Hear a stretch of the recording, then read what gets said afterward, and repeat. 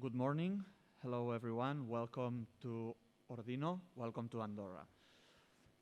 I will remove my mask and I will recall all the assistants that you must remain with the mask while seated, and only the people and panelists who will take the floor during this summit will be able to remove their mask. Welcome again. Andorra Business, Andorra Research and Innovation, and the Global Sports Innovation Center, powered by Microsoft, with the support of the SPSG Consulting, are presenting today the first edition of the Andorra Sports Innovation Summit, an event of sport and an event of innovation. The event, which is part of the global agreement between the GSIC and Andorra to promote the country as an international benchmark in the sports and innovation industry, will include representatives of international entities in the sector such as Microsoft, the International Ski Federation, La Vuelta Ciclista, or Ironman, as well as local players such as the ski resorts of Grandvalira, Vallnord, Naturland, and sport retail companies such as Amer Sports, Commençal, or Snowfactory. Several local and international startups will also participate, including the 3 winners of the Andorra Sports Startup Challenge, who in a few minutes will receive an award from the Minister of Presidency, Economy and Enterprise of the Government of Andorra, Jordi Gallardo. The event will close with an investment and networking session where startups and technology companies will be able to connect with potential clients and investors in the industry in order to generate business opportunities and to access to potential funding. It is my pleasure to present and to start this Andorra Sports Innovation Summit, to call now to the stage Jordi Serracanta, which is Councillor for Sports at the Council of Ordino. Thank you very much.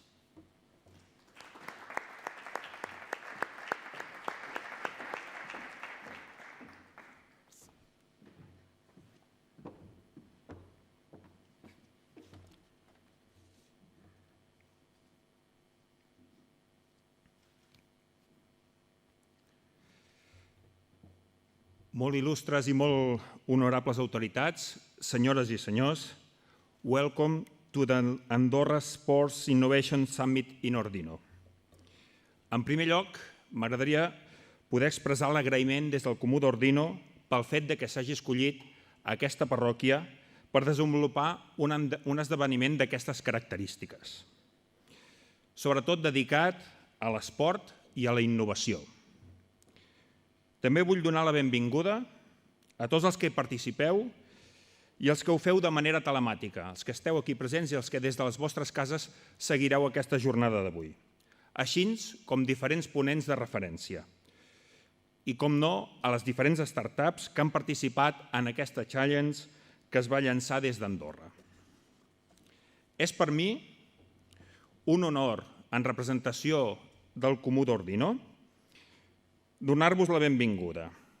Si em permeteu, i breument, aprofitaré per fer-vos una pinzellada de grans trets sobre l'excel·lent vinculació del Comú d'Ordino amb l'esport en general i especialment amb els esports de muntanya.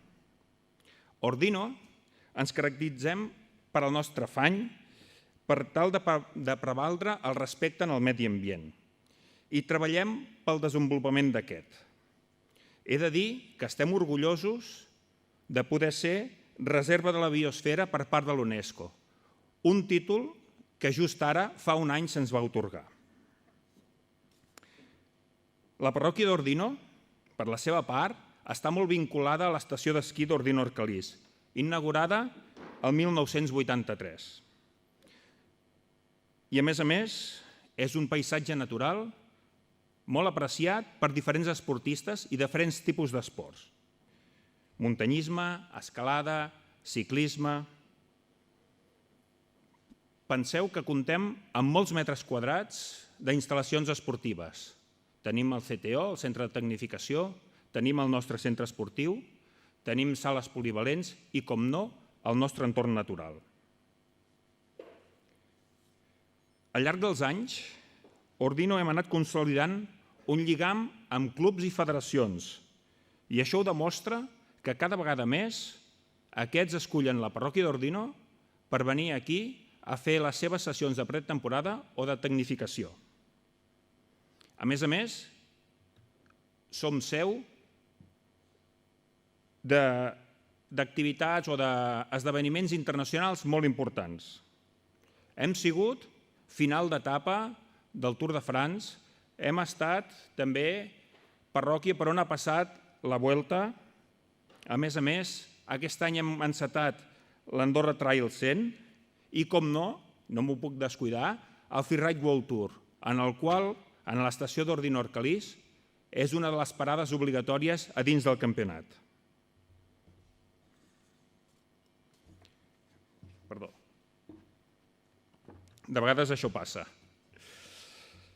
Res, l'únic que vull dir és que just ara fa un any, des del Comú d'Ordino, conjuntament amb l'Andorra Research Innovation, vam considerar dient crear i posar en funcionament la Casa de la Muntanya, amb l'anhel que sigui un centre de referència de promoció turística i de la muntanya. En allà, si teniu l'oportunitat de visitar-la, podreu veure com es conjuga aquesta part de muntanya i la part d'innovació. Només he de dir, o m'agradaria acabar dient, que estic molt content des de la meva part personal i des del Comú d'Ordino amb aquesta SPSG Innovation Summit que farem avui, que gaudirem avui, i sobretot positivament per la innovació que això suposarà amb esports tan importants com esports d'hivern, de muntanya i de ciclisme.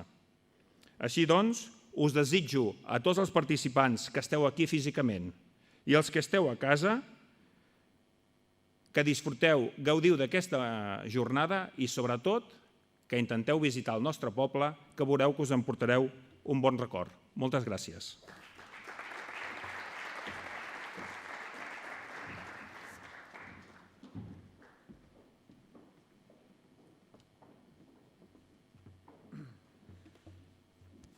Moltes gràcies, senyor Serracanta. Thank you. It is my pleasure now for the inaugural keynote to give the floor to the Minister of Presidency, Economy and Enterprise of the Government of Andorra, Jordi Gallardo. Thank you very much.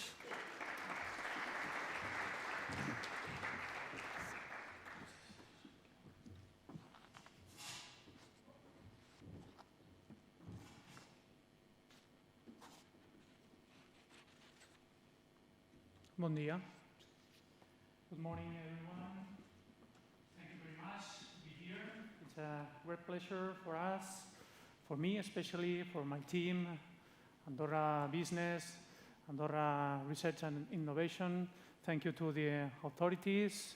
Thank you to the companies. Thank you to the institutions to help us to go ahead with this challenge, especially to the GSIC, the partner, the special partner, the strategical partner that we have with this project. I would like to spend a few minutes with you trying to share how the sport is challenging many projects in Andorra, how from the government and the institutions, the public sector, and also the private sector, we are trying to boost this sector to be more important than actually it is, that I would try to explain to you, and especially how we are focused on innovation like a strategy to improve this sector and the weights that this sector has for us in tourism and in our economy.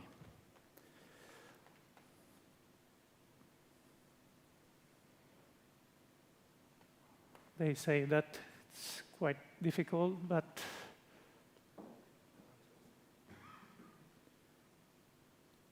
it was closed. Okay, so let's go. The main target, as I said, is to positioning Andorra as an innovation hub of cycling, mountain, and winter sports due to our country. Maybe for you it's the first time that you visit Andorra. Tomorrow morning Maybe you have the opportunity to see that we are a valley. In the middle of the mountains, we have the city town. We have a lot of sports that could be done here, but we are focused in these three disciplines, disciplines that we think that they match very well with the kind of country, with our environment, and with the idea that we have that we can be competitive as a country.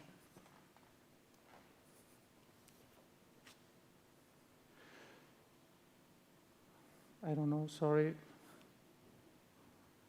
I think we have a problem with, okay, I go ahead. We try to arrange the presentation. So in terms of GDP, if we compare this sector, and I am sure that you know better than me, what is the average and the weight of the sports sector in Europe? If we talk about in terms of GDP, we can say that in average, we have the sports sector with a 2.2 weight in the GDP in Europe. What happens here in Andorra, in this small country, in which we have a lot of companies, a lot of athletes that are here, entrepreneurs, and the public sector also. So we are not in 2.2 in overall regarding the GDP. We are in the 7.7 weight of the GDP. So this is a main figure. This is a huge number for us, but it's not enough. We want to go ahead with more increasing weight in our economy about the sports. So a snapshot about this 7.7 of the GDP. Let me give you some information. We have 105 companies with a total turnover of 2,030 million euros. That is 68% of which is generated by tourism and occupies around 2,250 employees. So huge number, huge weight in our economy. We have also more than 3 kilometers ski slopes. That is the main asset that we have as a country. But it is not only this figure, this weight of the ski resort sector and the slopes that makes that the sport is a strategical sector for us. Some other figures. 80% of the turnover is generated, of course, about ski resorts and sports retailer. We have 47.3 is the weight of ski resorts. We have 35% of sports retailer that are regarding in the total with the ski resorts, the main weight in this sector. But as you see, local material producers, sports facilities and gyms, sports activity and events organizers, and sport medicine, of course, are the main sectors inside the sports sector that has this huge number of 7.7 of our GDP related to this sports sector. Therefore, the sports sector is for us, for the government, for the country, a priority. Doesn't work. Sorry.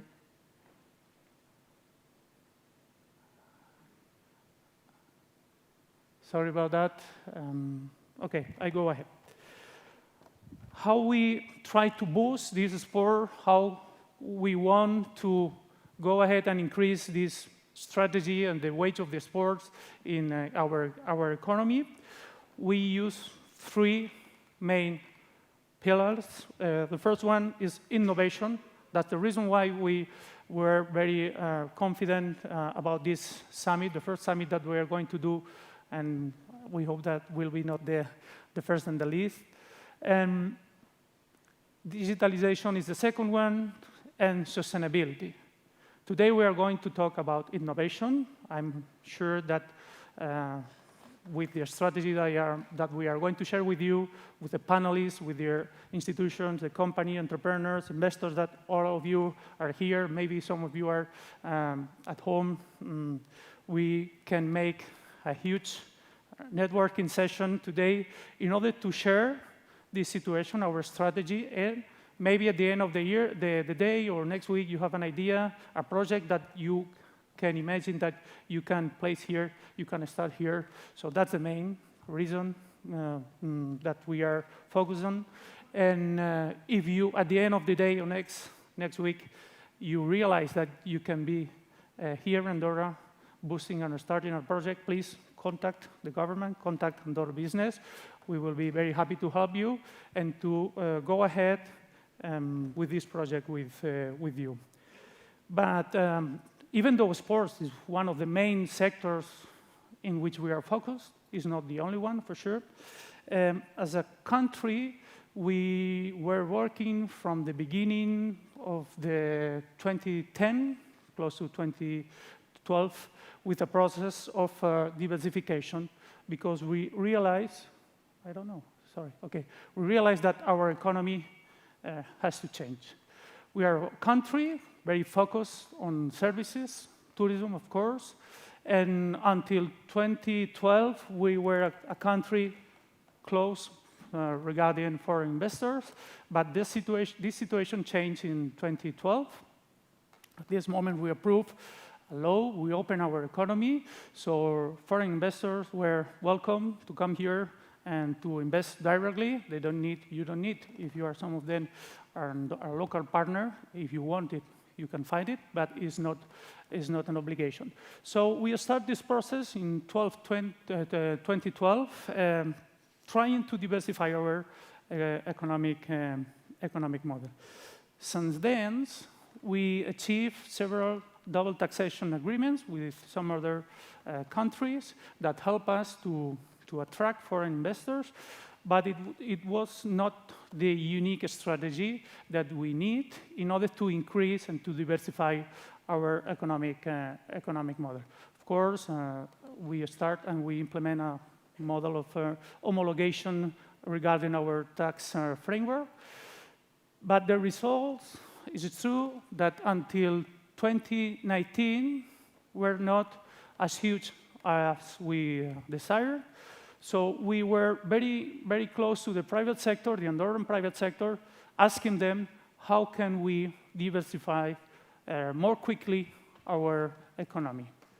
So, sorry about that, okay. After this discussion with the private sector, we have a target of 12 sectors that you have here, in which we are focused as a government, I can say as a country, because these sectors are sectors boosted by their private sector.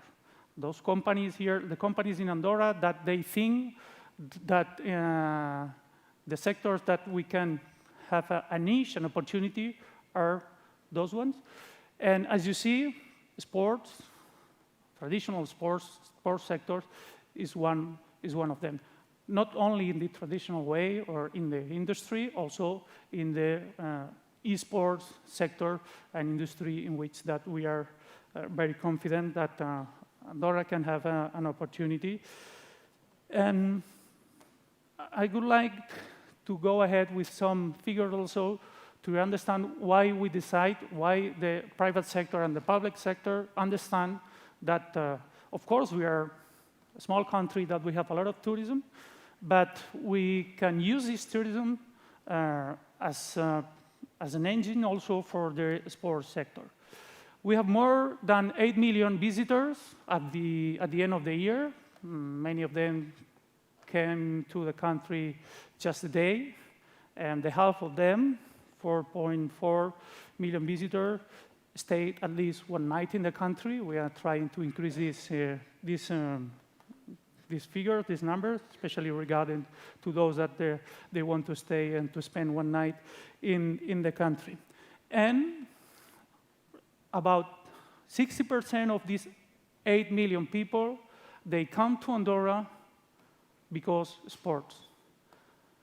They come to shop sport material, they come to practice the sport, or they come to the country to participate or to see some events in which we participate as a country. So even though we are a small country, if you don't know, we have 468 square kilometers, 80,000 people living here.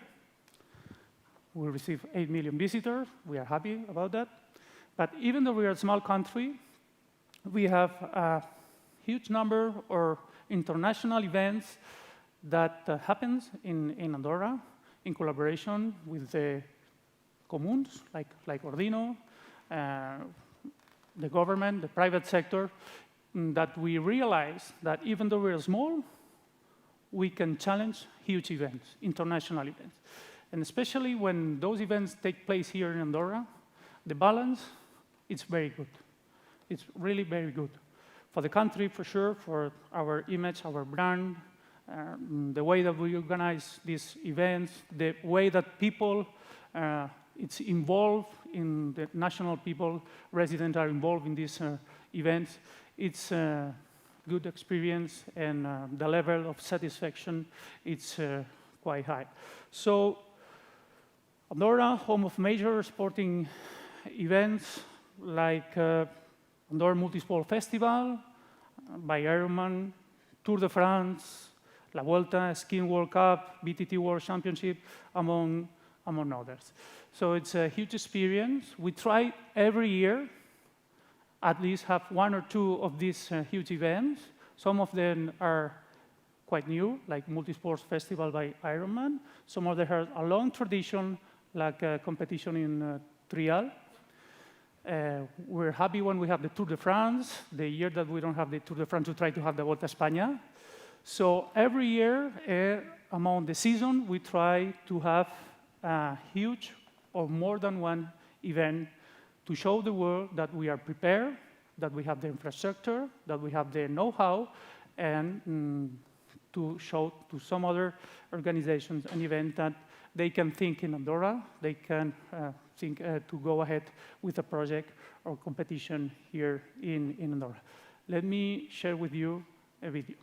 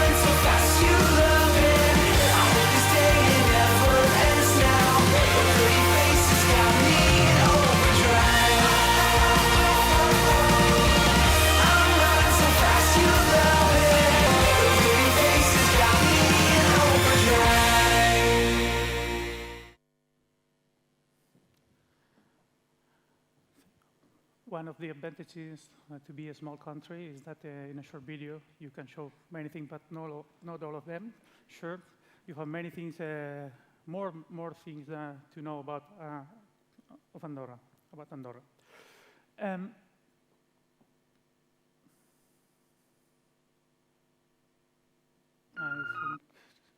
we are not in the same.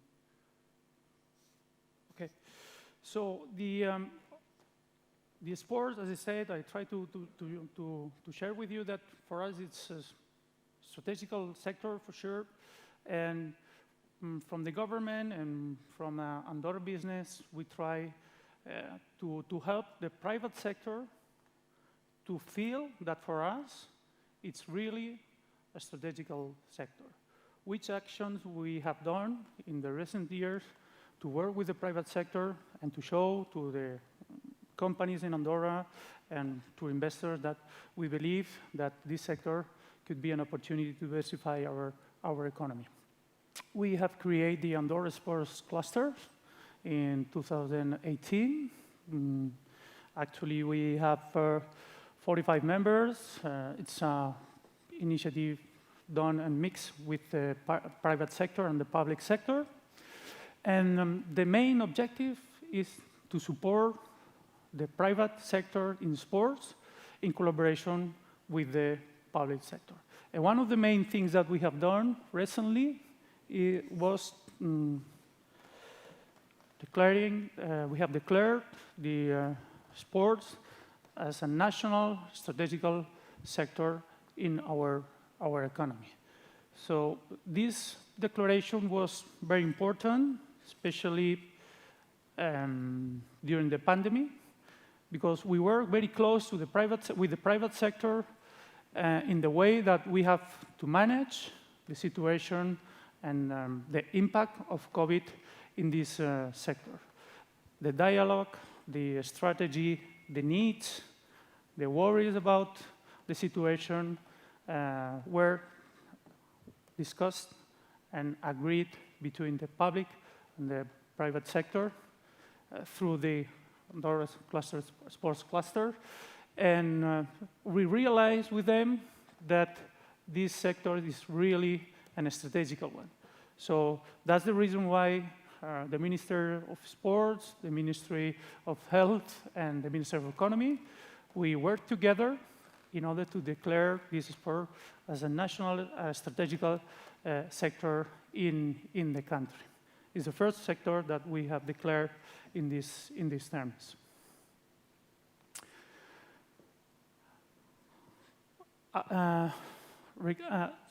Adding some other initiatives that will help us, we hope, and we are sure, to boost this sector, to increase the weight in our economy, to go ahead with a strategical initiative. It's a collaboration, for sure, with the Global Sports Innovation Center. Our partnership with Microsoft is an important milestone in the way to boost this sector through innovation. I shared with you that we are focusing innovation, digitalization, and sustainability, and innovation will be through this collaboration with the Global Sports Innovation Center that we are confident that we are going to achieve for sure. We try to position Andorra in an international level among innovation hubs and startups. That's the reason why we think that this collaboration with the challenge that we work together will be the way to improve and to position Andorra as a living lab. So, some other things that we have done, some other projects, some other tools that we implement in the country, not only a partnership with strategic partners as the GSIC. We have a physical project, an executive project here in Ordino that it's called La Casa de la Montaña, Mountain Home. It's a mountain living lab focused especially as a meeting point to keep in touch entrepreneurs, companies, public sector, private sector, focus on innovation and trying to make the networking and to go ahead with projects that could be done here in Andorra in this environment, especially in an environment that could be a living lab, a real living lab in the mountains.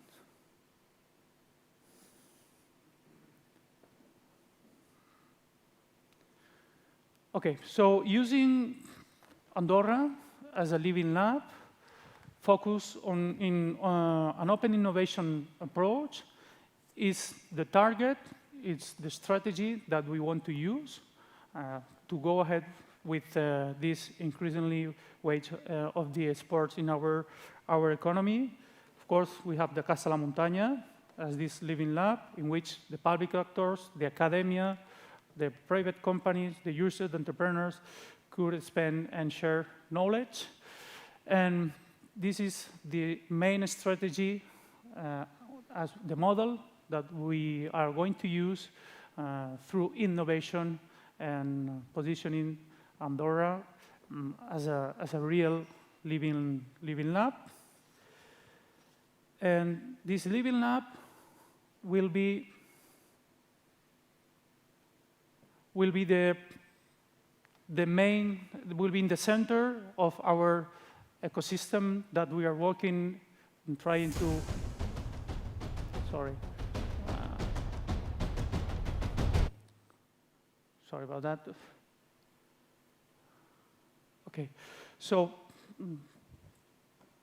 Andorra has this strategy to being a living lab, trying to create this sports innovation ecosystem in partnership with the private sector, in partnership with entrepreneurs, with partnership with the companies, trying to develop this ecosystem with La Casa de la Montaña, the international agreements that we want to have, like the agreement that we have with the Global Sport Innovation Center, and that's the main thing that we want to share with you, showing to the world, showing to you that we are prepared to be and to have a sports innovation ecosystem with research and development, with industry, with players, big players in many of the sectors inside the sports industry, with startups that we have actually in the country, but that we want to attract to the country. And this strategy is at the same time boosted by a national strategy of innovation. So we have the sectorial strategy in terms of sport, but we have as a country a strategy to go ahead with this diversification of our economy through the innovation. We have strategical plans, we have laws, some laws that are boosting this strategy, some laws that will be approved during this year, especially the digital economy, innovation and entrepreneurship law that will be approved if everything goes well at the end of the year, that will bring to investors, to the companies, to the entrepreneurs, a framework with enough legislation to go ahead with their project, to prototype some projects here in Andorra in a living lab environment. So that's the main thing. That's our strategy. That is what Andorra offers to you, and I hope that many of you decide to come to Andorra, to invest in Andorra, and to start a project here in Andorra. I think we have a final video, if I'm not wrong, because it was quite complicated. But I think we have a final video to close this speech.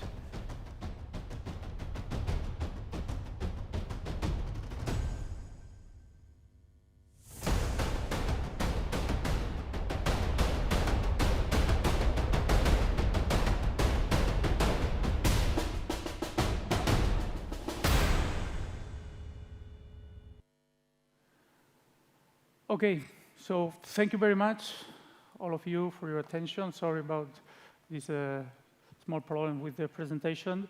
I will have the pleasure during the day to have some words with some of you, if you want, of course, and to share our strategy, our ideas, our project, maybe yours. And thank you very much again to be here.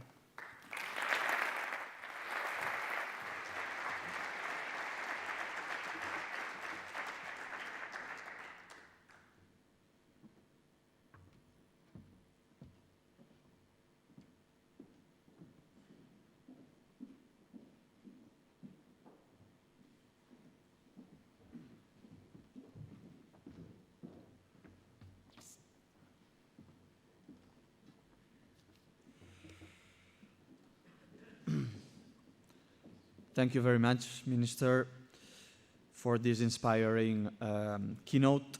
It is time now for the award ceremony. As you may know, in our global partnership with the Global Innovation Center powered by Microsoft, we developed an international startup challenge where many companies, actually 64 startups from 18 countries, presented their proposal to the Andorran Startup Challenge, which is a contest that was aimed to promote different and disruptive solutions regarding sports and innovation in a business environment.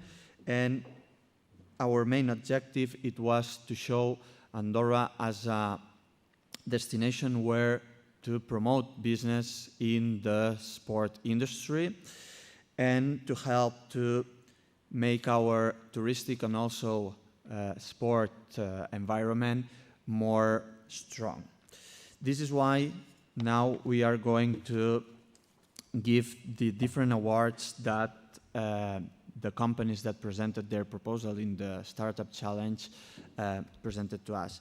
Actually, the selection was made among the 10 best companies, startup companies, that came from 8 different countries. The final ones was Switzerland, Argentina, Spain, the USA, the UK, France, Denmark, and China, which offered a wide range of solutions regarding innovation and sport and how can we put innovation and digitalization into traditional sports.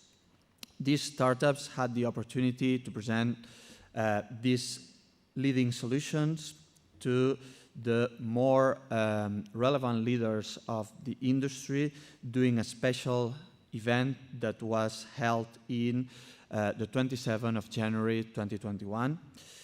And the jury was formed by different professionals from the sports industry to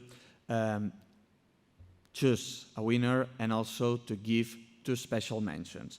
This is why I want to call to the stage for the first special mention of this award, Sebastian Lancestremer from Moon Bikes.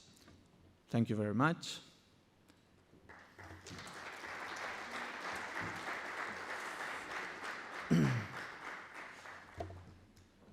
To collect the prize, I invite to the stage Mr. Jordi Serracanta from the Comú d'Ordino.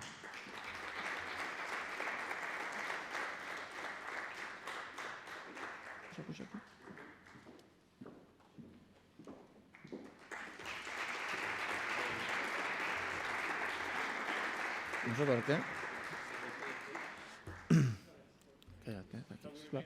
Yeah, please. Stage. For the second special mention, I invite now, yes, Jordi Serracanta from the Comú d'Ordino to give the special mention to Sherpa, and to collect the prize, I invite to the stage Andrés Redondo. Thank you.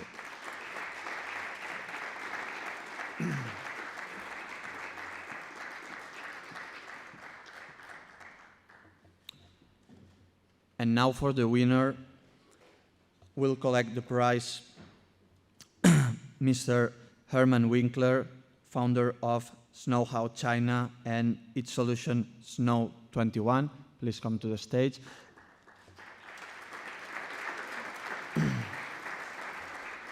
And the prize will be given by the Minister of Presidency, Economy and Enterprise, Jordi Gallardo.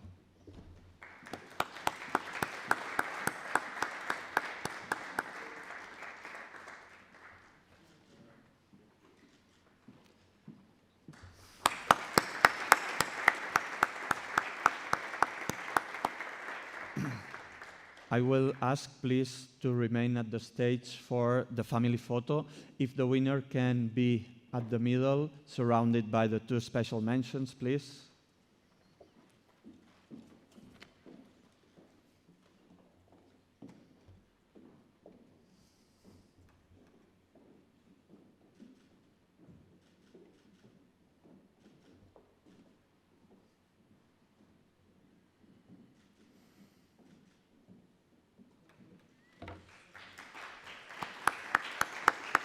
Thank you very much.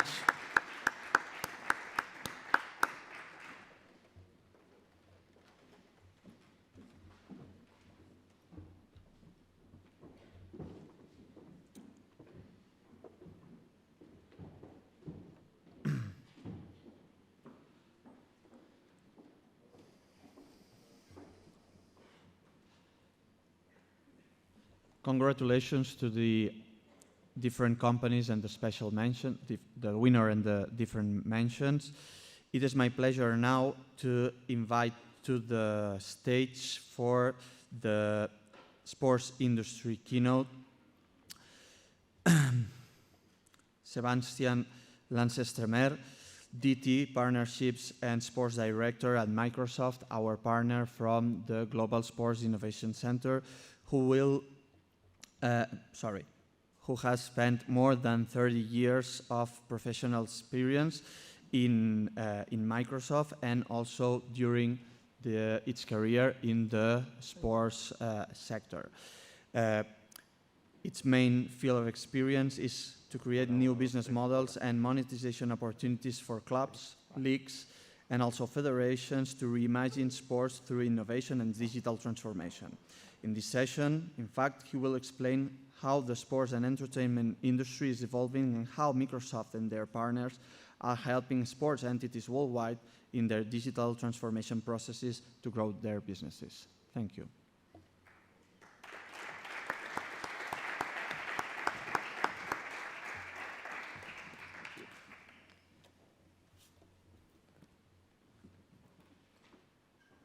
Slides, please. Good morning, everyone. It's a pleasure to be here with you. Dear Minister, Andorran government authorities, startups, sports entities, colleagues and friends, it's great to be here with you. During the next couple of minutes, I would like to share with you some of the innovations and trends that we see in the sports industry, and hopefully inspire many more startups to join Andorra, to join the efforts that we are driving together with Andorra Business, with the Andorran government, and hopefully you will participate in the next startup competitions, but also come into the country and innovate here with us.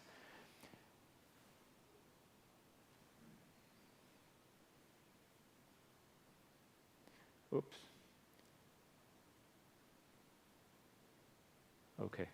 So the first thing that I want to share with you is, how we see, long-term not only the sports industry but the global economy and the global landscape, I would say. First thing is, in the next decade or so, population is going to grow like 10%.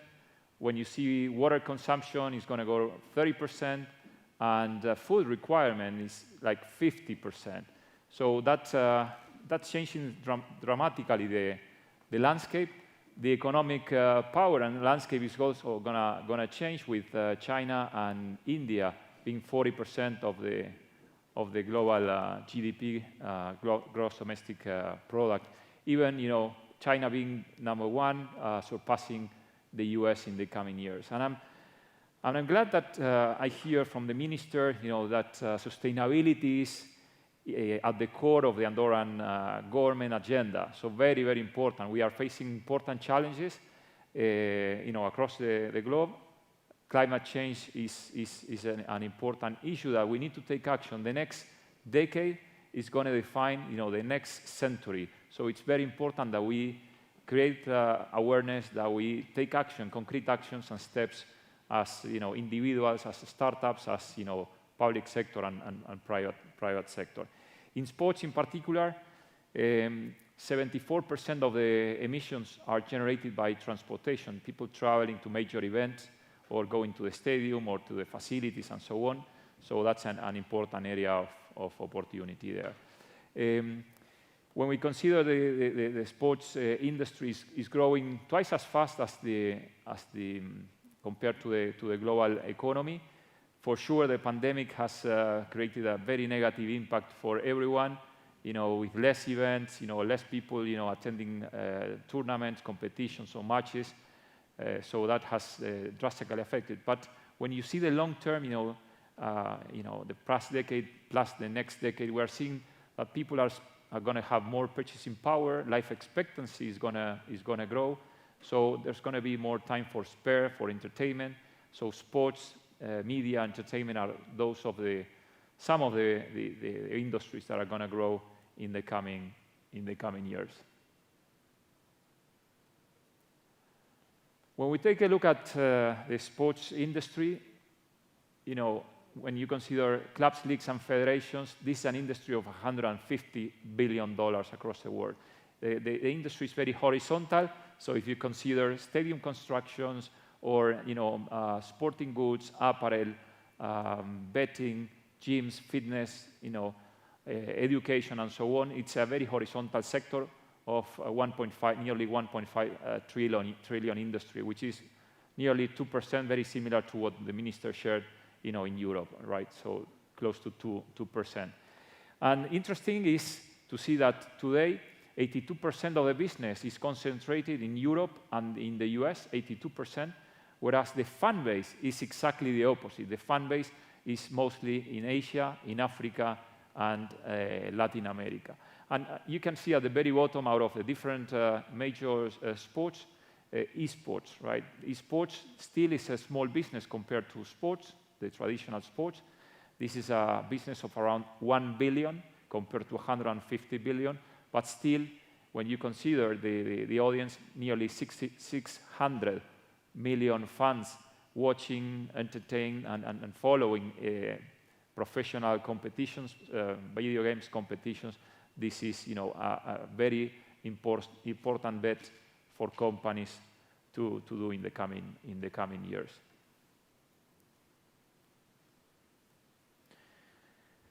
As of today, 2021, nearly 43% of the global population is digital native.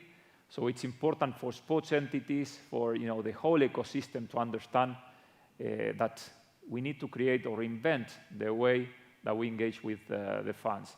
The fans today are more social, are more mobile, more digital. So we need to adapt experiences, content, products, formats to their needs. And we see 4 innovation areas that I will touch base upon this presentation. First one being fan engagement, how you relate and engage with the fans, regardless if they are a few kilometers away outside the venue, and that's important. You have, in some cases, global fan base across the world, hundreds of millions, like in football, as an example. The second one is smart venue, and we call it venue and not smart stadium because a Tour de France or Vuelta de España or a winter facility, we see that as a venue, and I'll share some examples of innovation and things that we're driving there. The third scenario is around modern workplace and how you collaborate and how you create value interacting with your staff, with your employees, but also with commercial partners. And finally, team and player performance, where I'll share a couple of examples.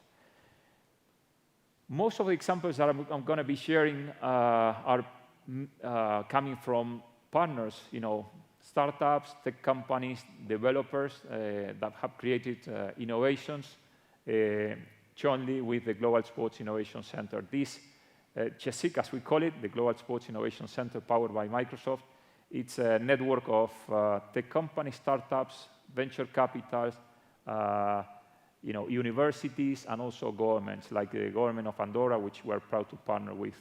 And some of those examples I'll share are coming, from this partner. So starting from this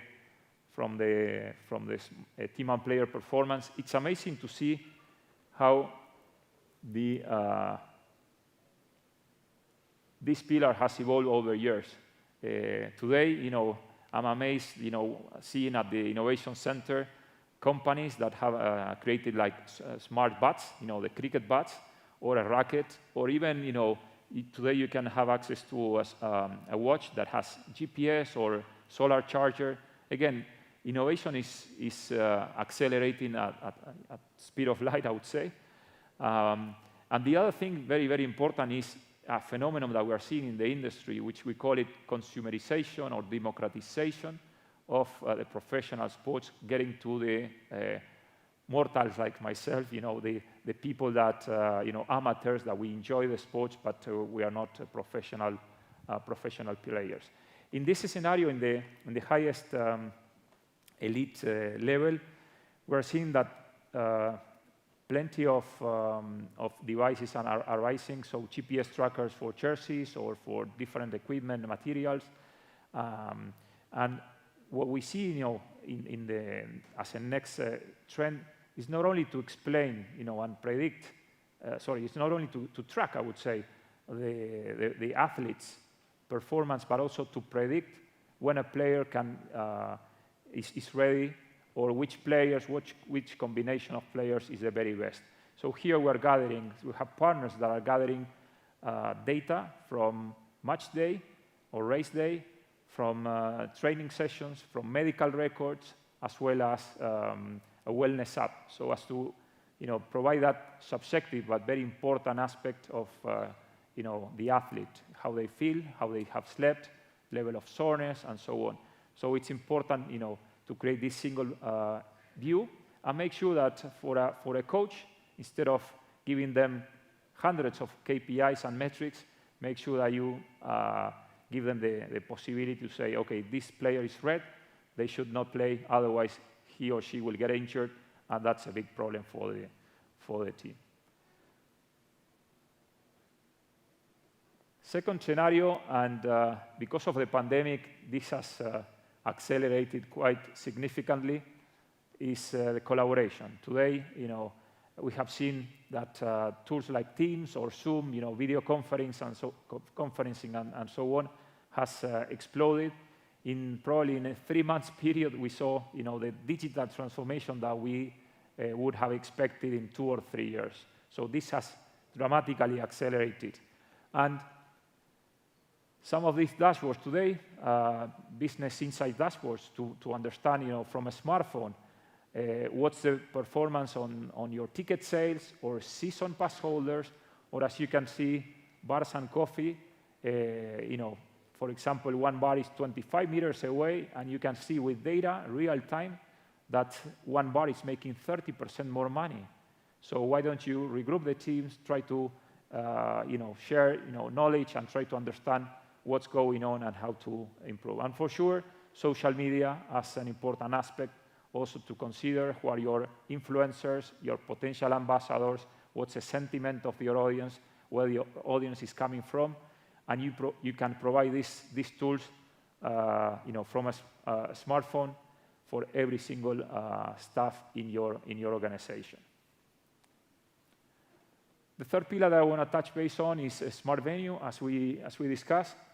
And our vision is, smart venues should be, the very best experience for every single fan, for every single visitor, not only during match day or race day, but every single day. And I will share some examples of those in a moment. There are 3 important characteristics that we see. The first one being a fan experience. So here is how can you complement physical experiences, but also digital experiences. And when you attend a match or you attend a tournament, you bring with you your family, the kids. So the span of attention, the level of interest of them is quite different. So we need to be mindful of those experiences and try to provide, different games and also experiences for them, regardless, their likes and interests. Second aspect is security, not only physical security, but more and more with the pandemic. Now, social distancing and making sure that health is being considered and well-being is really considered into this matter. And finally, sustainability. Sustainability, as we discussed at the very beginning, very, very important aspect. I think, from a social standpoint, sports has done a very good job, over the past years, driving and sharing the sports values, collaboration, effort, team spirit, multiple values. Now we need to make sure that, we also drive, climate change or CO2 emissions reductions, and we are much more mindful, as I mentioned before. So here there are a number of solutions that we're deploying with partners of the GSIC, for example, putting solar panels and photovoltaic devices on top of the roofs, making sure that water and waste is properly being managed and recycled. So a number of initiatives, so we need more and more ambassadors on this front. And one of the things that, this is Las Vegas Raiders. This picture was taken, a few months back, when before the pandemic, I would say.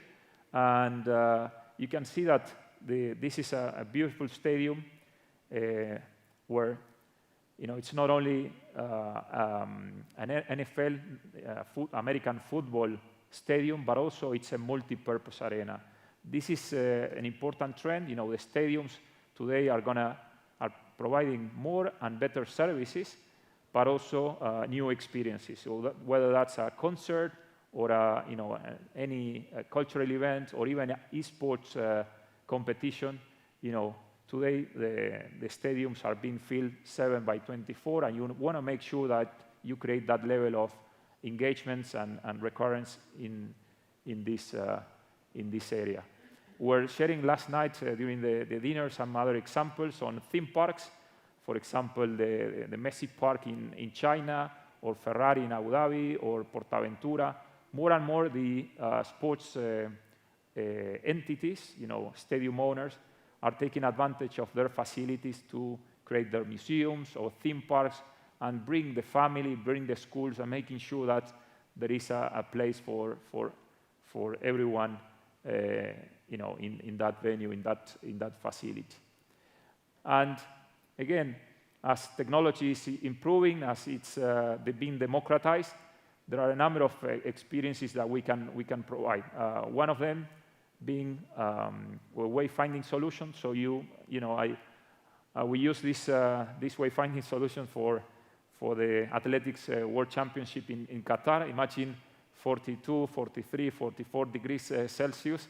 It's very, very hot, and sometimes when you get to the stadium, you don't know which is the gate, how to get to your seat, and the difference of being close to the stadium probably is 10 degrees Celsius difference because there is air conditioning and because of the cooling systems. So very, very important, and today there's technology that can guide you, not only in a stadium, but also in a hotel or in different big facilities. And a great experience for the consumers, but also, as you can see, could be sponsored by. So these are opportunities for sponsors to engage and to provide also a service to the consumers, and for the rights owners, for the sports entities, being able to monetize this type of experiences. Okay. And the other one that I Bueno, want to show, is anyway a photo call, as you were seeing. Yes, a photo call. So when you get to a stadium, you pick up your smartphone and you can create an augmented reality experience, or as you can see here with a kiosk, you pick the players, you stand with your friends, and then you also have the players or the professional athletes. And again, you have a memorabilia to share with your friends in social media, also being sponsored by, but also if you want to get that memorabilia, you need to register, QR code, you're registering to the platform, and you are part of this ecosystem, within this community. So in smart venue, something that I want to share, it's the other piece. It's not only the consumer experience or the fan experience, but also the back end. And we're collaborating with the government of Qatar, with some other partners, putting in place technology. These are the 8 stadiums that are going to be built. 5 are already finished, 3 almost done. And here a snapshot of the future command and control centers. So every stadium is going to be a living entity. When someone scores, if, for example, Brazil scores, probably the stadium is going to get green and yellow. You will get thousands of sensors, cameras, temperature, and so on. So you're getting multiple alerts, multiple information into this command and control center. And the idea is that it's being built a situational awareness system. So in case there is any issue from a security standpoint, or if there is someone that is having any problem, you can see through the operators and through the big screens and so on, and take advantage or take an action on those. The stadiums in the near future are being replicated as a digital twin, right? It's a virtual representation of the stadium, the pipes, the electrical systems, everything, as you can see. And using HoloLens and this type of devices, you will be able to guide an operator from hundreds of kilometers away how to fix a pump and so on. And at the bottom, you can see crowd management, so people moving into a certain direction. If someone is moving on the opposite, you will see a red dot, or if someone is pointing, or if someone left the bag in a place. So these are examples of how AI, artificial intelligence, is being used in order to detect and to provide those type of alerts and workflows to manage security within a stadium. And finally, this was before the pandemic, that crowded space, you can see heat maps and people, walking in certain directions. So you can see also the possibility of placing a booth or a shop, or, understanding the new layout for a specific place. In this case was an Indian facility. And finally, on the fan engagement, as more and more the organizations are becoming a sports and entertainment or sportainment and a data and entertainment business, I think it's interesting to see one case that we work with the NBA, with Miami Heat, which was the NBA winner last season. So let me show you a video on some of the experiences that they are delivering for the consumers, both when they're outside, but also when they come to the stadium.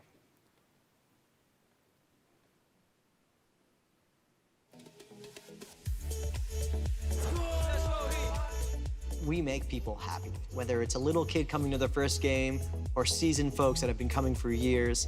The smiles on their faces when big plays happen, when the act first gets on stage for concerts, that moment is what we live for. And that experience is powered by Adobe and Microsoft.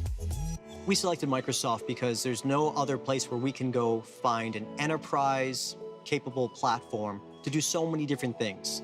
They provide the data warehouse, the Azure cloud, and the Power BI platform that visualizes all of this data that's really mission critical for us. Microsoft and Adobe are the backbone to our customer journey. It was a no-brainer, the fact that they already had readily available integrations with our existing Microsoft technologies. It was a cinch to really bring it in and be able to move the data from both platforms. We've got a lot of digital properties. We have Heat.com, AARena.com, MiamiHeatStore.com, the award-winning Miami Heat mobile app, and we want to know what our users are doing across all these different digital properties. We use the Microsoft Azure cloud to collect and enrich our data so that we can provide it to the rest of the business in a seamless and an automated way. First, we are scoring every lead that comes into this building, whether it's from mobile ticketing data that we capture, Wi-Fi data that we capture from Adobe Analytics or Campaign, and say, hey, this person would have a high propensity to buy a season ticket, or this person will be a great fit for a retail store buyer. This data is moved into Microsoft Dynamics so that our reps can ensure that we are on track to drive those leads through the funnels to where we convert them into new customers. And that's why we selected Dynamics 365 to enable our salespeople to better sell. After we implemented the data warehouse and Dynamics 365, we had a 30% year-over-year increase in our season ticket sales, with essentially the same team on the floor. All of this information is made available through Power BI so that we can measure our performance, and it's accessible by our ownership, our executive leadership, right down to the guest services rep who's working. Understand our fan.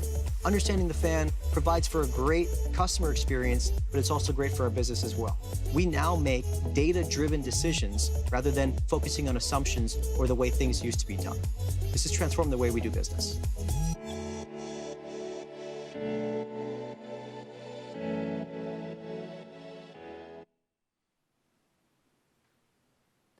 Great. So for those of you who are a startup or tech company, we invite you, to join the ecosystem. And as you can see in this pyramid, we have programs for small organizations, small startups, where we provide technical assistance, training, plus a few tens of thousands of euros for you to use the cloud and to develop on top of that. Then, as you mature, you can be part of the Microsoft Partner Network. And the GSIC, the Global Sports Innovation Center, this non-profit, is a perfect vehicle for those organizations to connect between each other, to connect with sports entities, with venture capitals, with governments, and being part of the full family and the ecosystem. And for sure connect with Microsoft Sports Practice, with those account executives and solution specialists that are managing accounts across the world. So this is an invitation for those organizations who want to join. Please reach out to Jorge and the team. And finally, as I started, again, I want to thank the government of Andorra for this partnership. And I want to ask for your action, in particular on the sustainability piece. Together we are driving more and more democratization of the fan experience, of bringing the fans closer to the action, but we need to do that in a more sustainable way. Sustainable not only from economic standpoint, which the industry is well focused, but also from a social standpoint and also from an environmental standpoint. Let's do that together. Again, thank you so much, and enjoy the rest of the day. Thank you.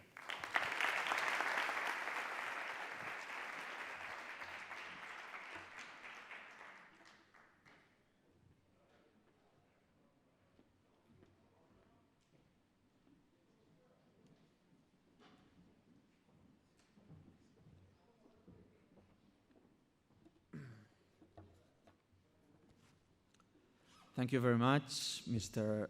Sebastián Lancestremer, for this inspiring presentation.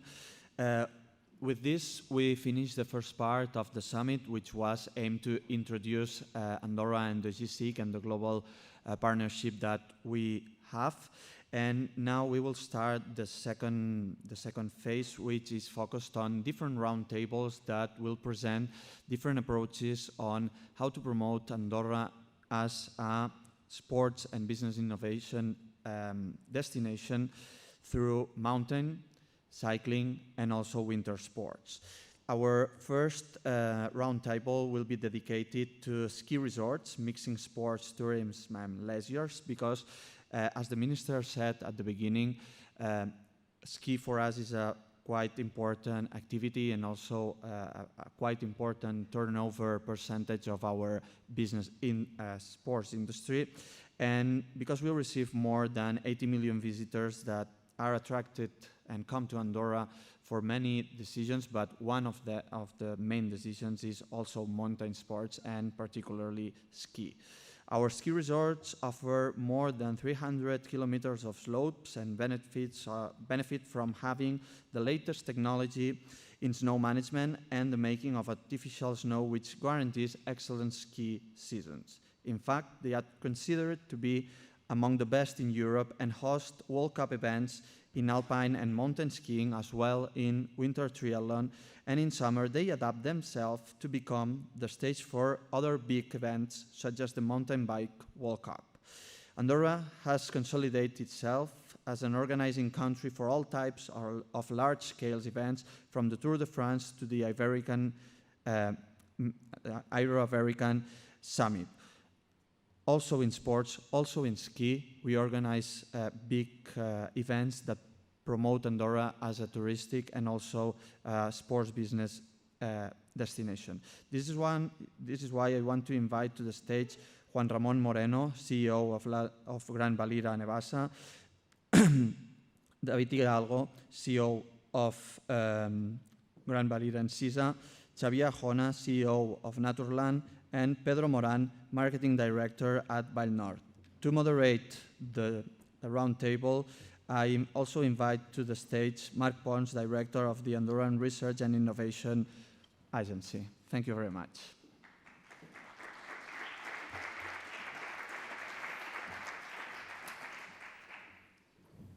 So, welcome.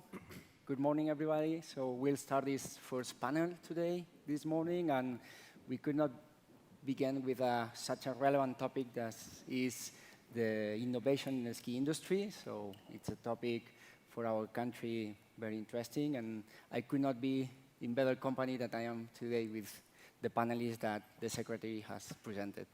So the ski industry is facing many challenges, and the COVID-19 crisis has increased it and has made it more relevant, some of them, such as the transition to a more sustainable ski resorts, the necessity to be more competitive in an environment and in mountain destinations with an increasing competitiveness between us and between these destinations, or for example, the increasing importance of digital platforms and digital and new technologies in order to deal with customers and new niches.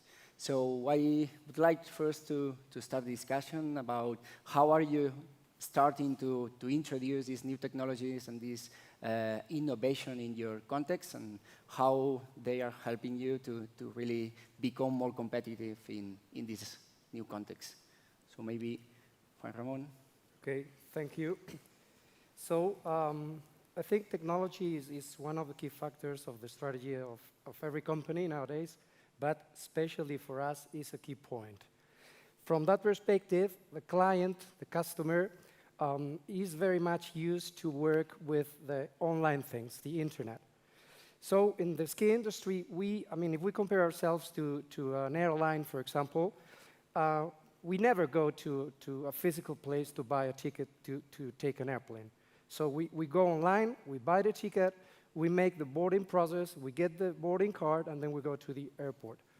So in our industry, it's a little bit different, and this is one of the points that will affect very directly to the customer in the coming, I would say, months, years. First of all, we are investing a lot in developing a pure online selling process, which means that the web and the app will be the key tools that we will have in the sales part of the process in order to be very productive and effective in this idea. So Amazon is what we want to be when it comes to the ski industry. And it means that all the processes has to be very easy for the customer, very direct, and as short as possible. So we are developing a new website that will be online, hopefully by the end of November, more or less.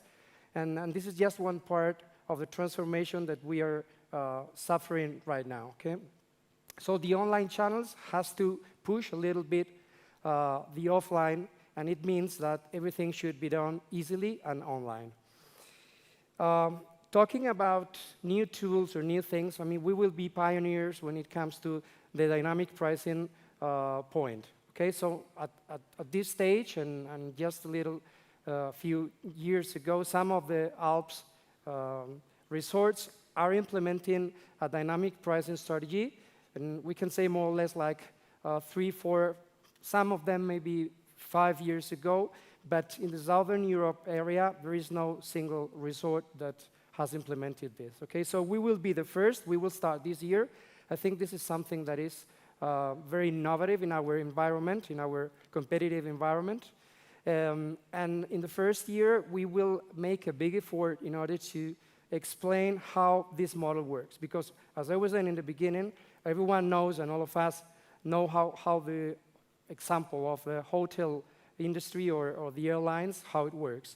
But for the customer, when it comes to skiing, will be a newness, and then we will have to make a big effort in order to explain them how we work with all this. So the thing is, mainly there are a couple of things that should be underlined. First thing would be that the sooner you buy, the better price you'll get. And second point is the highest number of people that there will be skiing in the resort, the higher price you will pay for that. Okay, so these are the two main points related to dynamic pricing. But there are also some other things, some other fields that are important to us. So, for example, the virtual reality is one of the things. VR is one of the key points that we will develop in the coming years. So when it comes to the application, for example, if you are skiing in the resort, you will be able to open your mobile phone, your camera, and just aim to one specific point. Could be a restaurant, could be a track, and then you will get all the information about that restaurant or that point. You will be able to make a reservation or to know exactly the length of the track, how difficult it is, and so on. So we will be implementing this type of things. We already have things there, but still there is a lot of there are a lot of things to be done. And also when it comes to the artificial intelligence, for example, just to give an example, so in the groomers, we have sensors that when they are working in the night, they analyze the state of the snow cloak.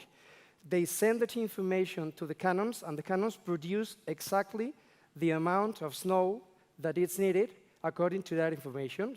So it means that we are avoiding wasting of electricity and wasting of water. So these are just a few examples of the things that we are doing. So we are a leader, and as a leader, we have to behave, which means that we have to put a lot of efforts in all these type of things. So I think it's a good way to do it. So Andorra is working quite a lot, and of course you, as one of the main actors in hosting big sport events, and I guess innovation is also a key element in it, isn't it, David? I would say that complementing what Juan was saying, technology usually is seen as the first step in innovation, but technology is a consequence. So there has to be a framework before, and the company has to be ready to, when you have an idea on somebody proposes something, you need an organization that is prepared to accept these new ideas. So ski industry is quite conservative, and there are many companies that sometimes they have to create a spin-off, or sometimes they have to simply leave the company and create your own startup because your idea has no possibility to progress. So I think that one of the important things in the ski industry, especially in Andorra, is that even in this, we can say, conservative environment, the permeability of the organization to accept new ideas is very important. And the sport events is a good example, because we have to show our capabilities to everywhere in the world. So a sport event, major sport events like World Cups, or now the candidature to be organizer of World Championships, is something that puts Andorra in the map of the world. So this means that we have to be able to understand that we are competing with the top-tier ski resorts in the world. And we were talking about technology. So sometimes we've been talking with other sport events organizers, and they simply conceive the event like competition. But competition maybe takes 1 hour, 1 hour and a half, but the day has 24 hours, 8 is for sleeping. But the rest, something has to happen. So we are using technology to analyze what we call spectator journey. So we are designing not only one single event, but we are using technology to understand each spectator, how they will live or how they will enjoy the sport event. So I remember that we were talking with my colleague Juanra, that the same they are using to attract customers and skiers to the resort, we are applying exactly the same technology, the same CRM system to understand each kind of spectator. How can we design a good event for them? So it's not the same event if you come with your kids, for example. For example, you probably will look for where's the best entertainment, where are the kids' activities.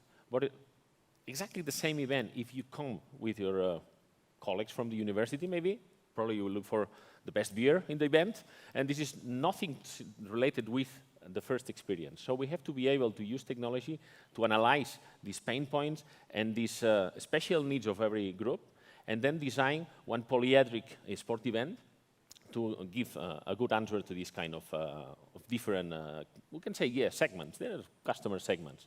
So I think that without the technology, it's practically nowadays impossible. So we are using a very powerful platform that is obviously useful for the daily ski business, but it's also very useful when you have to design not one single event, but an event with so many different phases. So I think this is going to be something differential now and in the future of sport events. Just one very small thing. We're talking about technology. We are talking about transforming the way of working. But then you need to transform your organization.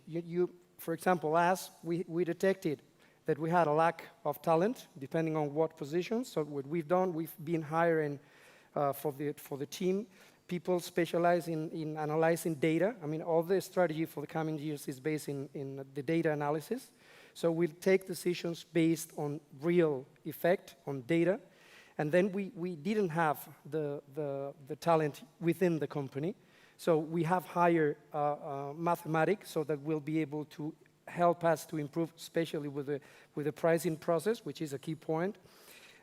We've hired an e-commerce manager. So from now on, we are an online seller. So we need to be analyzing, testing all the time, and improving the process so that the client can buy easier. And also strengthen the IT area, which is key, because then the IT area is strategic in the company from now on. So it's not only the customer part, but it's only the inside part. In reinforcing what David has said at the beginning about the technology is a key point, obviously, but does it come before or is it a consequence? Obviously, you need to generate an innovation culture inside your organization. And usually, when you've been an organization without innovation for several years, breaking that stability, the longer the time has been, the harder it is. But once you've done it, once the team has learned that maybe it's better to ask for pardon than asking for permission, then you are generating a new dynamic, a dynamic where everyone feels that he is able to propose something new. It doesn't matter what's his position inside the organization. That's one of the things that I'd like to express independently on the technologies or not. But then you need the technology to accelerate that process. Yeah. And in our case, for example, we were in end phases of our project before with Naturlandia, where a very low part of our sales were coming from the online selling, from the direct online selling, and one of our main problems were the lanes on the ticket offices. So we modified our offer, our sales offer, to incentivize our customers going to our web. At the moment, more than the half of our sales are coming directly from our online sale channel. And during the high season, many days, the 100% of our sales are coming directly from that channel. So now what's the consequence? Okay, we've been able to sell online. We've been able to avoid the lanes for selling the tickets. But now, anyway, the people, they need something physical to go through the gates. And now we need the technology again to avoid those lanes to get that physical support for something what's not physical. In our case, we sell experiences, we sell emotions, we sell services. So why do we oblige someone who has already purchased the service to have something physical? Mm-hmm. And in this case, possibly the airplanes industry has gone before us because they give you the support already on your digital support, which is the cell phone. Okay, and here is where, well, we will have to be working to avoid those lanes to get the ticket which you already purchased. I think that just one thing. Sorry, Pedro. We've been testing past season the forfait in the mobile, so technology is there. So it's a matter of a couple of years, and we will have it. I think that all of us, we are working on the same ways, I think. But in line with the speech of David and Xavi, I think that when we talk about innovation, we think on technology, but it's not always in that way. For example, at Vallnord, more than 20 years ago, an ski resort opens in summer. This is new. And innovation is something new to offer your customers. Or in 2005, when we create the bike park officially, the UCI World Cups, etc. But we also use technology, and for example, we have a GPS locators for children of our schools in order to avoid losses. It's very important for the parents. we have own software to control the snowmaking process, direct from a smartphone or a tablet. And this is when we start with a new software to provide snowmaking and snow groomers drivers information about the thickness and the distribution of snow over those slopes. And we are looking for using latest technologies on local pushes notifications direct to the smartphones, some smartphones that has visited us previously, to contact direct with that customers in order to send new discounts, new offers for that day. This is a direct communication with our customers. We think that this is the path for us. And other technologies, yes, we are looking for the app in your smartphone, in your mobile, is the key. We don't want physical support. Who want it? Mm-hmm. This is not the future. I think that it is the present. Next year, next 2 years. You have introduced some technologies that will help to better manage snow, to better be more efficient.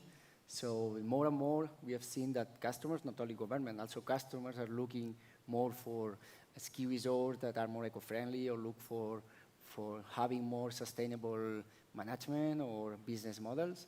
And the more and more we see this linkage between innovation and sustainability, and how innovation is a key driver to achieving this sustainability. Mm-hmm. How are you dealing with these two topics that they were so far not quite aligned, but now are, I think, you cannot disassociate to really? Well, I think that here, obviously, new sustainable energies are one of the key bases, obviously. And in our case, our energetic demand is much more little, as we do have almost no lifts. But anyway, we do use groomers. We do have some lifts, and obviously, but our main consumption comes from heating. We are in the mountain. We have several buildings, and we need to heat those buildings. So we are working on different alternatives. One of the most innovative things that the company did about 10 years ago is that one of our main service buildings is heated with geothermal heating system. But at the same time, now we are at the phase where we need to renew some of our heating systems, and we are obviously examining the possibilities of installing solar panels, aeolic fans. But another one of the options we have is we have a really big wood, and there are some bio energy to be profited from there. So in our case, this is one of the things we are dealing with, and we are trying to be more efficient. Yeah. When we talk about sustainability, I think that all the people think only in ecological, environmental, etc. But we at Commençal, we think innovation and under the umbrella of sustainability always, but with a triple sustainability: the social, the economical, and obviously the ecological. The social, because all the innovations that we apply should generate new jobs or maintain the existing ones. This is the social sustainability. The economical, because it must be economically sustainable. It's useless to apply an innovation that makes us very ecological if it increases the company's debt until levels that never seen. But of course, ecological. And talking about solar energy, on 2017, we built 300 solar panels over the roof of the cable car in La Massana that generates the 2% of our electricity consumed. But this year, we're finishing the building of one of the largest solar parks in Andorra, at 2,300 meters high, with more than 5,200 solar panels that will create 2.4 kilowatt million per year. This, added with the solar panels that we built in 2017, makes that all the 37% of the electricity that we need to run the ski resort will be produced directly from the sun. We are really proud about this, and this is the way to the present and future for I think that all the ski resorts. I would add something that I think that sustainability has become something that it's a must-have. So maybe 20 years ago it was a nice to have, and maybe some clients from certain countries they really valued this, but nowadays it's something that is absolutely necessary. Sure. Because luckily the new generations they take this as for granted. So maybe our generations, or no, people that is older than us, maybe they are assuming that this is a challenge, but the younger generations, they take it. And from the point of view of the sport events, I can give you an example how we are facing sustainability, as you said before, not only from the environmental point of view, that it's something that everybody imagines, especially in the ski industry, that we have obviously an impact on the environment. But sustainability, from the point of view of a major event, we are taking the ODS, the Objective of Sustainable Development of United Nations, and then we are building a full framework of how everything you do in your organization of event will take or will have impact in each of these objectives. Because as you said, there are many other things like labor rights, like gender equality. This is also part of the sustainability. Yeah. And the first step is that the organization has to believe it, have to internalize as some of their main pillars of their strategy, and then translate into real objectives and real activities. So I think that it's very important to understand this broad image of sustainability, not only environment, that is something that obviously we must have, but we have to have a bigger idea about what sustainability means, not only in ski industry, but also in the sport events that take place in our resorts. Yeah. I mean, when we talk about sustainability, I think we should look at the internal part of it, which is the team, the staff, how we work with that. Of course, also with the customers, and also the suppliers. So we at Grandvalira, I mean, we take a look at these three aspects of the process, so that in every single part we take care of for example, we are now working with trying to finish with the one single-use plastic, so that we buy new things so that can be reused, and we at the same time are minimizing the use of these materials. For example, by trying to avoid the waste of electricity, as I was saying before, and water in the processes. You know that this is a key part, especially in the operative part of the resort. So this is a very important aspect, and at the end, we have to try to minimize the emission of CO2, which is key in the process. And as you were saying, David, this is something that is here to stay. So we take it seriously, because it's serious, and all the companies and all the industries that don't take this serious, they will be out, for sure. Because, as you were saying, the new generation is taking these in the first position, in top of the things that they're looking at. So we need to be, and also because we want to have a good heritage for our next generation, and this is our responsibility as a company, and especially in the industry where we are working. So I think it's a key factor, of course. Yeah, I think we are talking about the two key factors probably that are our main challenges in our sector. One is the energy, the other one is the waste. In the case of the energy, new solutions have been also developed by the ski resorts. There are some installations like the snowmaking system, which many years ago it was seen like something with a huge impact. At the moment, some of these snowmaking systems are being used to generate energy. And here in Ordino, you have one case where the dam where the water is taken from for the snowmaking system is also used for producing energy, and it produces as much energy as the ski resort consumes in a year-round basis. Okay, so there are new solutions which are being developed, and then I think that in the other key factor which we were talking about, which is the waste, we really need the important partnerships with our providers. I mean, food providers, drink providers, they need to take seriously our needs because if not, it's really difficult to eliminate, for example, the PET, the single-use plastic bottles.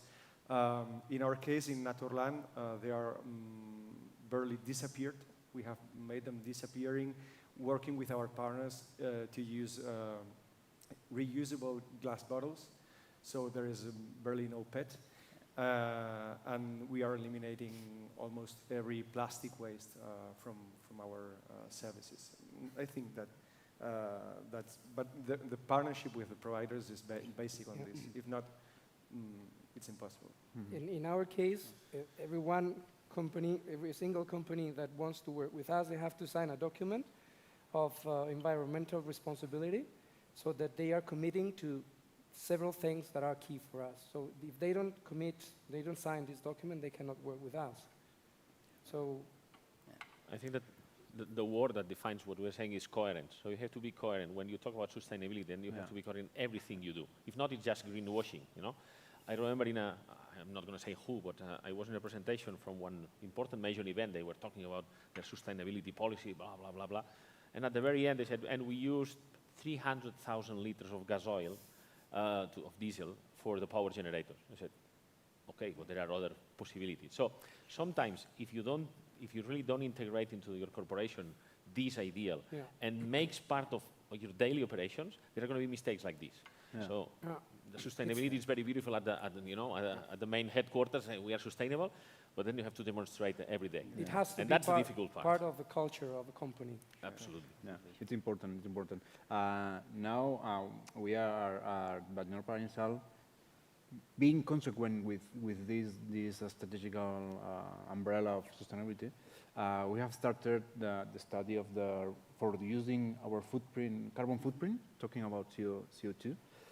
We don't know up to what level of reducing, but we have started, and we will see next years. But solar panels, alternative energies, reducing carbon footprints.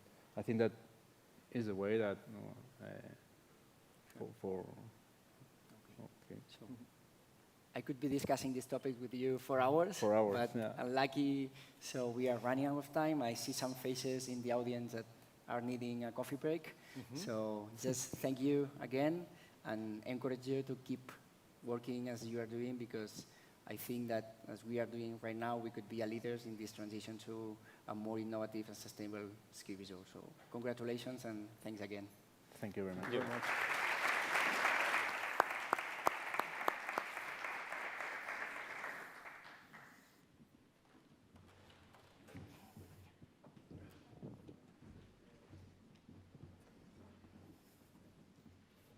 Thank you very much.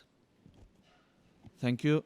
As the moderator said, now it's time for a coffee break. We will spend 15 minutes downstairs in the coffee break, and I do not want to leave the stage before appreciating the contribution of this roundtable, especially also to David Hidalgo, which is also the president of the Andorra Sports Cluster, which has also contributed to this event.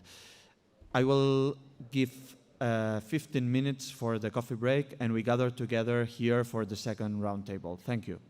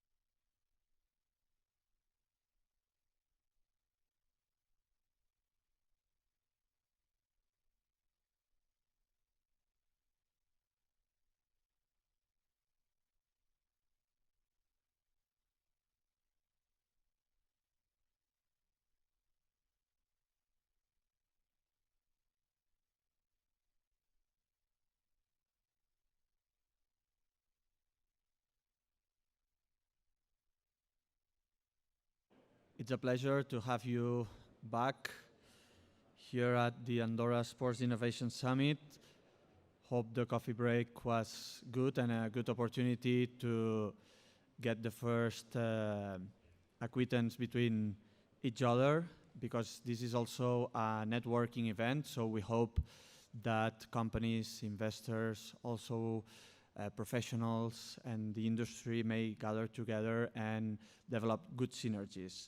Now for the second roundtable, we entitled this roundtable, The Transition from Cycling to Esports.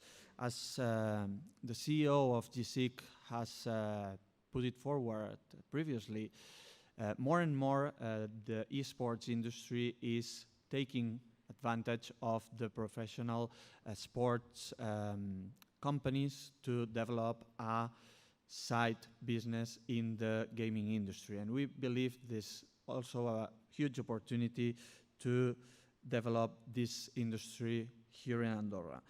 To speak about this interesting topic and also to develop on the cycling industry, it's my pleasure to welcome to the stage Ángel Luis Fernández, from the Global Marketing Director at Be Cool, Dani Bullo, CEO of Gran Fondo World Tour, Javier Guillén, General Director of Unipublic La Vuelta,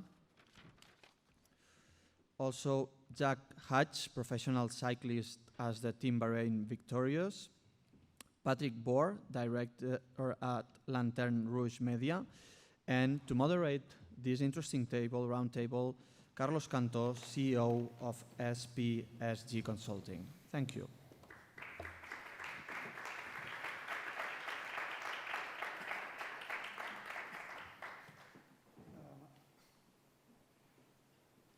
If you stop pedaling, you fall. If you stop pedaling, you fall, right? Even if it is downhill, at the end of the day, you are going to fall. If you are not innovating enough, you are going to go back, not in front. This is part of cycling, this is part of the sports industry, this is part also of life.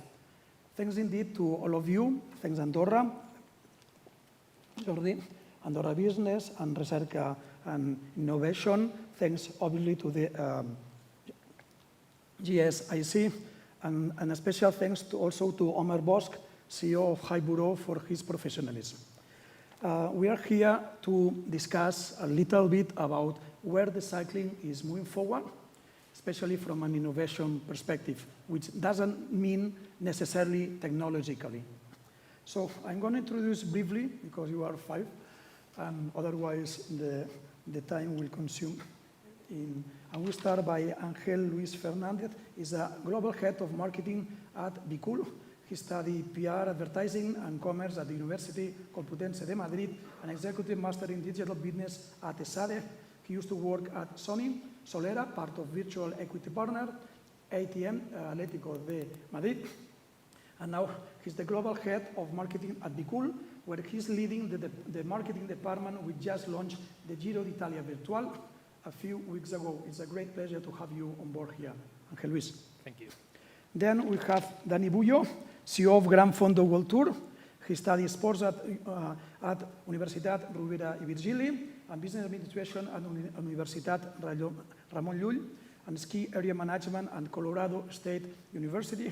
He has worked, among other companies, at Facebook Fitness Festival, RAF Limited, etc. He's the CEO of Gran Fondo World Tour, race director of Andorra Bike Race, and sport and event director at Grandvalira Side D. Gran Fondo World Tour, co-owned by Grandvalira Side D, was created in 2015 and is composed by 20 events in 18 countries across the globe in 5 continents, and the virtual version is partnered with Be Cool, Swift, Ruby, RGT, and Think Right. It's a great pleasure also to have you here, Dani. Javier Guillén, everybody knows him. Obviously, he studied law at the Universidad Complutense de Madrid, and since 2008, he's the managing director of Unipublic La Vuelta, one of top 3 cycling races in the world, and you have visited many, many times this beautiful country. Javier, it's a great pleasure to have you also here. Jack Hay, professional cyclist born in Australia. he has been a professional cyclist for 6 years. Jack was more interested in the first stage of his, let's say, sporting career in surfing, which is not a surprise being from Australia, but also in skiing. And also, yes, you can ski in Australia. But finally, and successfully, decided to proceed with cycling, with a very, very relevant and successful story, first as a mountain bike racer, and then moved to the road cycling. He lives in Andorra since 2016, good choice. And he, along with his wife, used to own a restaurant, very, very good restaurant, Orange Goat Cafe. His son was born in Andorra, so he's an Andorranian 6 months ago, so congratulations, Jack. And his current team is, as you know, Bahrain victorious, and he ranked 3rd place in La Vuelta 2021, so congratulations for such a great accomplishment. And it's a great pleasure also to have you here.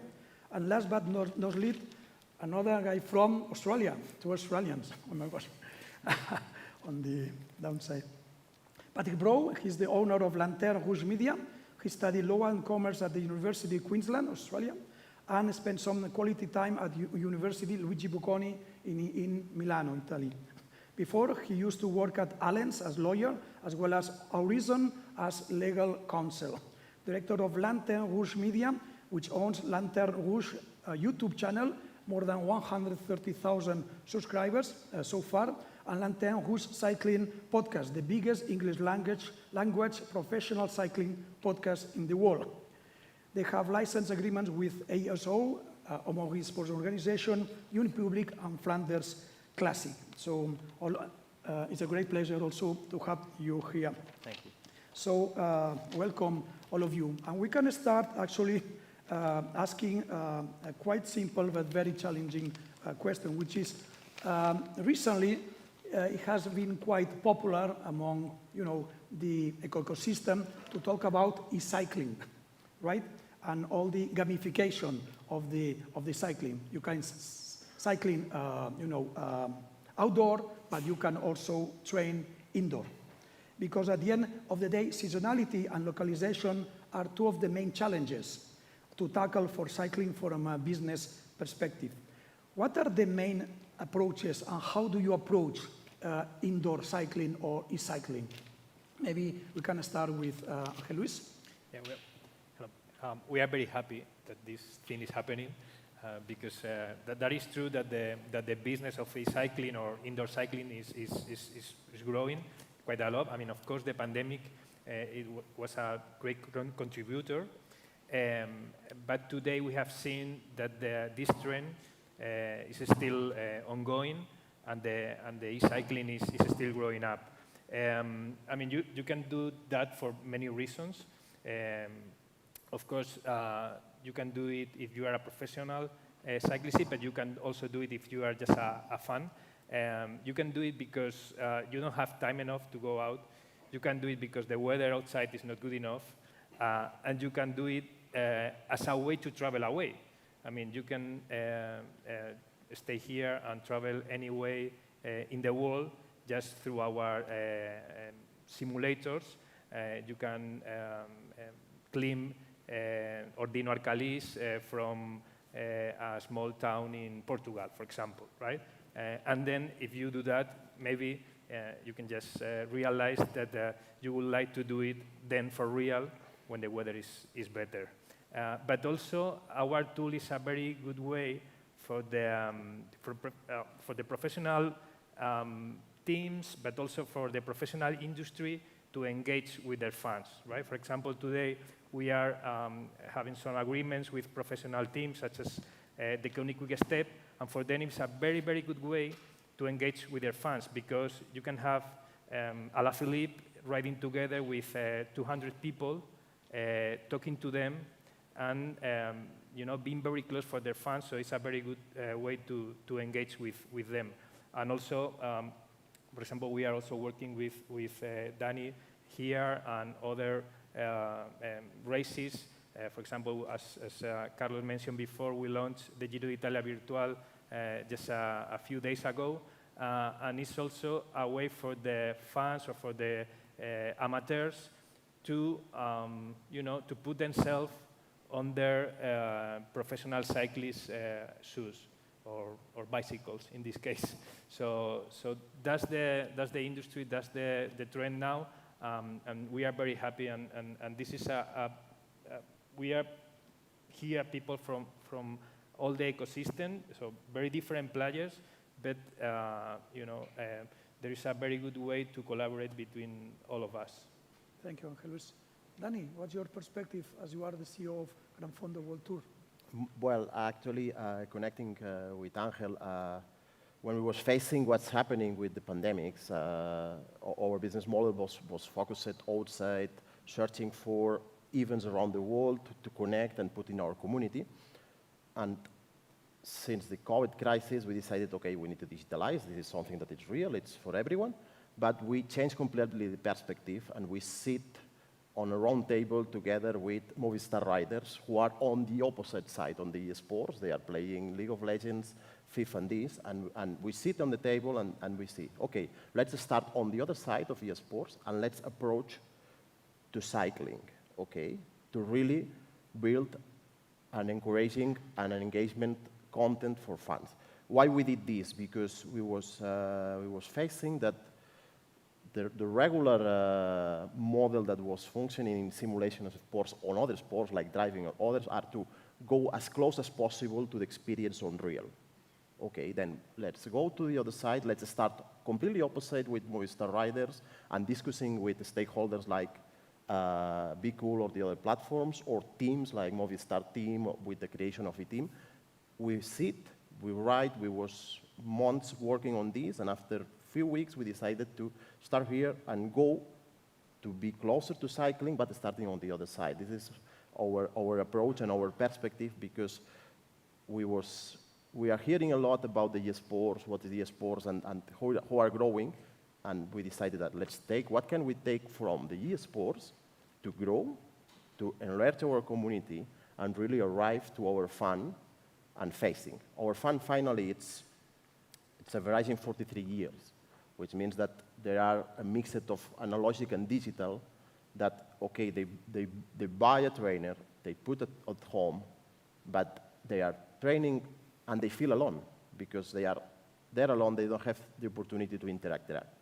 This is why we went to the other side, what we was learning from the esports and this fun engagement, put together and give to our community of Gran Fondo to participate in Be Cool or on other platforms events where they have interaction and they really feel that are part of an international club and part of this circuit, and they can train here indoor to go outside to climb a Galibier or Tourmalet or another, but they train home to arrive there and be close. And of course, on the other side, they give the opportunity, like they did with the Xeonic Quick-Stack team, to put together professionals with the amateurs together in a really secure place. They can ride together and they can interact with them. Something that is really complicated on a real event where there are thousands and thousands of participants on the big cyclosportive events, and it's really complicated to control the security.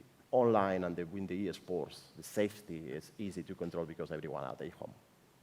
Thank you, Danny. Javier, you have partnered with Ruby. Giro has been signed an agreement with Be Cool and Tour de France with Swift. Is this something that is a must-to-have right now for a top 3 cycling race organizer? Is this complement? What's your vision? Well, good morning, everybody. Our vision is a very useful activity. You know, for sure, to me, indoor cycling is an alternative to the road cycling in the way that we know. I mean, we always need road cycling and the professional riders and the professional racers, you know, before approaching to the indoor cycling. But once we have indoor cycling, I think it's a very good alternative for sure. In pandemic, I hate pandemic. You know, I'm not talking well about pandemic, but if there is one winner in the pandemic, is the bike.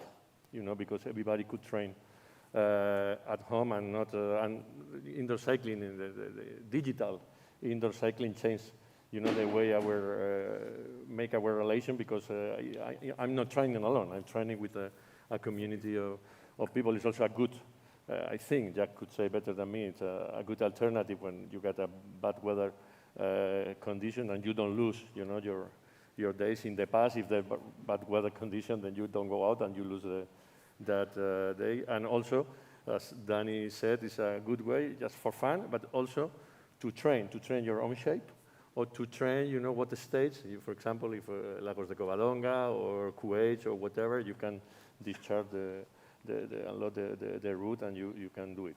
So at the end, it's quite good. As you say, RCS and also are developing indoor virtual races. In Vuelta, we developed last year for Vuelta stages. It's a good recognition. You know, it's a good mirror where people could, you know, compete and compare to the professional people. But I say we always need, you know, the pure road cycling before approaching that. But as alternatives, quite good. Is this a revenue generator?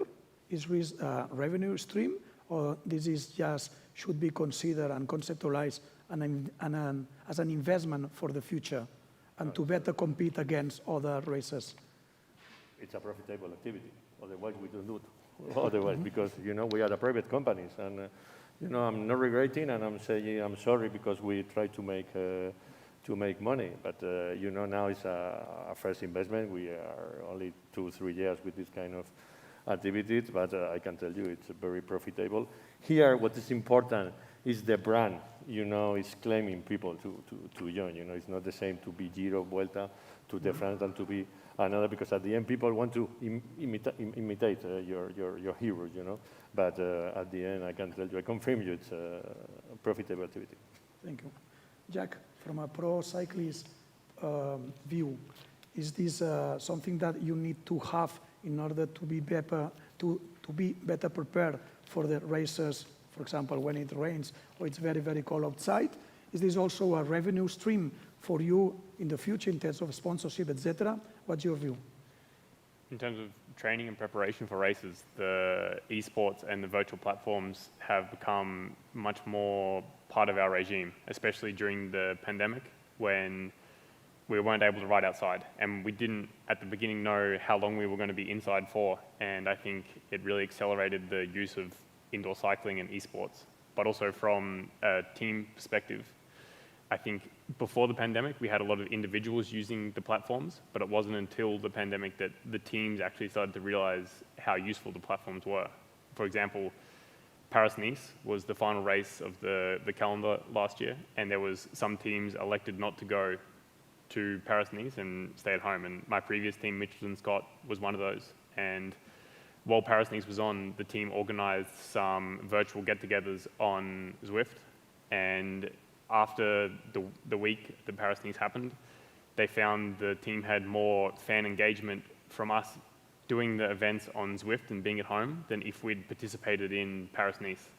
So I think there is definitely a place there to generate revenue for individual athletes, but also as teams. I think it will become more important for the teams to host events and have brand awareness for their sponsors on these platforms. Thank you, Zach. Patrick, from a media perspective, is there any interest from media in terms of covering, let's say, e-cycling events, or this is just a complement to the real cycling thing?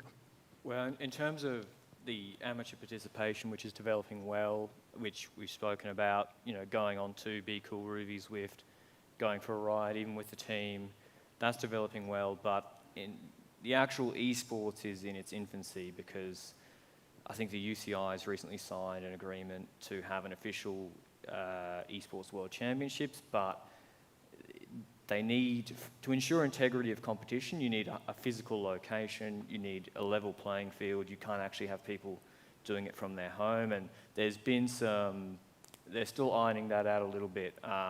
Esports is much more developed in Korea. They have huge stadiums where thousands of people come and watch, people playing still online, and once you do have that physical location, which maybe Andorra could be the place to develop an actual esports or e-cycling hub, and it would be counter-cyclical in the Northern Hemisphere winter as well, you can then ticket that, and it's an easier business model than, because you can't ticket outdoor road cycling, or at least not extensively. So I think I'd be wary. I buy and license the rights to outdoor races at the moment. I'd need it to develop a little bit more before I'd be interested in, I guess, licensing, I don't know, a UCI World Championships e-event. I'm not sure how much interest there is. I guess the UCI will pilot that themselves on their social media. Thank you, Patrick. Let's talk a little bit about fan engagement. Engagement, I would say, is not very, very useful unless you are able to monetize this engagement in whatever way and for whatever reason, not only economically, but also maybe socially.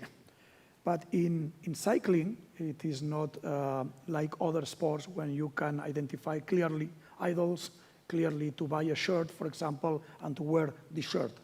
Even ad hoc, personalized shirt. Actually, you can follow races. You can follow the cycling as a sport. You can follow specifically some of the races.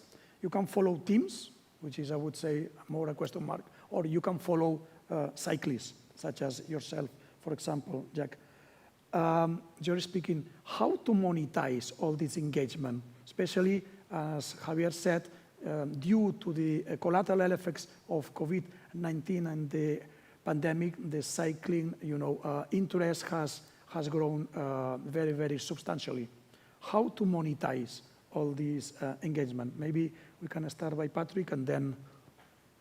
Well, so I only have digital delayed rights, and I've looked at how much interest is there in road cycling, and yes, it's not going to have as many views as the Super Bowl, as the FIFA World Cup final, but in fact, there is a huge amount of interest in road cycling across now South America, North America, and UK developing, in Australia as well, but still obviously the heartlands are Belgium, Spain, Italy, France, and the Netherlands. I think, from my perspective, reusing the live rights over and over again in smart ways with the input of the riders is an easy way to monetize the race. So, for example, Andorra bid for the Tour de France Stage 15, and that was held in Andorra. Andorran resident Sepp Kuss won. He's American, but he won the stage, and he's been living in Andorra for a while. Seems quite ingrained in the community. Perfect scenario marketing-wise for Andorra, and yet there's not that story being told on social media after the fact about, maybe you do an interview with Kuss, you have a shot of him in Andorra where he lives, you show some of the race as well. It doesn't need to be a Netflix-level documentary. I think that's another obstacle, is sometimes big corporations think to get a lot of engagement, it needs to be high production value, high cost. I can tell you, you don't need that level for something like YouTube and social media. And so, I don't know, is that Andorra's responsibility, the Tour de France's responsibility? At the moment, it's people like me, I guess, filling that gap, where I'll call him up, or like last year, I called Jack up and say, do you want to talk about doing indoor training and how that you're dealing with that? And then I produce that. But I feel like for it to be most effective, for La Vuelta, and they're obviously a corporation linked to ASO, if they take ownership of that and push that content, like the NFL, NBA, Premier League all do now, then they can generate significant revenue from digital media to cover, obviously, as Mr. Guillen will say, that the large costs for running a live cycling race on the open roads. Okay, thank you, Patrick. What's your vision in terms of how to move from pure engagement to the monetization of this engagement? I think it's to get more engagement from the mass participation into the professional side, because I always talk to people about, in football, you don't see people kicking the football around with homemade jerseys on, or without a jersey of FC Barcelona or Real Madrid. But in Gran Fondo events, how many people do you see wearing the professional jersey of Team Bahrain or De Koning Quickstep? And I think there's a very large disconnect between the professional side of the sport and then the mass participation side of the sport. And I think if we're able to more align the two and the engagement from the mass participation side, I think, is a big revenue generator, and there is so many people now participating in cycling that probably do not have interest in the professional side. And if we can help align those visions, you get much more fan engagement because you have created so many new fans of the sport. But I think if you did a survey in a Gran Fondo event, the amount of people that have a favorite cyclist or a favorite team or follow a certain event, you probably wouldn't have that many people answering those questions. They enjoy the sport for the sport. So I think to get more fan engagement, it would also help to have a bit more of a sustainable business for the professional side. I think every single year you see teams struggling to continue. And then you can't have like Miami Heat. That's Miami Heat every single year. Yeah. But in cycling teams, the name of the team changes year on year out sometimes. There's not very many teams that have had a long-standing name. For example, Movistar is probably the longest team with that name. So it's very hard for a fan to follow a cycling team. So I think it's an interesting thing that we could try and work together more between the mass participation and the professional side to create a bit more of a synergy there. Do you think, just talking about monetization, we are already, all of us are getting money from this, because we as a platform, of course, we get paid from our subscribers, and they pay a monthly subscription. So we are getting money from that. Then for example, the properties, depending on the type of agreement, Giro d'Italia is getting money together with us, or we can become into sponsors of La Vuelta a España, or Gran Fondo is engaging with their fans, and then probably are getting more participants on the races, right? So at the end of the day, we are getting money from this. We are also becoming a sponsor of professional teams or professional riders. So today we are already monitoring this. Of course, we can make this grow, and that's the idea. But it's happening today. And even though we are on the first steps of this business, this is happening, and all of the stakeholders are getting a benefit from this. Do you think, Javier, that regular cycling, not elite amateur cycling, are following top races such as La Vuelta, one of the top 3, or teams and pro cyclists such as Jack? What would be the ranking? Well, and how to monetize? But it's what you say. You know, we are already monetizing the market in a very special industry, because as Jack is saying, you know why there is not a good identification between the professional and the amateur? Because all the amateur things are better than the professional, you know, in this case. Because here we got something is very special. I only see in cycling and in running. I can compete against you. In soccer, I can't, because soccer is the joystick. You know, basketball is the joystick. But in cycling, I can. So if I can compete against you, I cannot wear the same jersey than you. I have to wear my own jersey. So this is something that maybe we can power, you know, in terms of motivate people to do that. But in terms of monetization, there are many things. For example, Be Cool. We start working with Be Cool a time ago. The obsession was to reproduce the stages, you know, and now you can extend Tourmalet and Gliru from your home, but you have to pay some money, you know, to have that data. Another thing to me is very important in terms to compare and realize that we are not professional, you know, is to introduce the data of the stages, you know, for example, you know, how long it takes to ascend Angliru, to ascend Tourmalet. This is something is very, very important to me, something that industry could work. I don't belong to the industry, I don't want to suggest anything, but maybe, you know, in the presentation of the stage, you know, more live presentation, you know, now it's very, very, very virtual, you know, we are not real, I don't see a real human being on the screen, so I like to see, you know, the mountains, or maybe this is something, and maybe you can get some money from the cities, you know, saying today, hey, if I introduce how nice is Lagos de Covadonga, maybe Asturias is paying to you some money. Something you know? that is already happening too. Yeah, that's true. I mean, we have been talking with Andorra and Giro d'Italia and Vuelta España. There are sport events, but this is a advertising place for the countries and cities, and so we are the same thing too. Yeah. And another very important thing, this is a worldwide activity. This is not focused on Italy, Spain, or France. This is worldwide. So wherever part in the world, you can join the platform and the community. So answering to you, Carlos, industry is monetizing already. All possibilities. Excellent. Your case in terms of Gran Fondo. I think that we can identify four lines on this framework, okay, on this playground that we have, and these 4 lines are represented here, okay, because actually on the first line, on the first row, we can identify teams that we have here represented.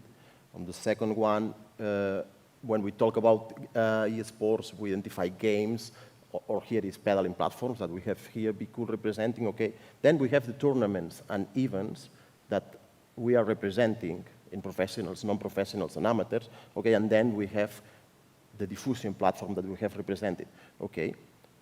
All this, we are on the same playground, and we are playing to the same, and we are working together with joint ventures with them, or with events, or with diffusion platform, to really create this value and convert this to money, okay? And if we go back, as I said before, to eSports, it's already done there with the NFTs and tokens, funds, where they buy to enjoy the experience.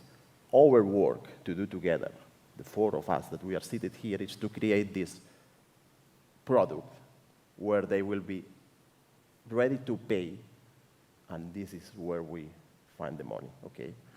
We will create more subscribers for them, we will create more content for media, we'll create interesting events, and we will create interesting events for professional teams to get connected with me that I am at home, alone, and we will feel, instead I am in South America or on the other part of the world, that I am riding together with Hype, okay?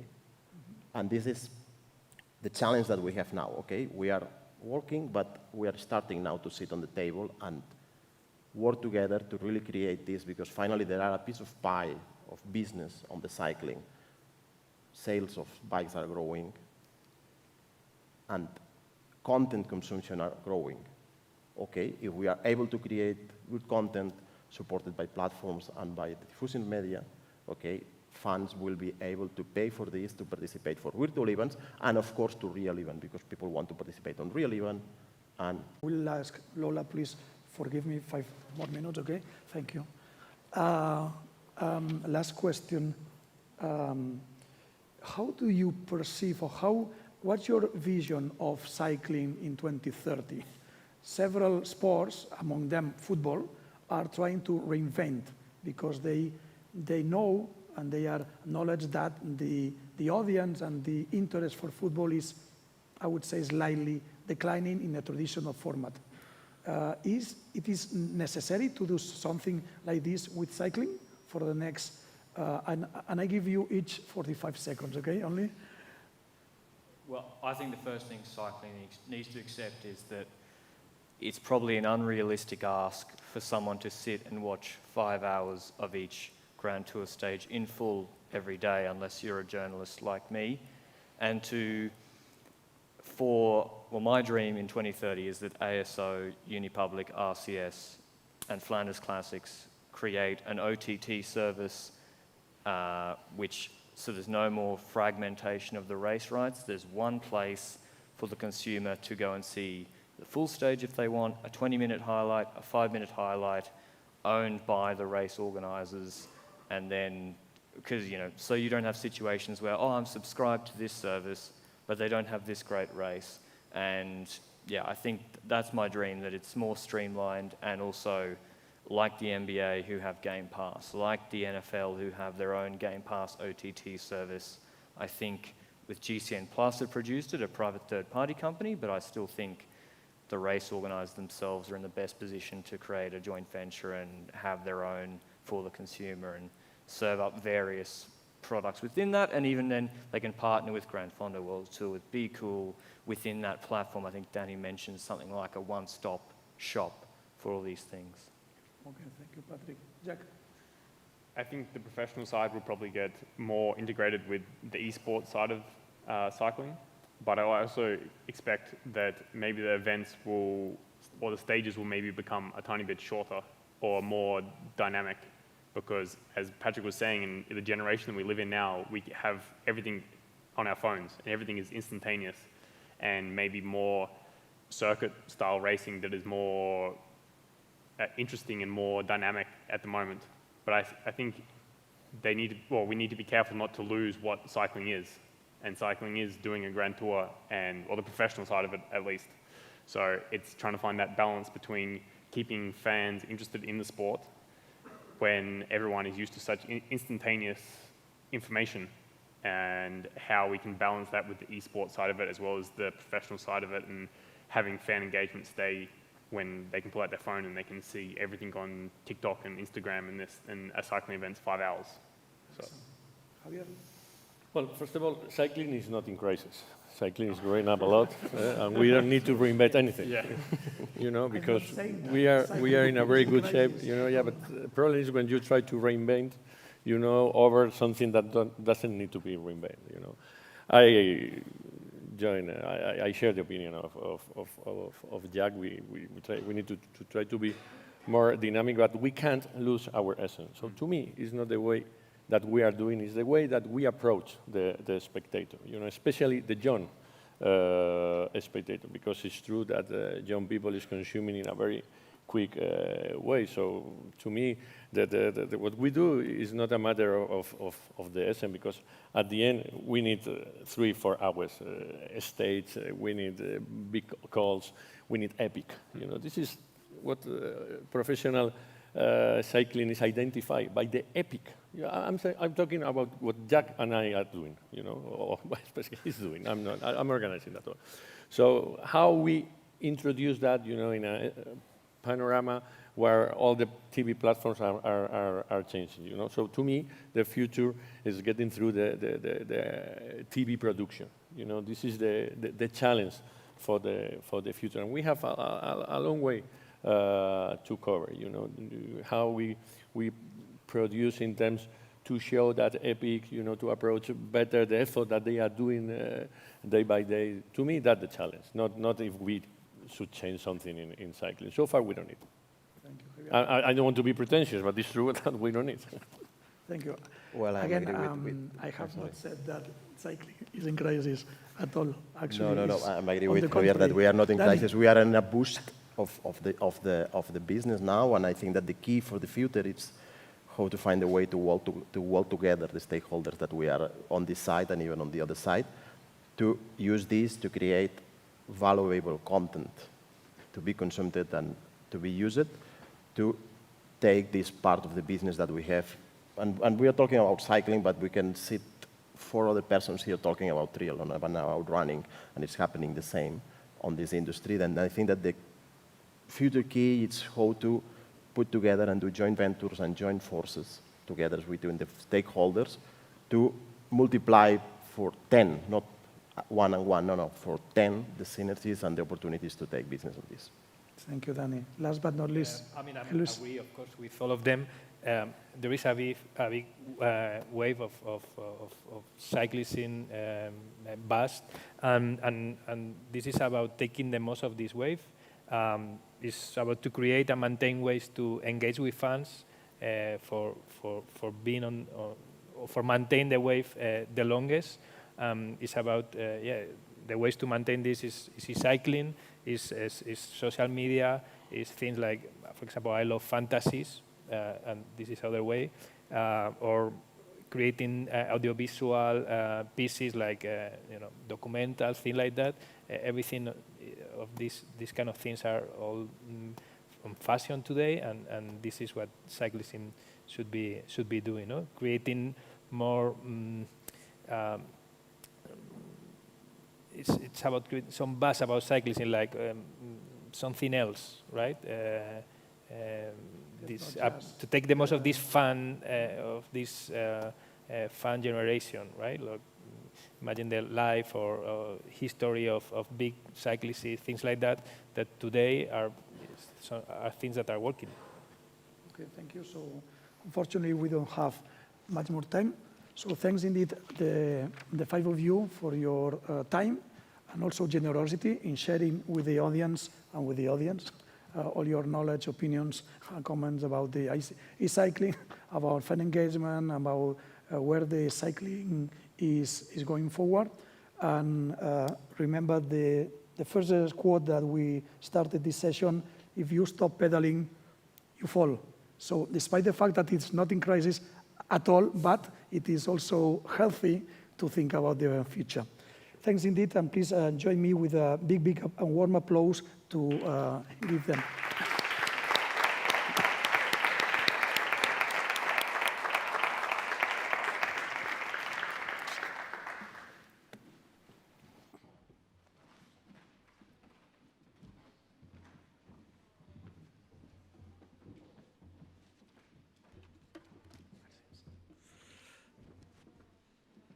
Thank you very much for this interesting roundtable. I believe we all know that cycling is not in crisis, but I also believe that we have seen what the future of cycling and the future of many sports can be from now on. And I believe that this is what one of the main objectives of our Innovation Summit is about, is to gather together to envision what the future is going to be in the world of sports, and also what will be the innovation that we are going to see in those different sports. For the next roundtable, we want to also situate the framework in Andorra. Of course, we have talked about ski, we have talked about cycling, but the third leg of our partnership with the Global Innovation Sports Center of Microsoft is the mountain sports and winter. And speaking of which, we have many other sports that are practiced in winter and in a mountain context that or spill over ski. For example, snowshoeing, dog sledding, ice skating, ski mountaineering also, and for example, activities like winter triathlon. Actually, speaking of that, we had last year for the first time World Championship in Naturland in Sant Julià, and this year we have been awarded with the World Championship of Winter Triathlon again, and I believe it's a good opportunity also to invite the next participants to the roundtable to speak about winter and mountain sports, both from this solo perspective where a person goes to the mountain to enjoy the sports, and also from the perspective of big events we have already talked about. This is why for this next roundtable I want to invite Jörg Kapol, Marketing Director at the Fédération Internationale de Ski, which I believe it's going to be with us remotely. Also, Christoph Rapp, International Sales and Retail Manager at ISPO, and Agustí Capdevila, Regional Director, South EMEA at Ironman Group. To moderate the roundtable is going also to take the stage Jorge Gomez from the Global Sports Innovation Center. Thank you. If the participants want to come to the stage.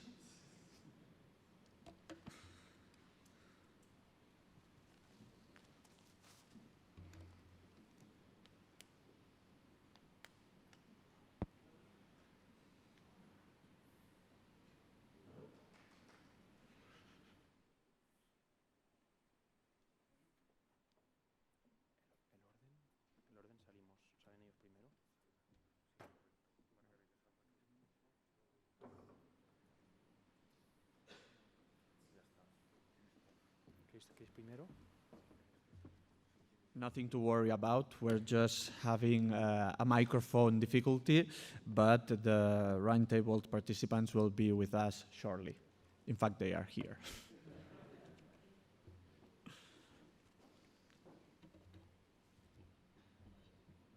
desde el medio que está.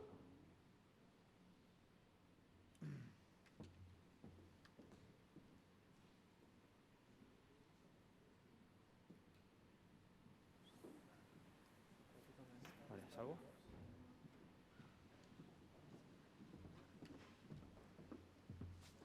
I will ask now a warm applause for the participants.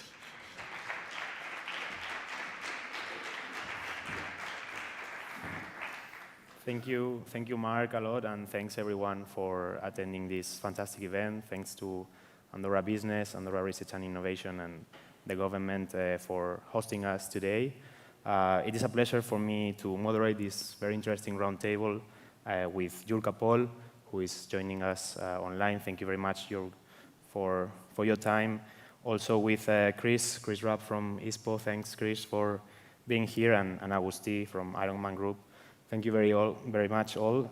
So I would like to start with Chris, because we're really looking forward to attending next ISPO Munich in January, one of the biggest congresses for outdoor sports. So as the event that we're hosting today, it's around innovation, I would like to ask you, what kind of new innovations in winter sports specifically can we expect at ISPO this year? And also, what are the trends you are expecting for the future, or you are visualizing? Yeah, first of all, welcome everybody, and thank you for inviting me.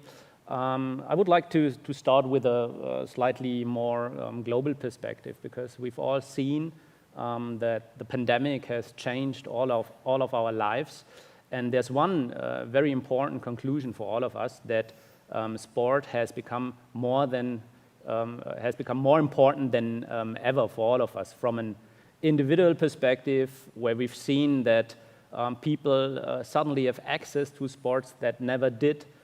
Sports from a societal perspective, we've seen that sport can be the solution to many of the challenges we've seen during the pandemic. And yeah, coming down to what that means for the sports industry, obviously also looking specifically at winter sports. For some of the players, it has been a very hard time, because ski resorts have been closed. There was a lockdown in many countries, so most of the people were not really able to do sports. On the other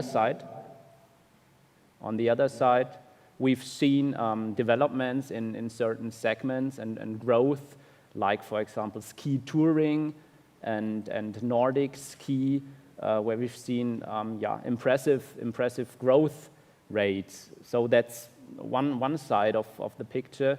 And then on the other side, from an industry perspective, as you already mentioned, Jorge, at ISPO, we're in the lucky situation that we've one of the biggest startup competitions, ISPO Brand New. So startups obviously always being the window to the future somehow, and showing the latest innovation and trends of tomorrow, where we can see that there is some innovation in winter sports, definitely. It's not that much product and technology related. It's more about how can I engage in a better way with the consumer? How can I enhance the overall experience? So, for example, things like and companies like offering an overview of all ski resorts and evaluating different kind of those ski resorts, or digital applications, or things like, we've heard about this before, augmented reality, really improving the experience for the consumer. And then, the last perspective I would like to mention is obviously the consumer perspective.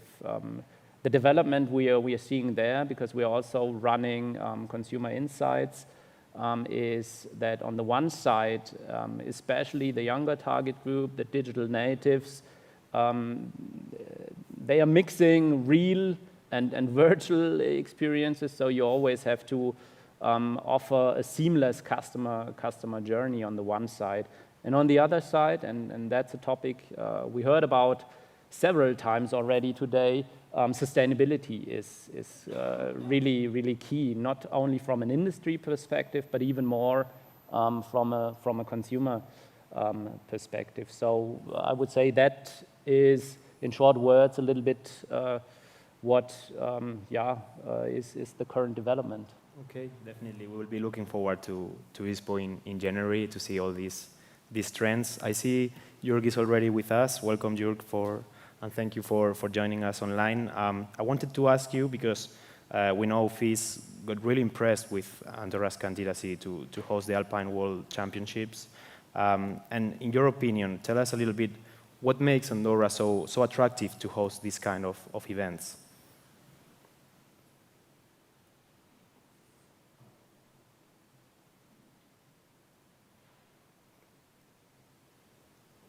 I don't know if you can hear us.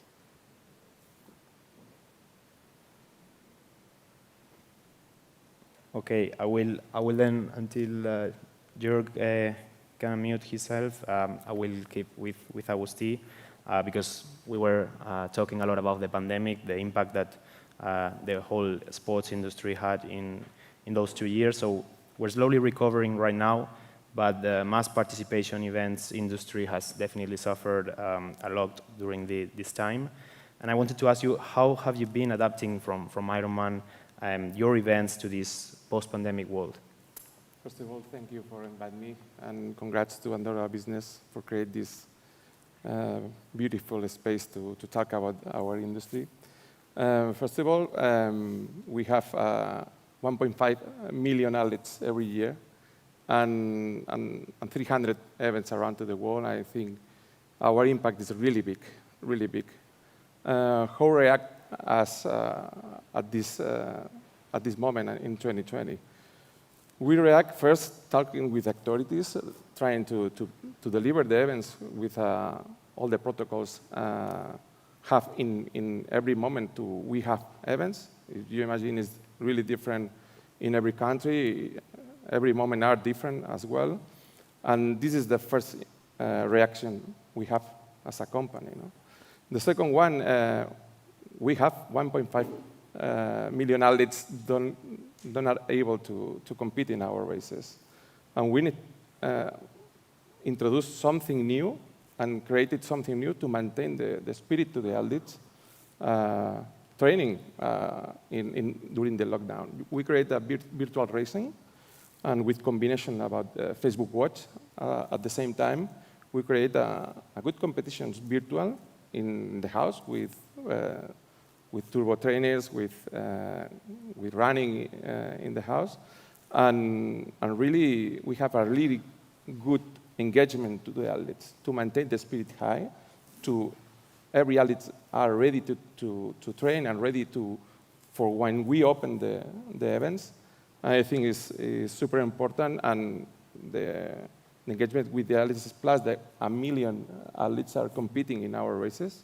And I think it's super important to maintain this spirit high, and all events are really ready to compete in our races. And finally, we create a new events. We create in this moment, difficult moment, we need to react. And this is for this we create with the government Andorra Multisport Festival, a new event with a new sports, unique combination, and this is really, really important for the athletes. In 2020, we don't have the possibility to organize the events, but the future and the present for the sports are growing a lot, and we need to create a new ones.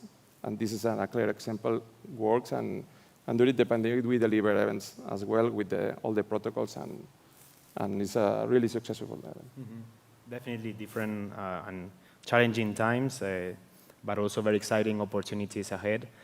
Talking about opportunities, I don't know if Jörg already can hear me. I was asking you before that we know FIS got really impressed with Andorra's candidacy to host the Alpine World Ski Championships.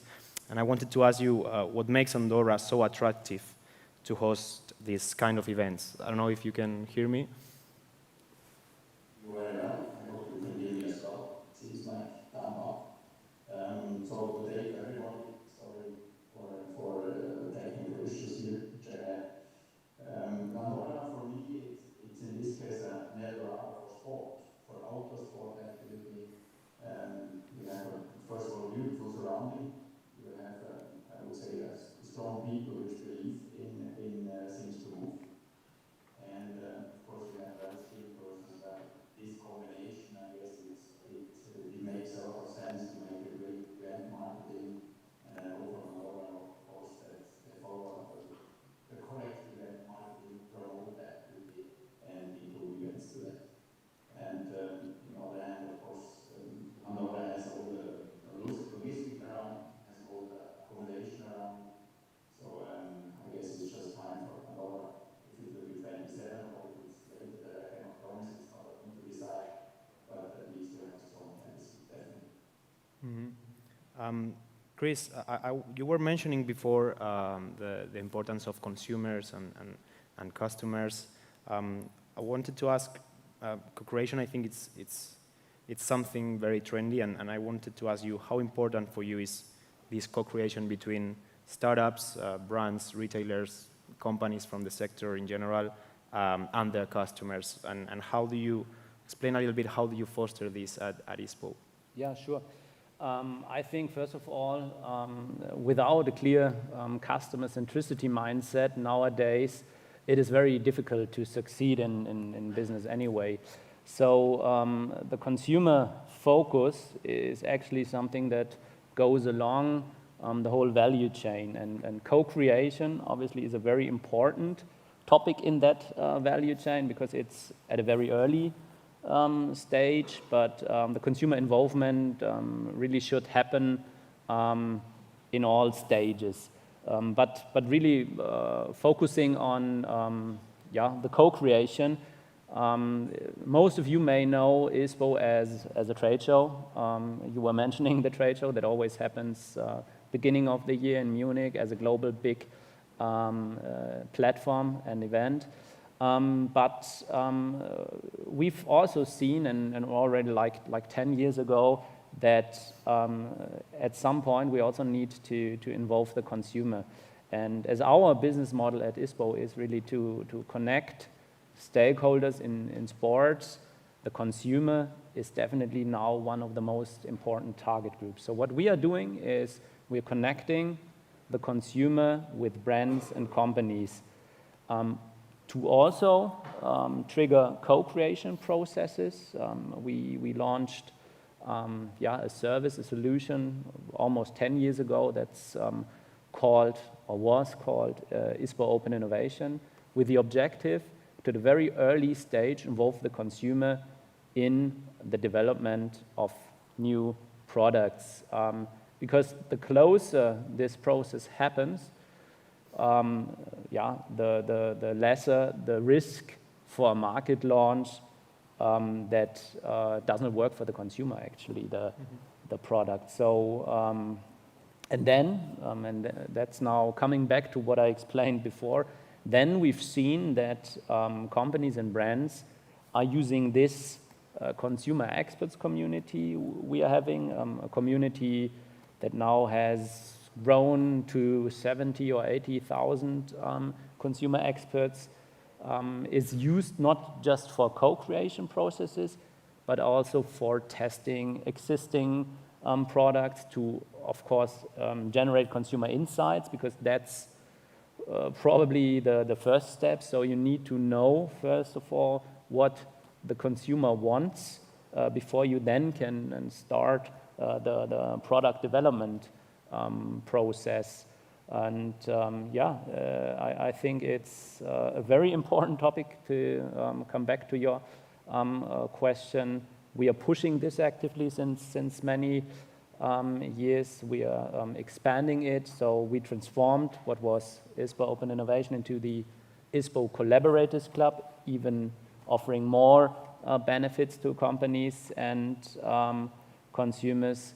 And there's also one thing I would like to mention additionally. It's not just about co-creation between a brand and a consumer. It's also about collaboration.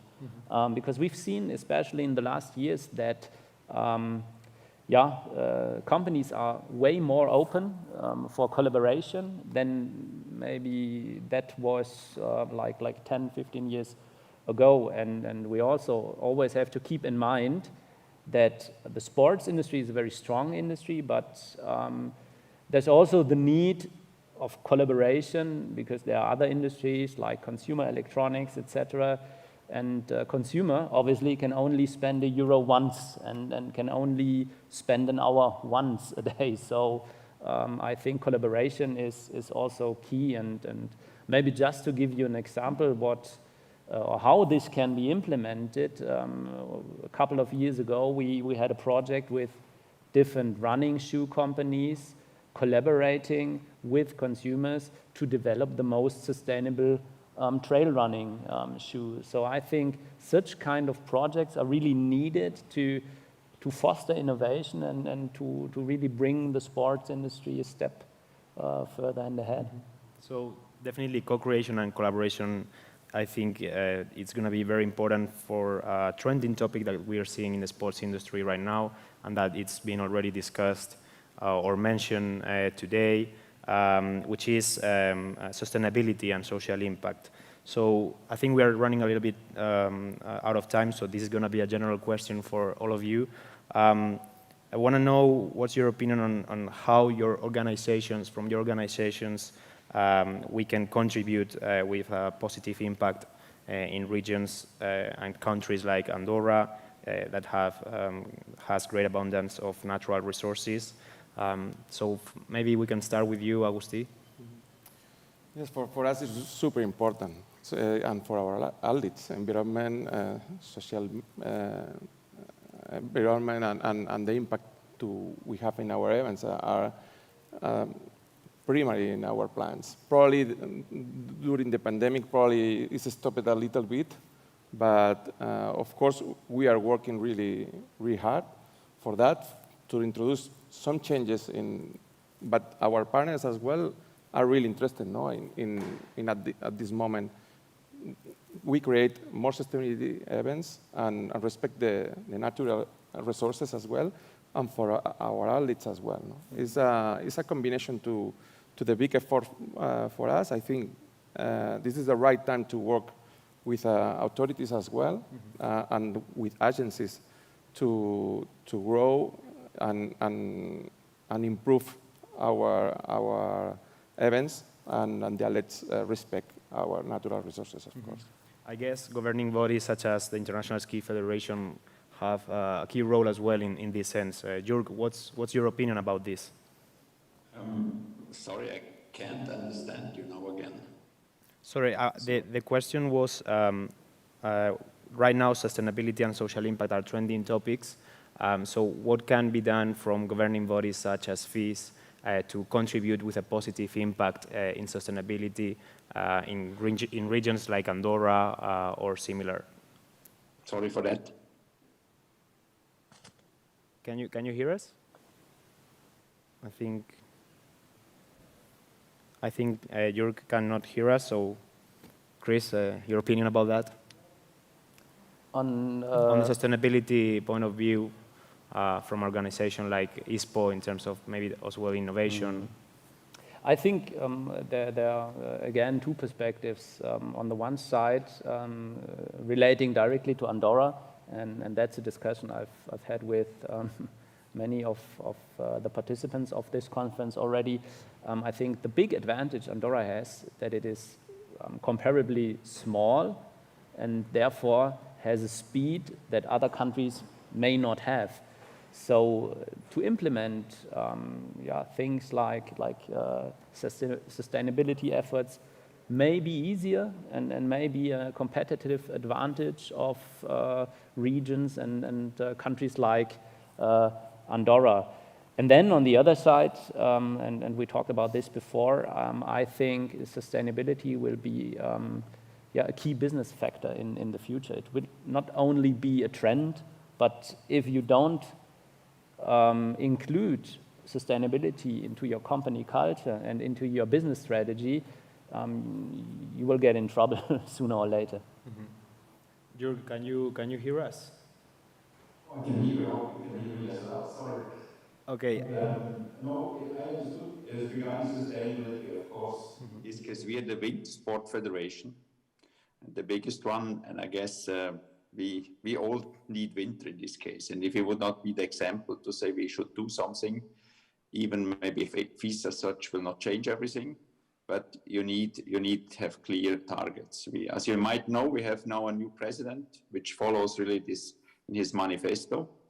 Of course, he's now in charge since a few months, but I would say that the scales, what we want to reach, and in cooperation with the organization Cool Earth, we do our next step. And I guess it's in our manifesto, which is called the manifesto from 2 years ago. We want to be on our level of events carbon-free on 2030. And that means you need some steps between, but it's at least a direct direction. And so it's a step by step, of course, also to be realistic. We cannot change everything in a short time, but we need a clear target.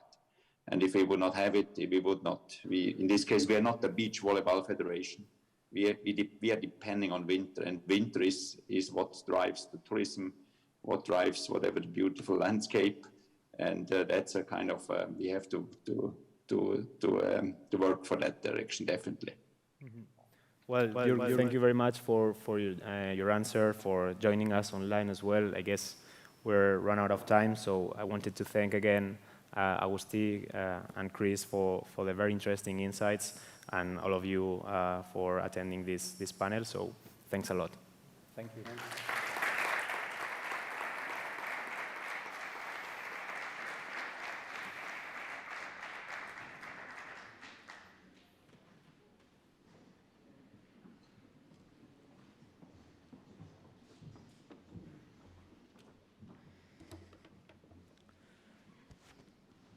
Thank you very much. We will go now for the last roundtable before lunch. In that case, we aim to have a roundtable that will focus at Andorra as a destination for testing sport equipment and materials.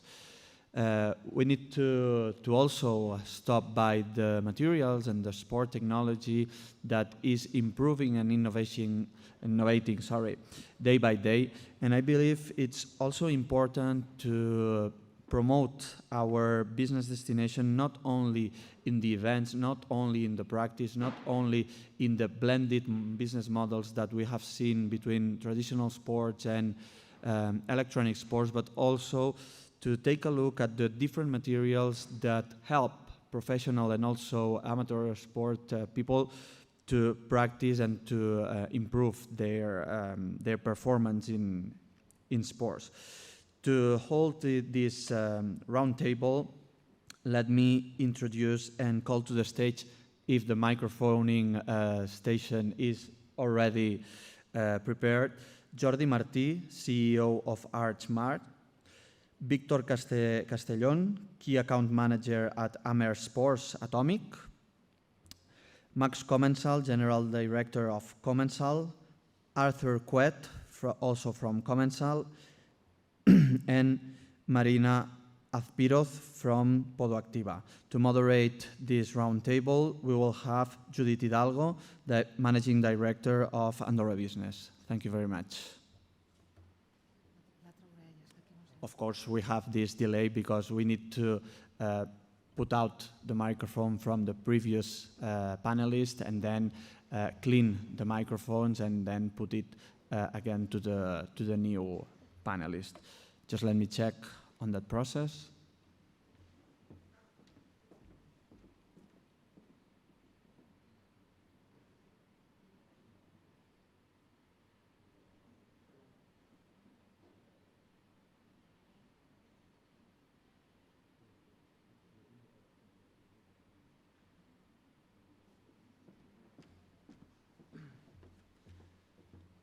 everything is in the process. Seems easy to microphone the people, but it's not that easy as it might look.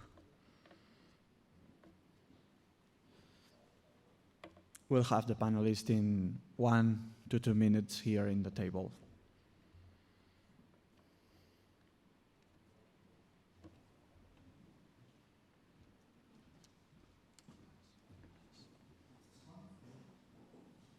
Okay, we're starting to receive the panelists.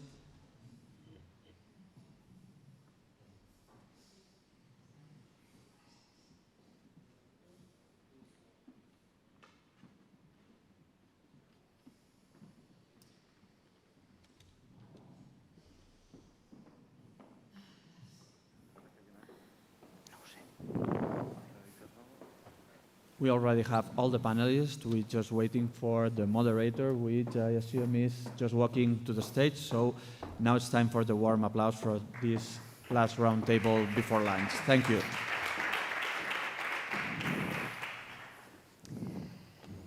Hello, good afternoon. I'm not sure this is falling at a great time. Anyway, I'll hold it with my hand otherwise. But you can hear me well, yeah. I can hear myself. Okay, first of all, thank you very much for all of you to be here. We've already heard about snow, about cycling, about outdoors and winter sports, which Andorra is very well known for. In this roundtable, we've gathered very important companies that in a way or another, they're related to Andorra. But their main feature is that they are very focused on product or service development and innovation. Let me introduce the companies and then they will explain themselves, their relationship with innovation and development. First, I would like to introduce Commençal. Commençal, as you all know, is a bikes company based in Andorra. They have their headquarters here, production outside of Andorra, but they do most of their development and innovation in the country. Thank you, Max, and thank you, Artur, for coming. Then we have Marina. She's representing the Department of Innovation and Training for Podoactiva. Podoactiva, they have several podology clinics, but their main feature and their main characteristic is that they are very focused on innovation as well and in biomechanics, Marina will tell us, and how that can affect sport people and athletes to perform better. They have a clinic in Andorra. We need to mention that.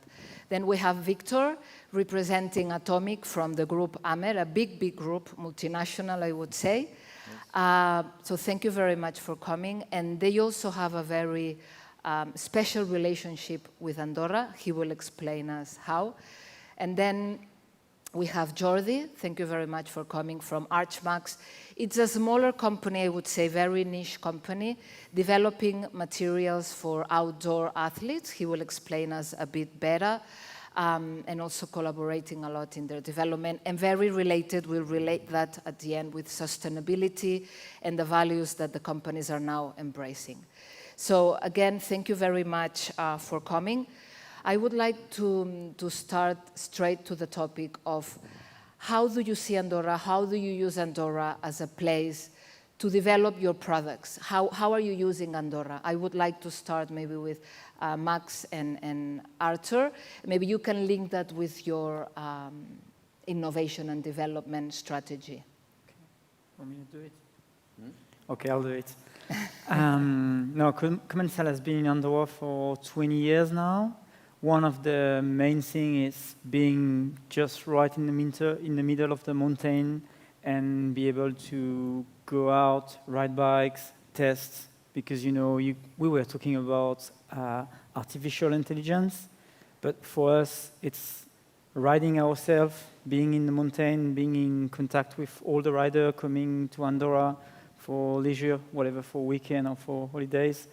So yeah, just exploring the mountain, developing some tools to measure, to analyze, and develop products, ideas, concepts in the middle of Andorra.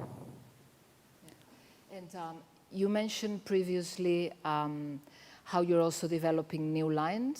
So you're very well known for a kind of bike, and you're also developing new lines of products. That's so very... Commençal has been in mountain bike, mainly gravity mountain bike. But then we have developed bikes for the kids, also e-bikes, and now more urban bikes. So it's developing new segments. But at the end, it's better to do it here with all our method and facility and people here in Andorra, where everything is quite easy, and we can use all the experience and the process we have set up for the last 20 years. One of the main things I like to talk about is the fact that we are now setting up an international bicycle team in Andorra, with riders coming here in Andorra for the life, engineer, technician, so means new facilities, and a whole new project for the next 3 years on, again, a big international mountain bike team, really oriented in developing products. So the goal is just learning, testing, go in all the competition wherever in the world, and bringing some experience here in Andorra, as we can refine design and develop, again, our methods. So pretty happy to have this chance on leading the project.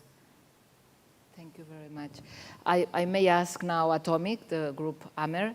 It's a very different model, how you are using Andorra, I would say. Yes, because very you know, interesting. Our brand, or the headquarters is in Austria, in Altenmark, close to Salzburg. But as you know, we are producing all type of skis, no? Alpine, cross-country, backcountry. And as you know, backcountry during last seasons, and especially with the pandemic, is growing a lot. And here in Andorra, it's a place that backcountry is growing a lot during last years.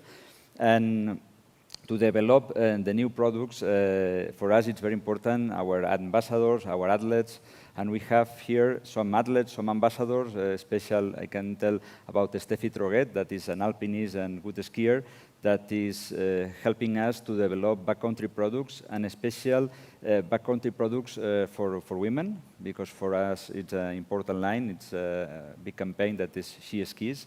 And we are a company from Austria, but developing with some ambassadors here in Andorra. Yeah, and you, I think, also have a special relationship or collaboration on the renting side of... Yes, and another important part of our business, for sure, is the rental. As you know, sharing and rental is growing too. And when we want to launch a new rental product, it's important to test. And a good place to test these products is Andorra, because a lot of people is coming here. If you put a ski on the rental customer, the ski is going every day to the snow, and we can have a good feedback and important information. Thank you very much. Thank you. It's really interesting to see how also a big company can use Andorra in another way. I will ask Jordi now if you can tell us a bit how important innovation and development is for your product and your company, and how do you see Andorra, a possible fit for Andorra in products like the ones you're developing? Well, we were born in Barcelona as a designer and producer of outdoor products. That means that we manufacture products for outdoor. And obviously, it's really coherent, because when you walk around Andorra, it's pure nature, all its territory, all its mountains. When we start, we have our own production line, and actually we are doing some. We saw that the growing desire from international brands to depend less on Asia in that part. So right now we are. We could say technical partners of international huge and big brands, and we have to be coherent. We are selling them a product for nature. We are selling them, we manufacture them and design them for them product that it has to be in line with sustainability, and obviously we have to test them in amazing places related to nature directly. So that for us is it's an important point, and Andorra can link all the points of coherence between our designs and the final testing product and obviously the final customer. Thank you very much. And last but not least, Marina. They represent the medical service sector, very important also in Andorra. I would like to ask you, how do you cope, how do you face innovation and development, and what you've done so far in Andorra? Podactiva is an enthusiastic company in terms of innovation, and we work very hard within the research and development department, because what we develop is then what we use and we apply in our patients. So it's very important for us. For instance, Podactiva has developed the first smart insole in the world. And the smart insole is a wearable to recognize biomechanical change patterns in your gait that can give you a lot of data. And this is important because you can have more than 500 of data per second in real time. And this wearable has a lot of technology like gyroscopes, accelerometers, sensor pressures, and that can be applied in a lot of sports like skiing, like running and so on, and also to elderly well-being, that it's very important to save costs to the health public services. So Andorra, I think that gives you a lot of opportunities because you have a small country and you can test your innovations and you can have control a lot of data in a small country, and you can test your innovations, and also Andorra citizens has the last technology. So that's perfect for companies, for innovation companies, and also for Andorra, I think. Thank you very much, Marina. We from Andorra Business as well as Andorra Research and Innovation, we always stress how nowadays, in order to innovate, it's very important to enter in collaboration with different partners. I don't know whether that's something that you could also relate, that you are collaborating. For example, I go to Marina again, last but not... For innovation, it's very important to collaborate with universities. In Podactiva, we collaborate with the University of Zaragoza, because innovation needs the collaboration, the know-how, the contribution of a lot of companies, a lot of universities, because the know-how of each partner is needed in a project. And innovation is a whole knowledge of a lot of people. So I think that it's very important to contribute in innovation in that way. I would ask Commençal, I know you're also collaborating, you already mentioned, but I know you have a very interesting concept. You have a cafe restaurant. Yeah. That's also a way of connecting stakeholders of the sector. How do you see that? Yes, it's Commençal finally is a long story in Andorra. Eh? We started, I started 22 years ago. We are now 100 people. We sell bikes worldwide. The innovation we did was probably first that we are not cyclists. It's not our DNA. We like bike to have fun. We like bike to enjoy. We like bike to go more in downhill than climbing. And Andorra is a super place for that. And I remember when I came, and then when I saw the mountain, when I saw the Palarinsal resort, I was sure that one day it will be a great station, great part of the mountain bike world. And so I've been very close with the people of the resort that I didn't know at the beginning because I was coming from France. And immediately they said, okay, we don't know bicycle. We never saw bicycle before, but it's a good idea. So in 2002, we started the first races, and step by step, the company has grown with people working at the marketing, by people working at the sales, people working at the administration, and like all the others company, in a place where it's not so easy sometimes to get new people for coming to work. We have to be honest about that.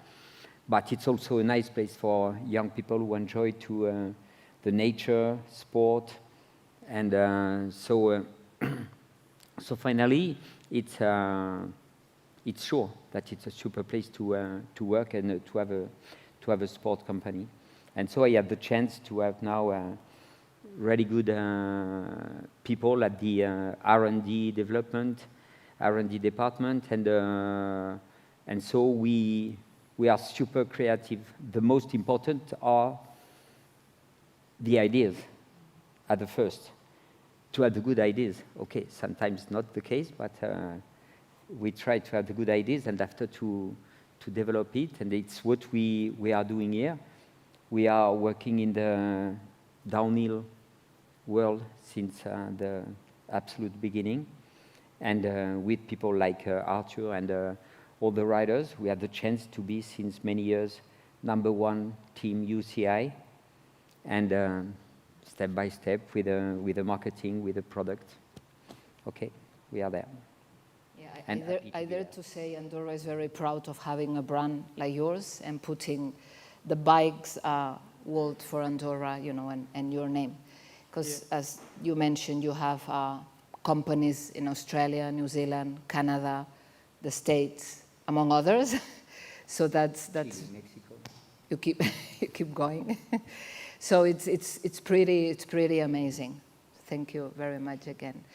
I don't know whether Jordi and Victor want to add anything about this collaboration to innovate, or? Well, about innovation or developing, as you know, we are developing the alpine skis in Austria because it's the core, and we have the headquarters there.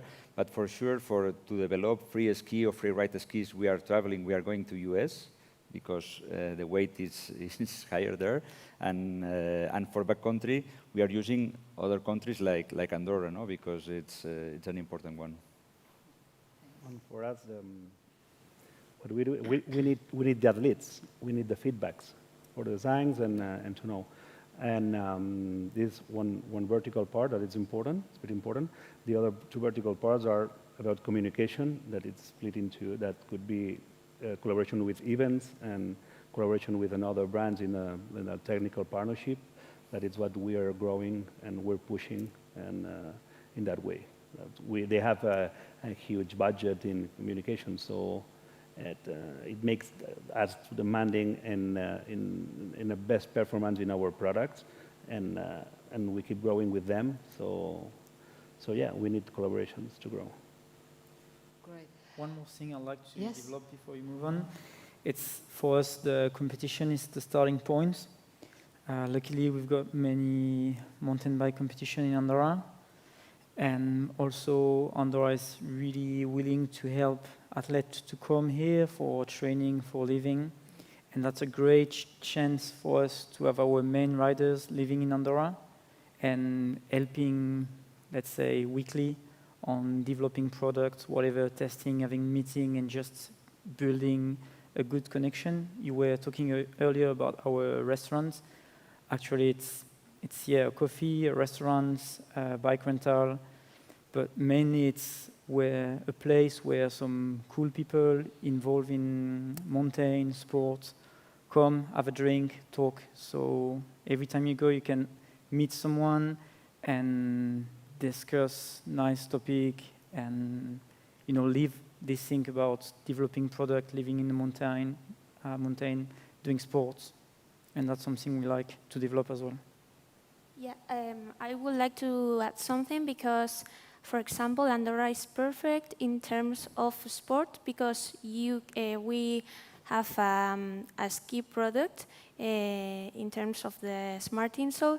So we don't have performance studies yet here, but it's in our roadmap.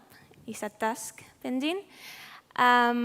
So with the use of this innovation, you can know which food is more efficient than the other, and you can use it in skin, and you can know the plantar pressure of top high-level skiers, so you can use this information to teach skiing and also to improve the training sessions. So that's very cool, and Andorra is perfect. We'll make sure we support you to have this more in place. So I was going to ask, that's more a curiosity question, or which you're from different sectors, but which technologies you think in your sector are the latest one? Which, are we talking about sensors? Are we talking about materials? What's the latest trend or the latest technology or material?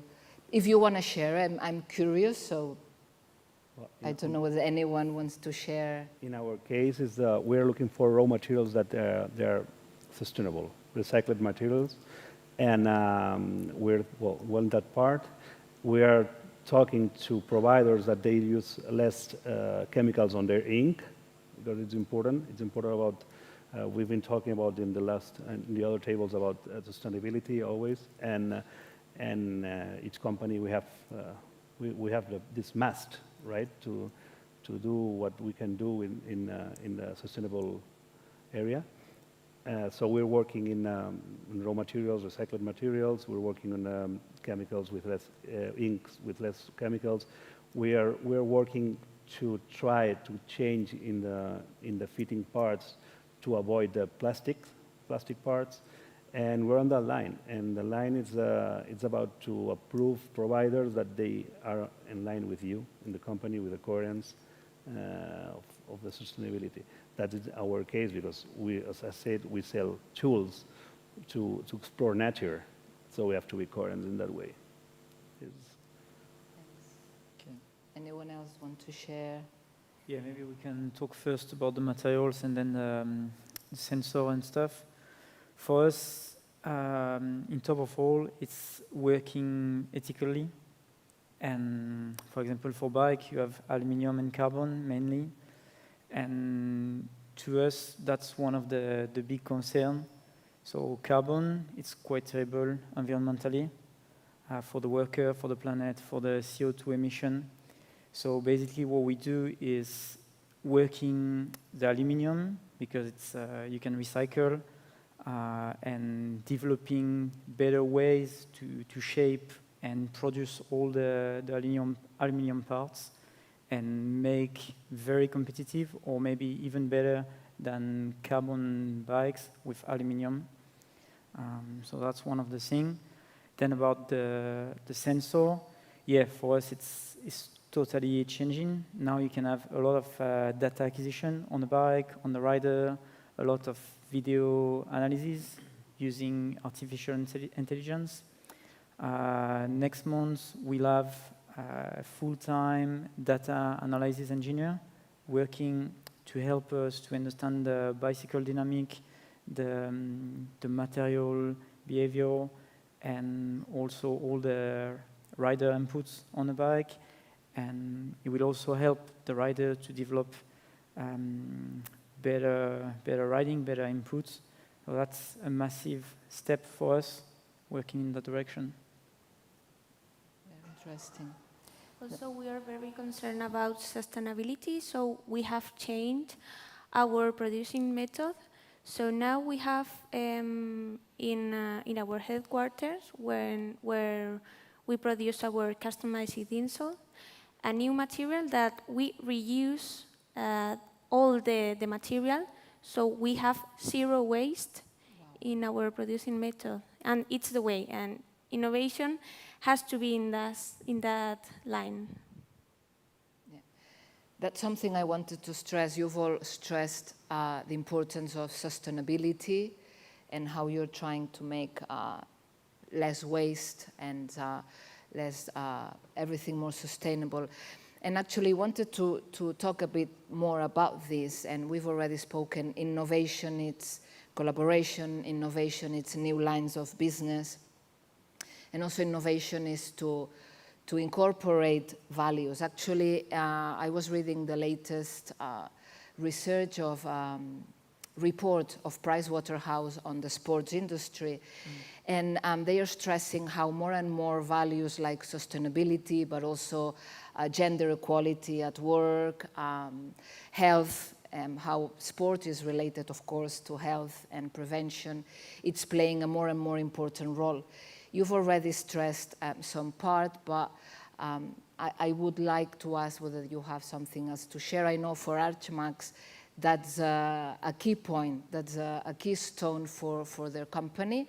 And because we've seen already for Andorra, it's also one of the main features and one of the main objectives that the country is working on, sustainability and playing a role in that. But also we've seen Microsoft was also mentioning how important sustainability was for them. So I would like, to open a bit conversation. And you've already mentioned some things, but if you would like to develop that, I think it can be very interesting. That's also innovation. In our case, about genders, well, we have, I think, well, most of the people that is working for Archmax is are women, but we do not see that part as a gender must tell you what who has to perform the workplace. So in that part, it's not. We do not see it's a problem for us because we have solved it. We don't. And about sustainability, obviously, we have to implement it, science and design. As I said, we are technical partners of international brands that they are thinking about not working this product line in Asia anymore. So we have to give them more benefits like proximity. We have to give them more about sustainability. We could say ethically sometimes, ethics, and that's what we can provide for them. And obviously for us, the third part of the question was about the well-being. For us, we promote sports, and obviously for not for only one person, for the the collective, for a collective. We could say collective group, for a group, it's very important the well-being in other sports to have a better well-being and the aging because it's a benefit for, and it's a real benefit for, in that case, for Andorra or for the town that we are in. Yeah, about sustainability, we have a project that started 5 years ago, and we are implementing in the 3 factories. We have one factory in Austria, for the skis, another one in Bulgaria for the skis too, and the third one is in Romania. It's about the boots because it's a plastic injection, and we are using, for example, a lot of pure recycled, plastic recycled, to produce the rental boots, the junior boots, and we are working very hard on this for our part. Yeah. Okay, it's a big topic. To discuss. On my side, 12 years ago, I decided to stop to make carbon frames. 12 years ago, everybody said me, "Oh, Max, you are crazy. Everybody wants to have a carbon frame." Carbon frame is a pity. When you go to see the factories, when you can imagine that you need much more electricity to make it, when you know that it's not recyclable, okay, it's bad. That's why we are working aluminium, very high-end aluminium, but aluminium that is 100% recyclable. About the production we make the production in Taiwan.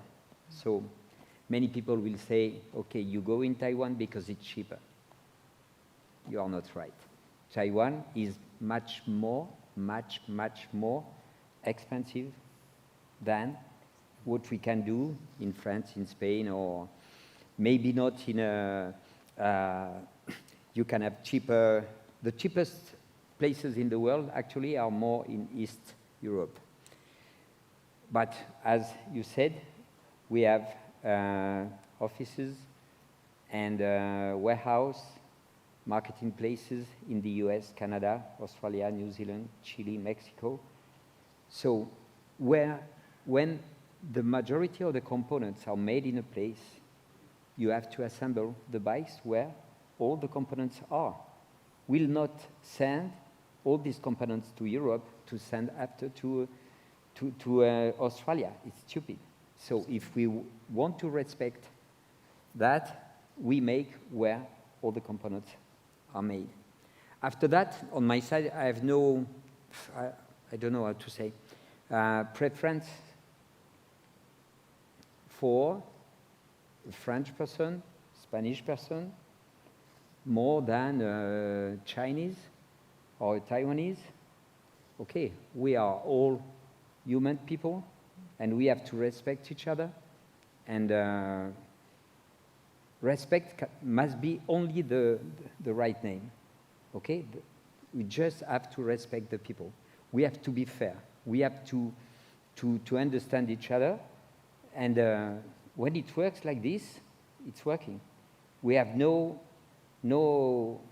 other idea to add. So we, since always, we respect the people we are working there with them.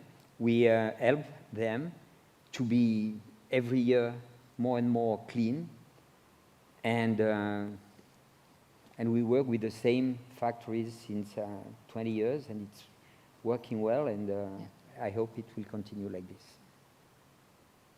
Very interesting.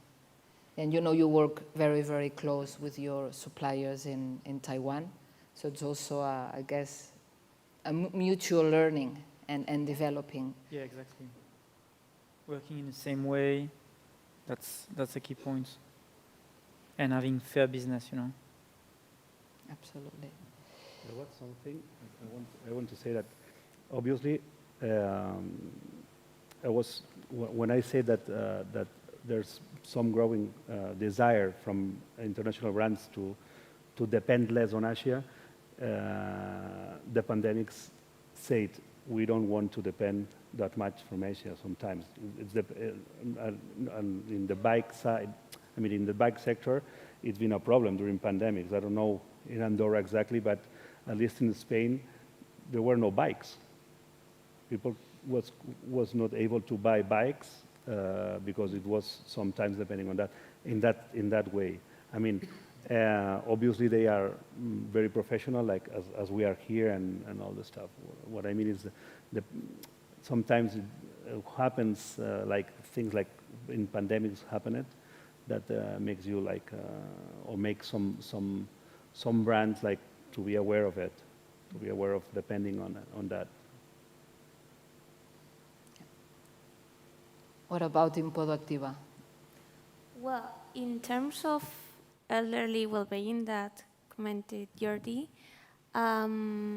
we think that it's very important to give the importance that has. So with the innovation of Productiva, we are able to detect faults, so you can monitorize the elderly people. And also we can detect neurodegenerative diseases because there is a change in the biomechanical pattern. So that can be applied to the elderly society, and you can give a lot of information of what is happening, and then apply it to a public service, and has all controlled in elderly people. Absolutely. Yeah. That's very much in line what also Jordi was saying, also the health prevention and injury prevention, and also the active aging. That's also another important part of sports and health nowadays. And for Andorra also, there are a lot of country projects on that respect. So I would encourage you to keep exploring also that side. It's already 2, I'm sure we are very hungry, but I would like to know whether there's anything else you would like to stress about what we are talking about today? If you're all happy. Yeah. Thanks for the opportunity. Yeah. And I just want to say we all saw how you are all companies that complement each other very well, and we were already joking that we need to start on projects all together after this table. So anyway, whatever it is, yes, Max. Yes, maybe to what I want to say, we had the chance to have company worldwide, and with people who are really good people in business, and for sure we can say that to have the headquarters of a company like we are, and like many other companies can be, Andorra is probably one of the best places in the world actually to be. I'm clear about that. Can we quote you? Pardon? Can we say Max said Andorra is one of the best? You can say yes. I assume. Thank you very much. And again, and as the minister said, and we kept saying, you'll keep having our support to work more and more with Andorra and collaborate among everyone. So thank you very much again. Thank you for the opportunity.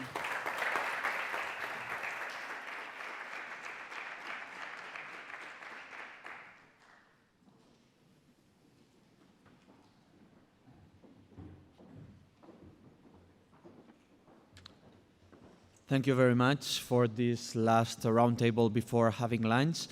We will go now for lunch, and we will come back together here at 3 o'clock.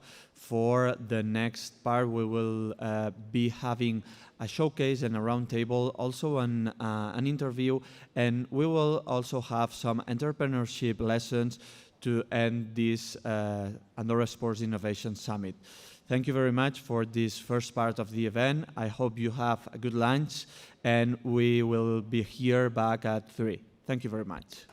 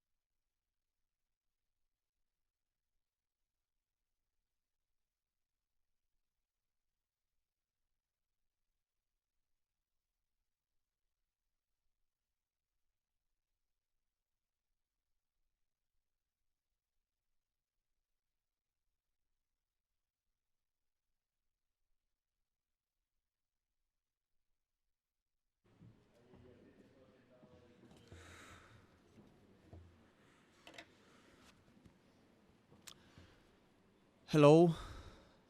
Hello, welcome again. Thank you for being here. I hope the lunch has been good for you all. We start the afternoon with this third part of the Andorra Sports Innovation Summit with what I believe it's going to be a very inspiring interview. This is not going to be another roundtable. We will have another roundtable after this interview. And now we are going to talk about open innovation to accelerate digital transformation in the sports industry.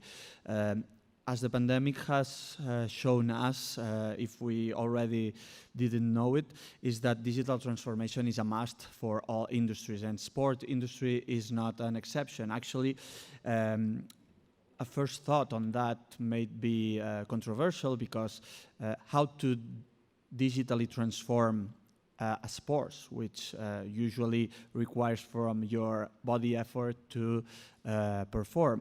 But of course, sport is much more of the practice of the sport, and is why this summit has sense to us. It's about innovation, it's about business, it's about reinventing business models. And this is why I'm very pleased to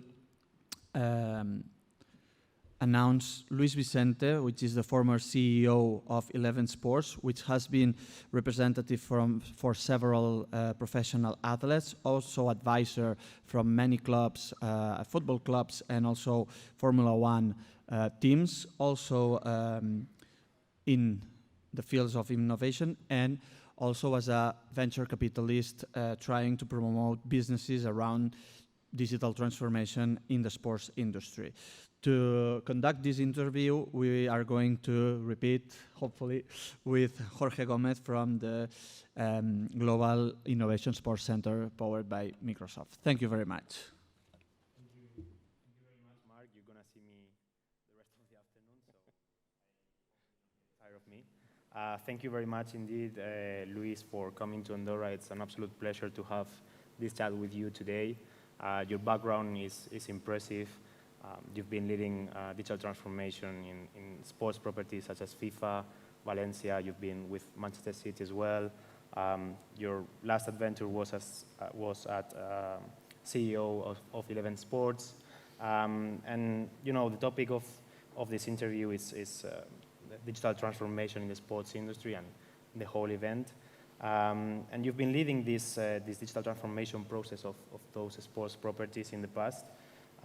So I wanted to ask you, for you, what are the biggest challenges and the main steps that a sport entity should make when starting this kind of processes? First of all, thank you, George, for having me here, and thank you for being here as well this afternoon. It's a pleasure to be here in Andorra and visit again after many years, and many congratulations to all the event organizers, because it's been a fantastic event. I don't know how many hours we have, right? But that is quite a long question, and there's a long reply. But I'll try to focus on the basics. Of course, doing transformation in sports, it's kind of a life mission because it requires patience, it takes time. In a way, when you talk about the sports industry, you're not talking about one industry, you're talking about multiple, hundreds of different industries united under one umbrella. So and it's not easy to basically try to look at aggregation, trying to look at ways that you can basically drive with one single effort, right, the entire ecosystem. From my experience, and of course, being in the organizations you mentioned, I'll say there is maybe 4 focal points that we can discuss a little bit this afternoon. So the first one, it's basically there is, I'll say, a fear of change. If you look at the nature of sports, and especially how sports has evolved over time, we know that the last 30 years, there have been 3 entities that in a way have control, I'll say, the most important decisions, and have created in a way a centralized model around the industry. And there we're talking about, of course, the big rights holders, especially the ones that are driving some professional sports of highest magnitude.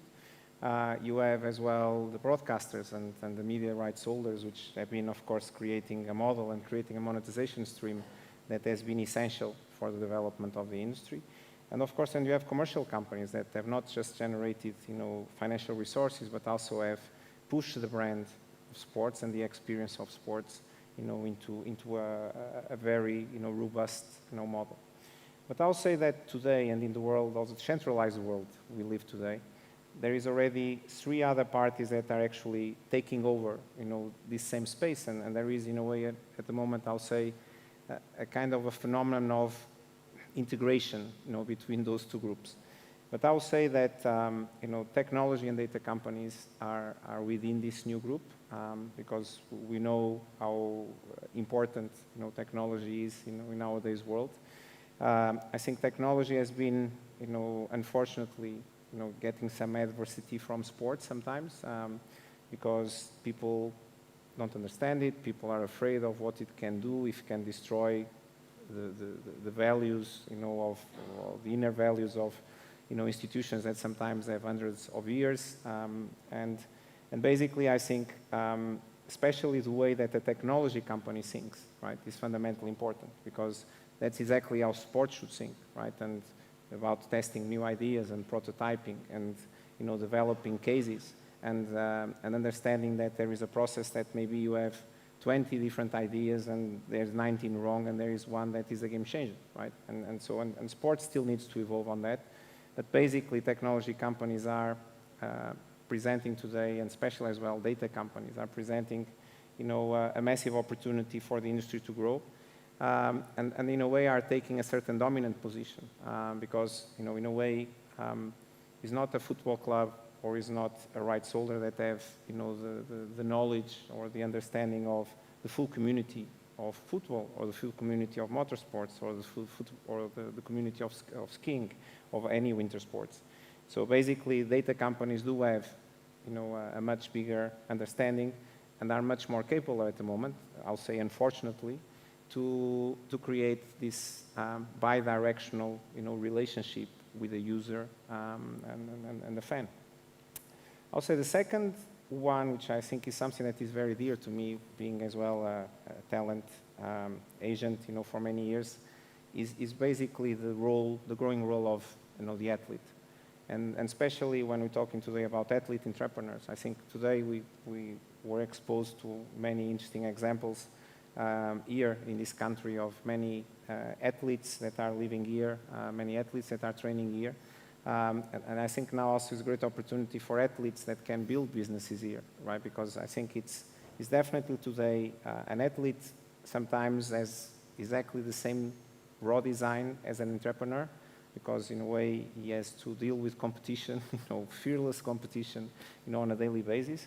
He has sometimes talent, most part of the times is not enough. You have to build, a stiffness, you have to be, very robust psychologically. You have to manage highs and lows. You have to manage so many ups and downs. So, and this is like, also early start business, right? You have exactly the same challenges. But especially today, athletes do have a voice, right? And I think this is sometimes something that scares, sports, because I think you've been seeing in a lot of different sports, the advent of new player unions, sometimes, presenting, different alternatives to existing, historical player unions and athlete unions. You start to see, especially in the United States, and now hopefully in Europe also this will happen soon, many athletes investing, a lot on entrepreneurs and startups, and I think that's, an amazing as well opportunity. And basically digitalization brought, a democratization of access, right? While maybe 30 years ago was very different for our athletes sometimes to express his point of views, because, we had to use his media time, which was very confined to TV or a flash interview after the game. So today, actually, an athlete, can command his own channel, can really command, his own voice, his own message. So it's a very powerful combination. And the other very powerful combination, which come aggregated with athletes, because in a way they are very similar, are fans, right? And I think that's another scary thing sometimes for the industry, because of course everyone wants to do the best for the fans, and I think as an overall idea and concept that is true. I think everyone sometimes is afraid to let fans take decisions or having an influence. And I think today, wherever the industry wants to control it, I think is unstoppable by, as well, some of the reasons I present for the athletes. When today, in the world of co-creation, in the world of collaboration, every fan can have a voice. Every fan, can have a chance of giving, his opinion, and not just one. It's millions of people giving their opinion, in the same subject, creating discussion with rights holders, creating discussion with institutions that run the sports. And I think that's an unbelievable, opportunity. And also in the way that today we are talking about digital delivery and, especially digital assets, and maybe, you've been following as well, tokens as basically a very interesting tool, to connect fans, to give a voice to fans as well, besides just the pure digital world. And I think these are the kind of tools and mechanisms that are going to allow really fans to have a bigger say and to basically own, more clearly an equity in the sports they love and with the athletes they follow. And finally, I think there's also a very interesting point about, investors. And I think sports have always, in a way, tried to generate their own resources, and also, as sports, there is always basically a redistribution mechanism, whatever this redistribution mechanism is for, smaller, elements of the ecosystem, or is for social responsibility reasons or many other reasons. But, has always been kind of adverse, in terms, except to the United States being a good example of the success of private investment. But there's always been adverse, in terms to bring third parties into the sport. Of course, now, in the last years, things have changed enormously. And I think especially on an age where we're definitely moving, for, serious participation and for people really to look at the different expertise into, the landscape of a sports ecosystem, I think definitely investors can bring much more than just money, right? But they can bring, other points of view, they can bring people from other businesses, because sports is many, as I said, is many businesses inside one. Is a community business, is a content business, is a digital business. So it's so many different things in one. And definitely we need more expertise on that. We need experts from other areas as well to come up and provide different points of view. And so I think this fear of this new ecosystem is definitely a massive piece. I'll say the second one, which also I think is very important, is legacy, right? And this is a difficult piece. Sometimes it's easy to do, transformation, to do and to use innovation when you don't have a historical legacy, because you basically can more quickly, redesign or design an ecosystem that is fit to purpose.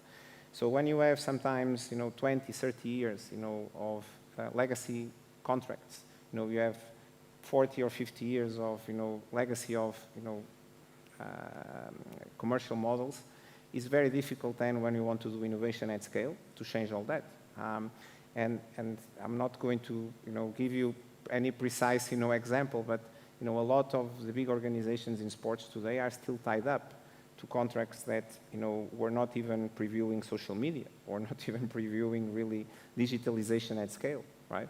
And so as much as you want to change that, as an innovative leader and innovative, stakeholder, it takes time, right? And then sometime, or a lot of situations, there is not enough time to do it. I'll say the third one, which is also, for me, a very important one, is sometimes the misunderstanding between, cooperation and basically interlinking everyone that has actually very similar interests, very similar challenges, and so in one, full effort together. I think, of course, we all know that sports is about competition and rivalry, and heroes, and fantastic, rich storytelling, of ups and downs. And then sometimes I think sports organizations as well bring, that same competitiveness to actually areas where they should cooperate, where they should innovate, together. Because one thing that I always say about sports is actually easy to innovate, right? Because, the level of innovation sometimes is actually very early. And again, when I was giving an example, in Valencia, for instance, was very interesting because when I joined the club, and it's an amazing brand, but was, under a very difficult period, We had the oldest stadium in the league, and this beautiful stadium, very special to the fans. And basically all the resources we have was basically to use innovation and to transform that stadium actually on something that the fans could be proud again. And actually, we did something I think really interesting, because then La Liga follow, the Valencia Stadium as an example to change all the stadium footwork in Spain. So I think, it's just a question of really want to do it and working together, right? Because actually a good example of cooperation and collaboration was the fact that we were working side by side with La Liga on showcase our model and showcasing what we're doing to any other club, right? And then sometimes when you are in the dimension of a league, which is very competitive, clubs don't really like sometimes to work together, and when someone has more courage to advance, actually it works, right? And I saw that in my career so many times. Mm-hmm. And then the last one, and this is not an easy one, right? Sometimes it's very difficult when you have a leader that is not a digital native, when that doesn't really understand sometimes how the new world works. So it's difficult sometimes to also have the courage and the trust to take risks, right? Because innovation do carry risks, we all know that. And basically as well, because there is almost a hurry up or a urgency to generate revenue, because in sports everything has to generate revenue, everything you do, because it's a competitive ecosystem, as I said, and there's always ways of spending more revenue and having bigger budgets, because that's something that all the sports are doing. And unfortunately, I think because you need to have some more, I'll say, clever thinking sometimes on that. But it's very difficult for the current generation, sometimes to deal with a full-scale transformation. And it's not, let's say, that anyone is not trying to do it or is doing the wrong job. There's no rights and wrongs here. It's an additional challenge, right? So which I believe that when the first digital native generation will be in conditions to take over, we'll have the age and the experience, and will be maybe a much younger age. Because one interesting dynamic as well you see on this, again, if you look at the full sports ecosystem, is not still fit to purpose for Generation Z, but now we're no longer just focused on Generation Z, we also focus on Generation Alpha, right? And which sport is already really driving a plan to attract Generation Alpha to the ecosystem that exists today, right? And this is, I think, is one of the biggest challenges, is how our sports, as we know it, are going still to be fit to purpose in the years to come. But these are, I'll say, the four main challenges you have, but the opportunity is immense. Yeah. And I think, that has always been the driver, and I think, step by step, centimeter by centimeter, because sometimes we do advance 1 centimeter at a time, I think, just give us more strength to continue and to push and to deliver, the best result in the shortest time possible. Yeah, I mean, as you said before, we could spend hours talking about this topic, and obviously there's a lot to be done in the sports industry. We've talked about different stakeholders involved, so sometimes it's complicated. But let's focus on, for example, the startups. For you, which is the best model, working model between a sport entity and a startup? I mean, which are the commitments that each of them have to take? Which are the gives and gets that each of them should have in order to work well? Because in the end, the sport entity is in a higher position against the startup, which is smaller. Yeah, I'll try to give a view on the two angles, right? Because, I'll say that maybe there is two different angles, wherever you are on the side of the right shoulder or the side of the startup. Mm-hmm. But I will say that today startups do have a massive, important role to play in the sports ecosystem, because there are things that only open innovation can do, right? And again, we know this from many businesses, we know this from countries. Open innovation really allows you to understand, problems much more deep. For people that are not so involved on the day-to-day operation, on the day-to-day problems, that have a different, perspective. And I think being poor entrepreneurs and presenting, you know, sometimes very innovative approaches to, you know, historical problems or new problems or even problems that the industry sometimes doesn't even realize they are going to happen or to be a problem in a few years from them, I think is unbelievably important.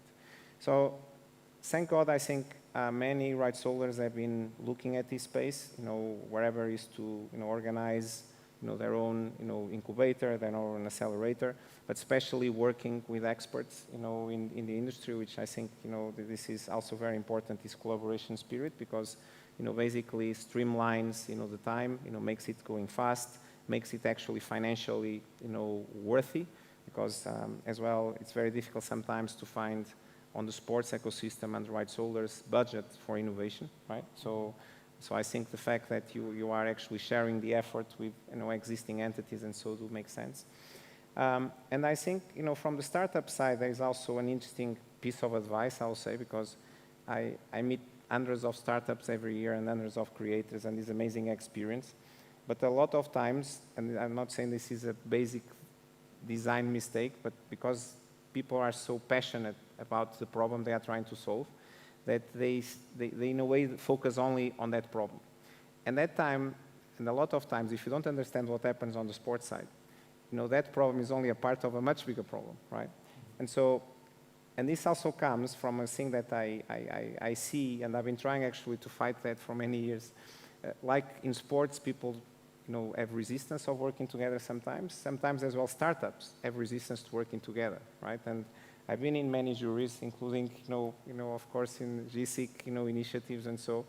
And I always try to incentivize, you know, different, you know, entrepreneurs to work together, because sometimes you actually can build a fantastic solution out of, you know, joining up all these efforts and all these great people, great creative and great work that people are doing.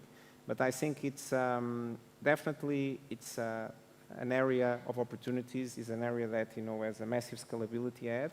But we just need to learn how to work together, all of us. I think that's, you know, a true collaboration spirit is fundamental. Totally. And you just said it, that you have been collaborating with us as jury members, in different startup competition and challenges. We had the pleasure of having you as well as a member of the jury in the startup challenge that we organized with Andorra last year. And we have been talking a lot about sports entities embracing open innovation for digital transformation, but Andorra is betting a lot on these kind of processes.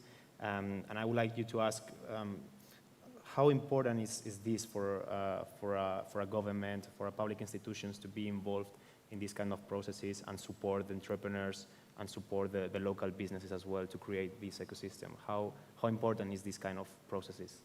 Well, I think they are very, very important. And for me, it's been great to see, being here and see what the government of Andorra, the courage, you know, and the vision that they have to basically look at sports, you know, as an innovation beacon, as attracting foreign investment, attracting, you know, talent, you know, launching as well massive amount of opportunities for the young people, you know, in this country, as well offering a very interesting tissue of development for the local businesses.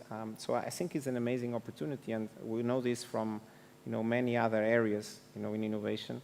Their open innovation has really been the beacon of many countries around the world with proven results. And I think when I saw the minister this morning, you know, speaking as well and sharing a little bit of the plans, you know, of the strategic plans, you know, around this area, I was actually very interesting to see some of the elements, you know, there together that also I think are going to be extremely relevant for sports. You know, you have clearly a plan for sports and for some specific sports, but with a massive, you know, scalability to other areas. You have athletes, you have blockchain, right, which for me, you know, really will provide a massive power, you know, to really once and for all create digital monetization at scale and in a robust, consistent way in sports, which I think, you know, Andorra, I see as well as big plans this one in that area. You know, esports, and we all know that there is already a sports metaverse that exists today. Again, it's still not at the step that will be in 10, 15 years from now. There's still a lack of interoperability between everyone. But today already, if you are, a sports follower, and you have your account on Facebook, you are a co-creator of content on YouTube, you play FIFA, in the EA ecosystem, you already have a digital self that actually is accumulating a lot of, rewards, is accumulating, a lot of, different interests to fulfill your time and to give you rewards for your time, because time for me also is a massive currency for sports today. And I think what Andorra is doing for me has been refreshing. I really applaud, the courage, the vision, and I think it's going to be very successful. And if I look where maybe, Andorra can be in 10, 15 years from now, developing, wisely, this strategy, I think is going to be a beacon for many countries around the world. And so many congratulations for that. Luis, as I said before, we could spend hours and hours listening to you, but thank you very much for this amazing chat. I hope we can come back soon to Andorra to discuss further, and as you said, in the future, 10, 15 years, it's going to be super interesting to see where Andorra can get. So thank you very much for your insights, and thank you everyone for attending. Thank you very much, everyone.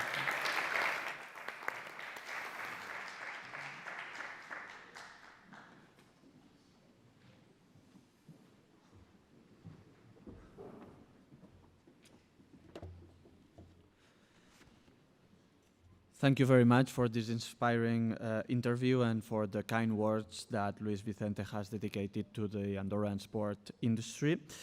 Is it time now to gather again with the winners of the Andorra Sports Startup Challenge that the Andorra Business, Andorra Research and Innovation and the GSIC had put together last year with 64 startups from around 18 countries.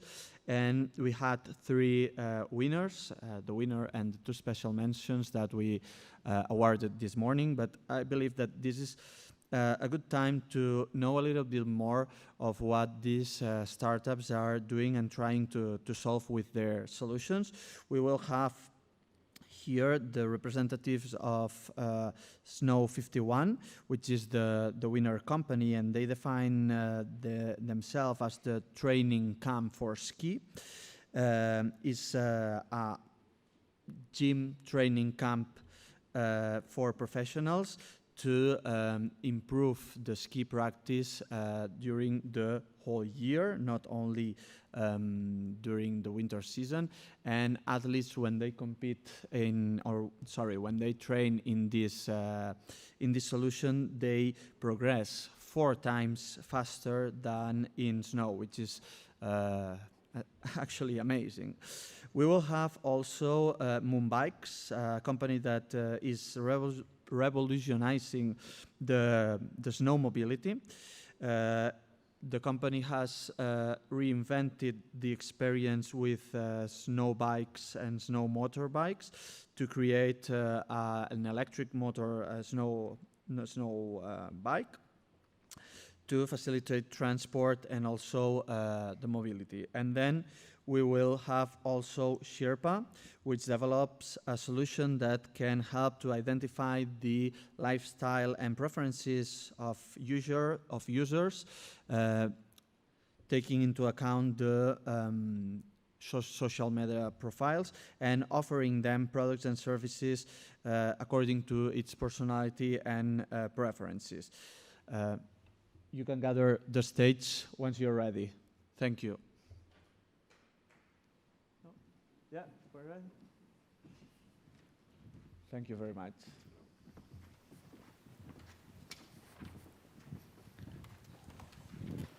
So we will have with us Andre Redondo, co-founder of Sherpa, Etienne Deschampeau, international business developer at Moonbikes, and Herman Winkler, founder of Snowhow China. And to moderate this showcase and roundtable, we will have also Jorge Gomez, Partner Solution Program Manager at the GSIC company. Thank you. Jorge, the floor is yours once you want. Sorry. Well, thank you again. I told you that you're going to see me of the afternoon, so I have the pleasure to have here the three winners of the startup competition, and I wanted to introduce first Andres to make the presentation. We're going to be all making a 15-minute presentation, and then we will have a small chat about different topics. So, Andres, whenever you want. Thank you.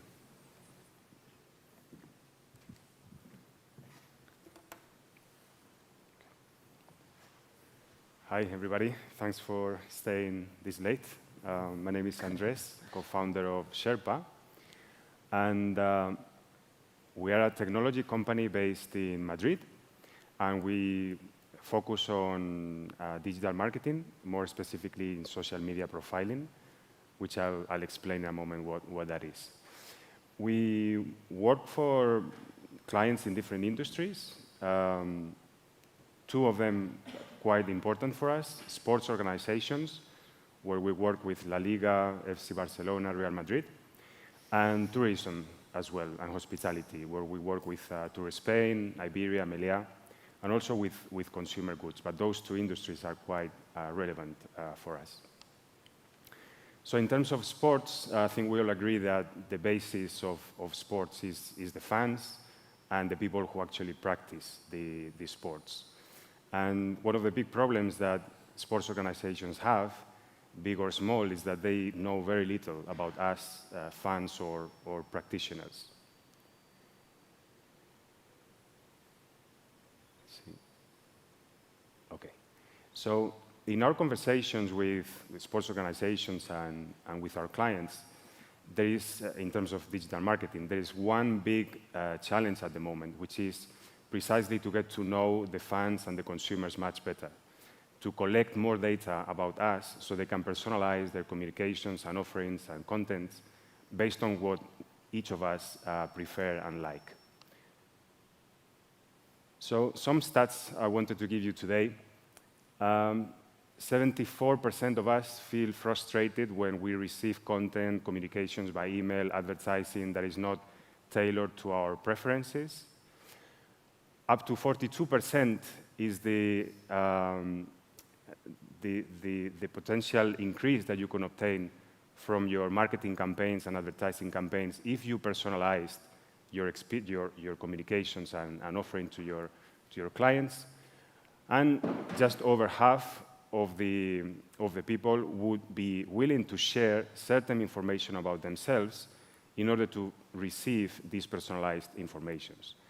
Obviously, if the other party doesn't know us at all, then it's very difficult for them to personalize the communications. In fact, many companies, they only have the email and the name, and just with that information, it's very difficult to really offer you exactly what you'd be willing to pay or consume. So to solve this problem, we look into social media as a great opportunity for sports organizations to get to know their fans and practitioners in greater detail.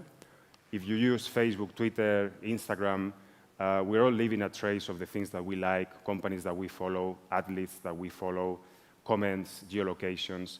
And that information has been very difficult for organizations to get hold of it and use it for marketing purposes. And this is exactly what we do at Sherpa. We help collect all that information and build an individual profile, which looks like more or less like this. So it will contain the name, the email of the person, topics of conversation and comments, even a personality profile where we can see if it's somebody adventurous or more cautious. We can have an understanding of the preferences of that person in terms of lifestyle, if she or he prefers gastronomy or fashion or beauty or gadgets. And we can look at the specific things, brands, athletes, retailers, etc., that this person follows in social media. And that will give us a very good idea of the lifestyle and preferences of each of us. Also in terms of geolocations. So how do we do all this? We do it through social login. You may have seen these little buttons that allow you to sign in or register to a website, to a Wi-Fi hotspot, to an app, or even participate in a promotion using your favorite social network. For us, consumers, it's an opportunity to do it in a more agile, in a quicker way. We just need to press the button. For the sports organizations, this means the opportunity to get to know us in greater detail. And obviously, you may be wondering if collecting all this data, goes against the law, or if it's permitted, etc. It's all consented by us. So in the social login process, the social network asks for our permission so we can share this information with the brand. And from that moment on, that's when the sports organization can collect that data and start building that relationship with you in a more personalized way. The social media information gets to be part of the global pool of data that these companies have. And from the individual profiles of each of us, the sports organization can start creating segments or groups of people with a common preference or with a common lifestyle. And this is how they can then personalize the communications to this group of people, talking to them about precisely the things that they like. For example, tourists coming to Andorra, some of us might prefer the shopping experience, some other people might prefer the ski, or the trekking, or the nature, the gastronomy. So it's very important for Andorra or for any other sports organization, any other brand, to be able to talk to each of us with the right message, and that will create more opportunities for us to respond more positively. So part of all this is the personalization of contents, emails, advertising.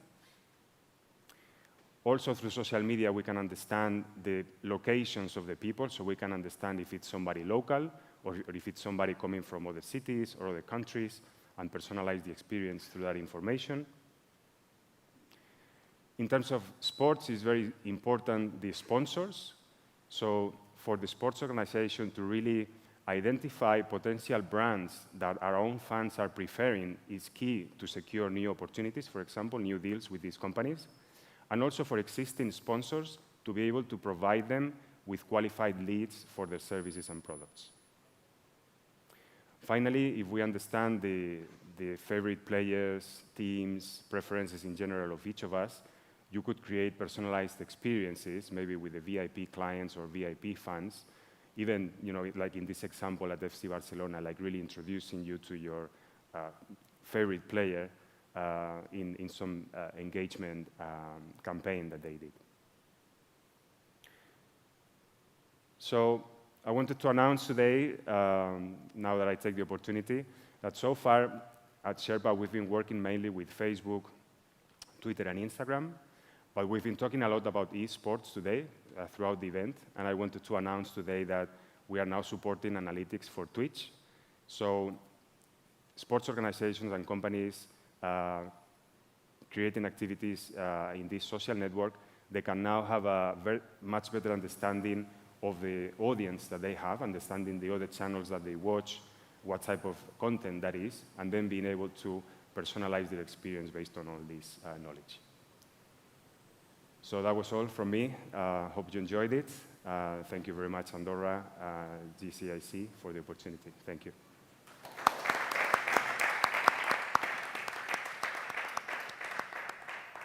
Thanks a lot indeed, Andres. A great presentation. I'm glad now to invite to the stage Etienne from Mumbai. So Etienne, the floor is yours. Thank you. Thank you, Andres, for the presentation. I know it's been a long day.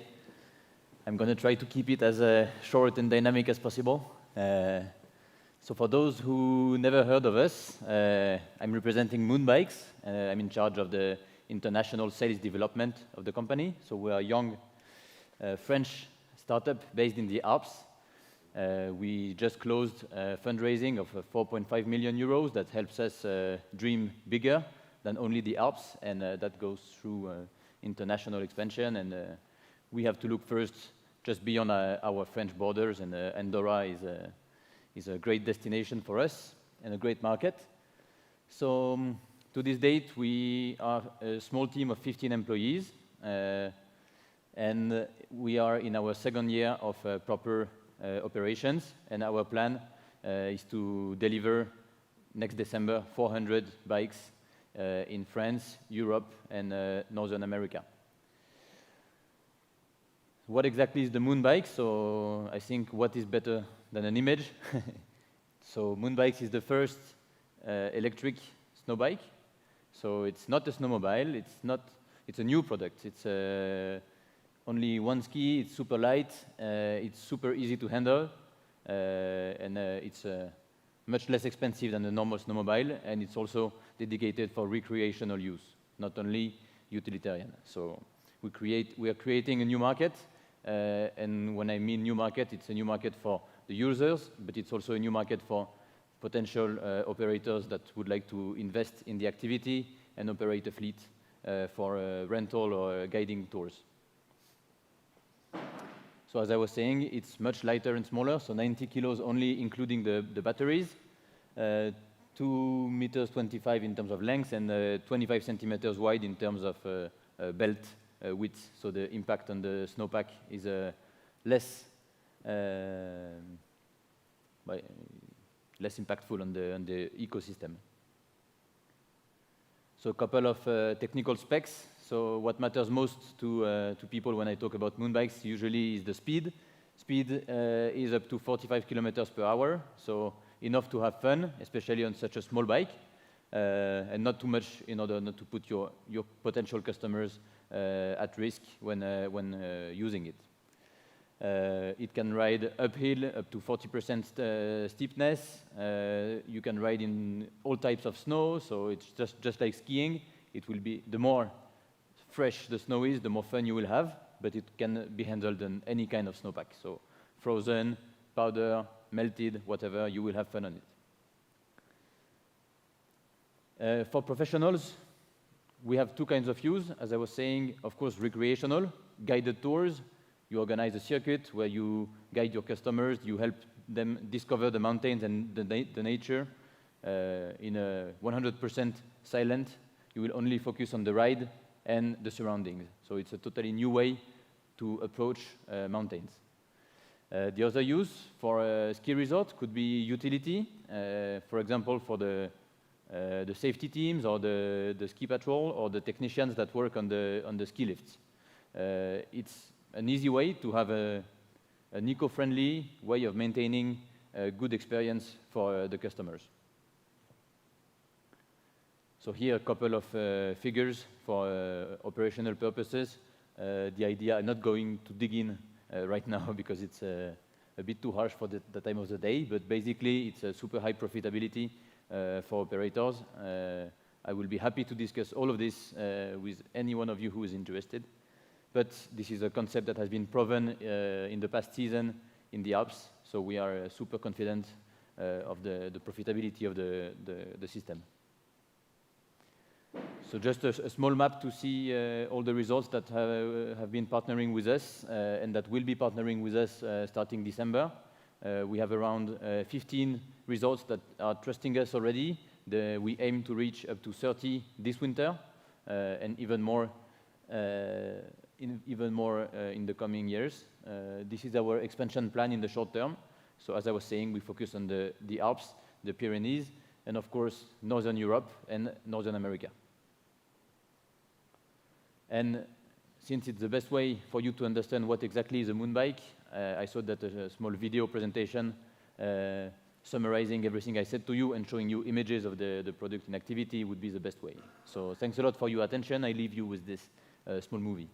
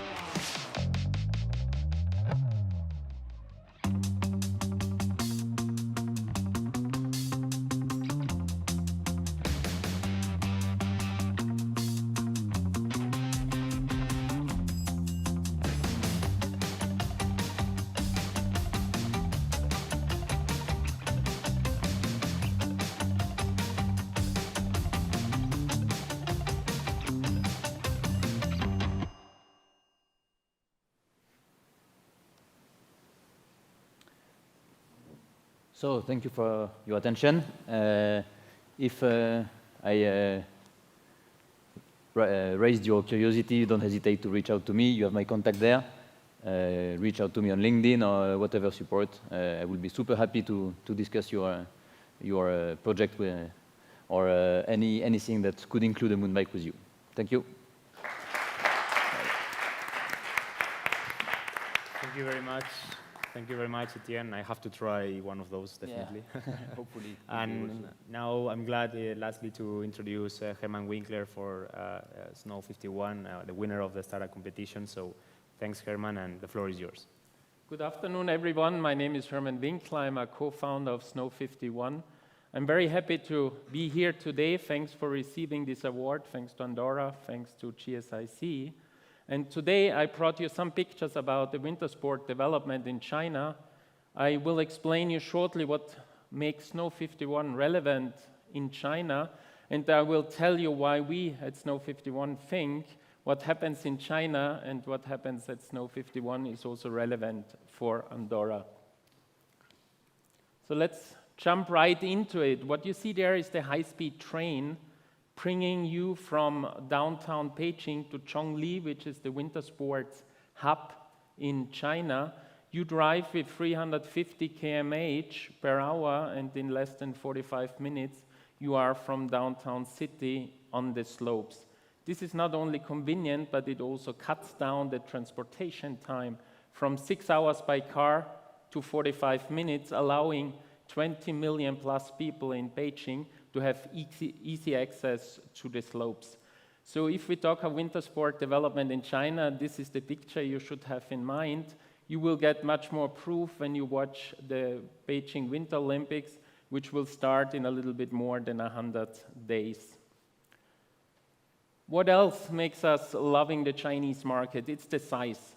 President Xi talks about 300 million people which he wants to engage in winter sports.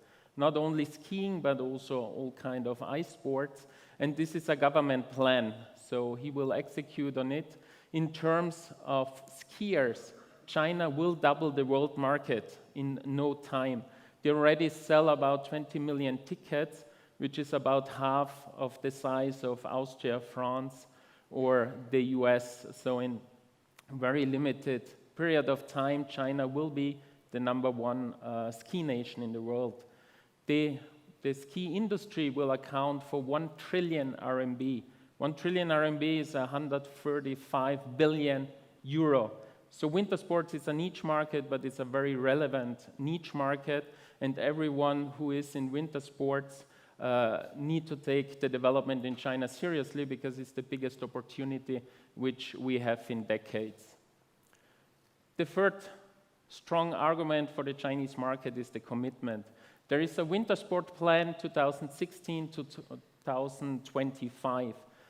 For example, 5,000 elementary and middle schools need to implement winter sports into their curriculum. They need to put a focus on it.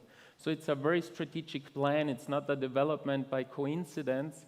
And like the minister this morning says, winter sport is of national interest. The same is true for China. And it's planned to account for 4% of the GDP. So there's a lot of investments going into winter sports. And winter sports is not only a strong commitment from the government, but it's also a lifestyle. It's more than a sport. It's a status symbol. It's a luxury symbol. It helps to differentiate what was the Swiss watch before or the Italian handbag. Now it's experience. And experience is sport, and last but not least, also travel. Chinese had 140 million outbound trips, international outbound trips pre-COVID. That's nearly double as much as the Germans, which are ranked as #2. And only 10% of the Chinese population has a passport, and they're already the travel world champions. So you can imagine there's a big potential in tourism as well.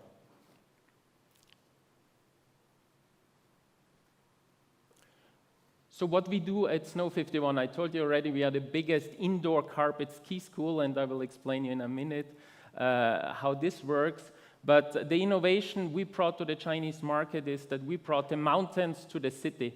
Because in China, it's not like in Andorra, you don't go out of the door and you are in the middle of the mountains, but it's pretty complex to reach the ski resort. So you need to provide an easy access, and if you want to bring the people on the slopes, first you need to bring the mountains to the city, and that's exactly what we do. We are based in the shopping malls, in the best retail locations. We have about 50 machines installed in the meantime and about 15 shops running, always in prime retail locations. So the concept is relatively simple. It's based on those carpet ski machines. You can imagine a treadmill, similar concept. It's just bigger in size and you can regulate the height and the speed, but it's the most efficient way to learn skiing. It's 5 times faster than on real snow. And that's the perfect concept for Chinese to have an easy access for skiing. And once they have the basic skills, obviously the dream is always to ski on real snow. But this is the entrance. This is the driving range of alpine skiing, as we call it. We have a lot of families among our members, but it's for adults, it's for beginners, but it's also for professional athletes. For example, the Swiss national team also trains on this kind of machines.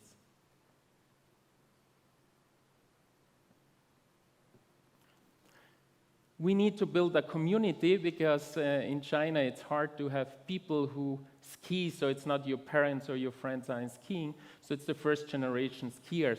What we do, we work very closely with social media platforms. We bring the influencers, we bring the celebrities to the Alps to let them enjoy the beauty of winter sports. We did some campaigns with Weibo, which is kind of the Chinese Twitter, and we reached 250 million clicks with this one campaign, which also in China is very big, and the media value goes into the millions.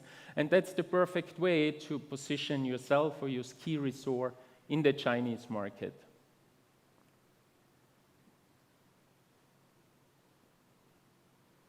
We have perfect partners, so we teaming up with very good companies, like in the picture you see here from Shanghai.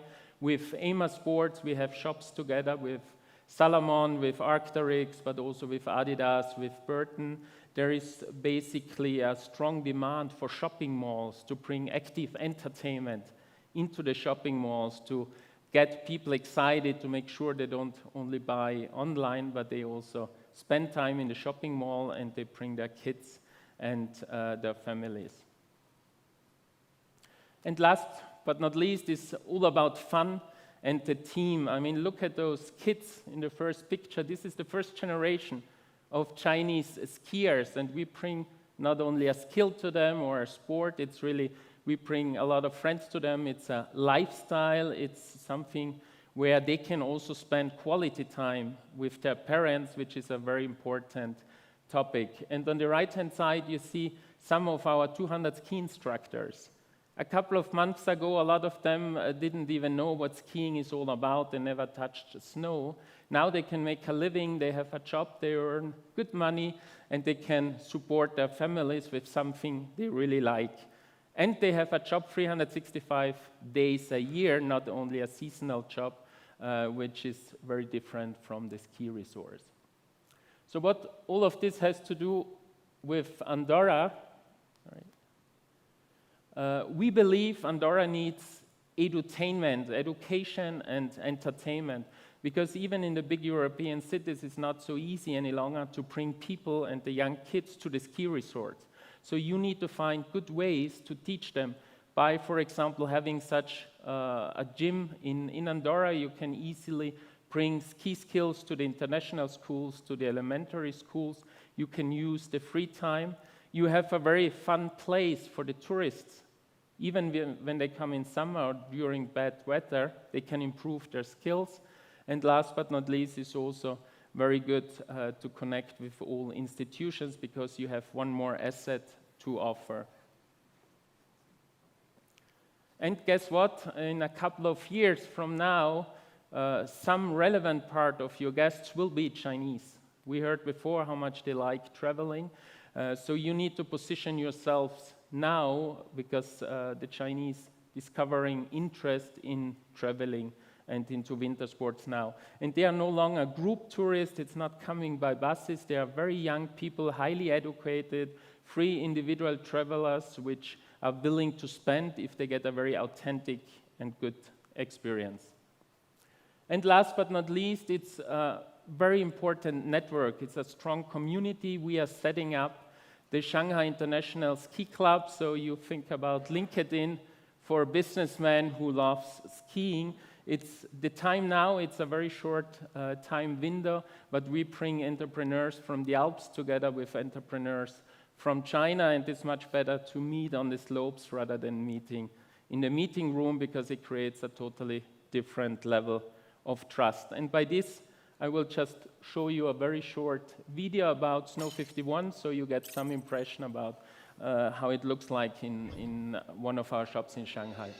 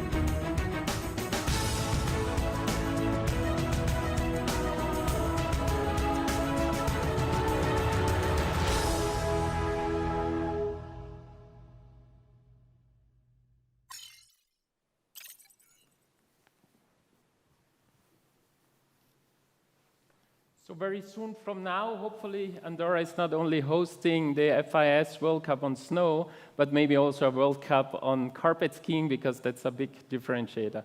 Thank you very much.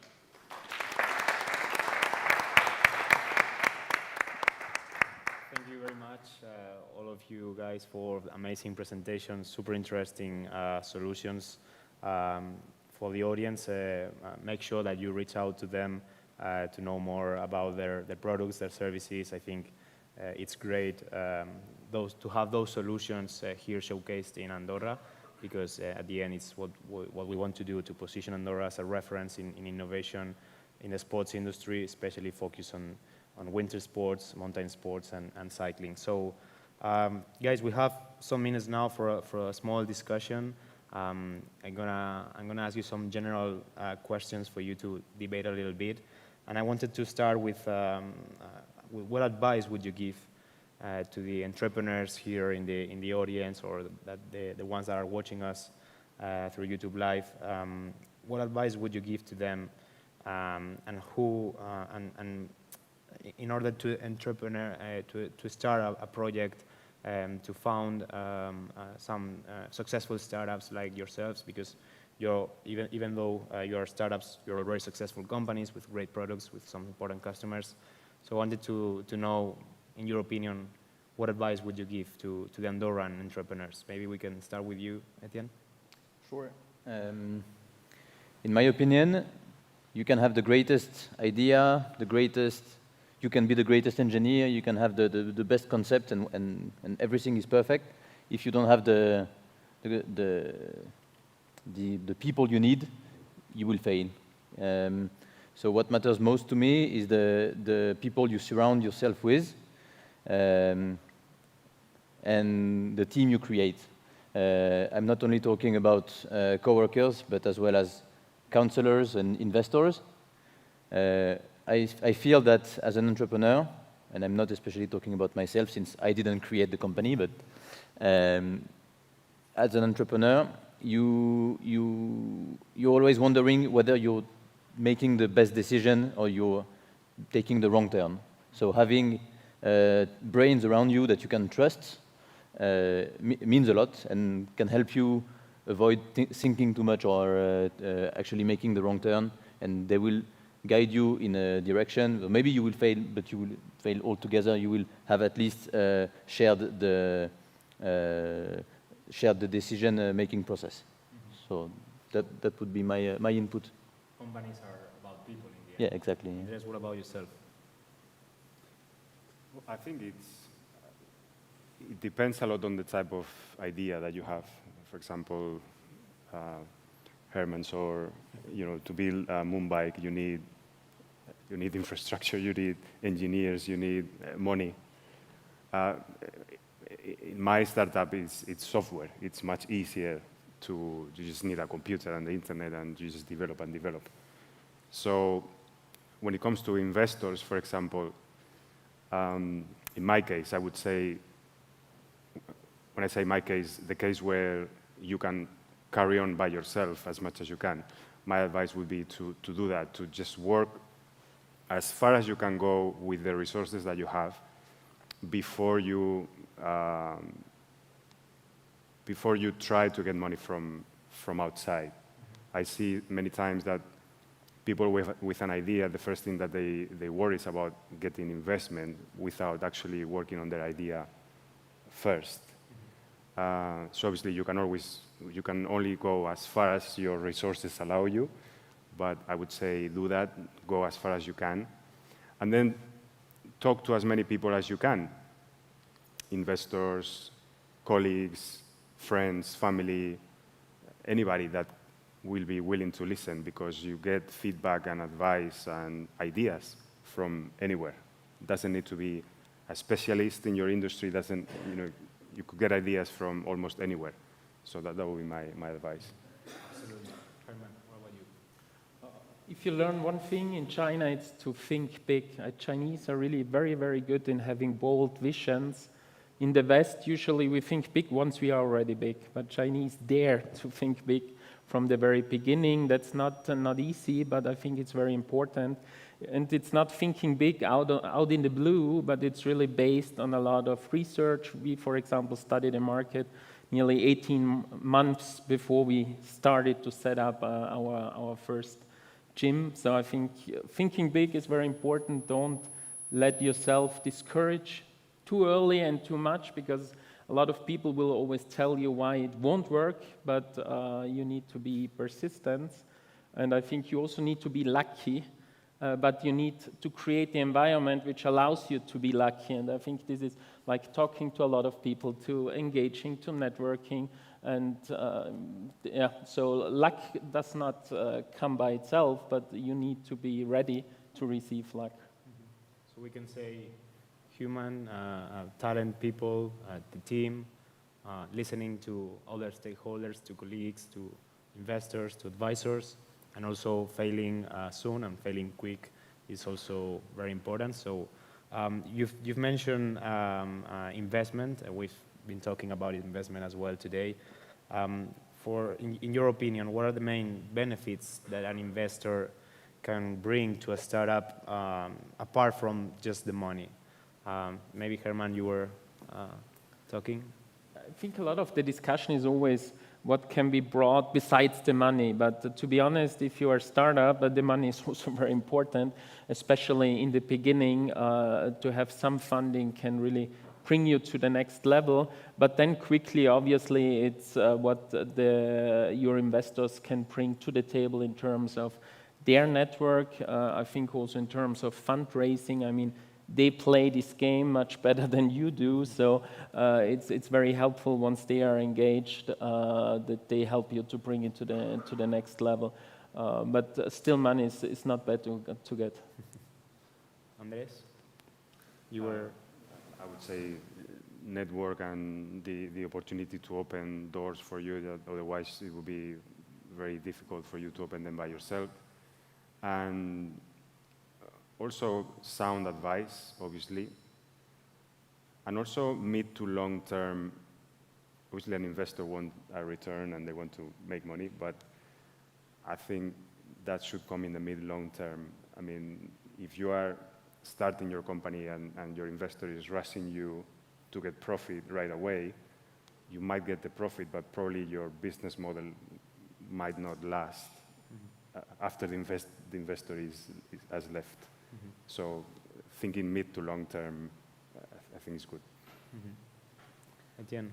Yeah, I believe investors, so since they invested in your company, it means that they trust you, they trust your idea, but at the same time, they usually have the experience and they are able to challenge you.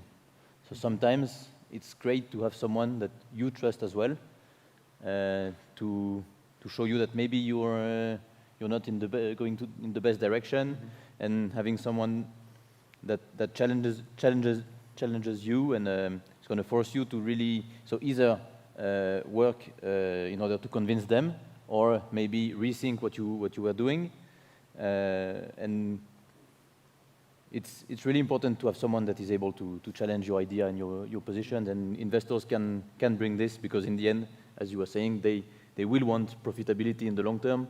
So it's the rationality of your company matters to them. So they are super interested in getting the best out of you.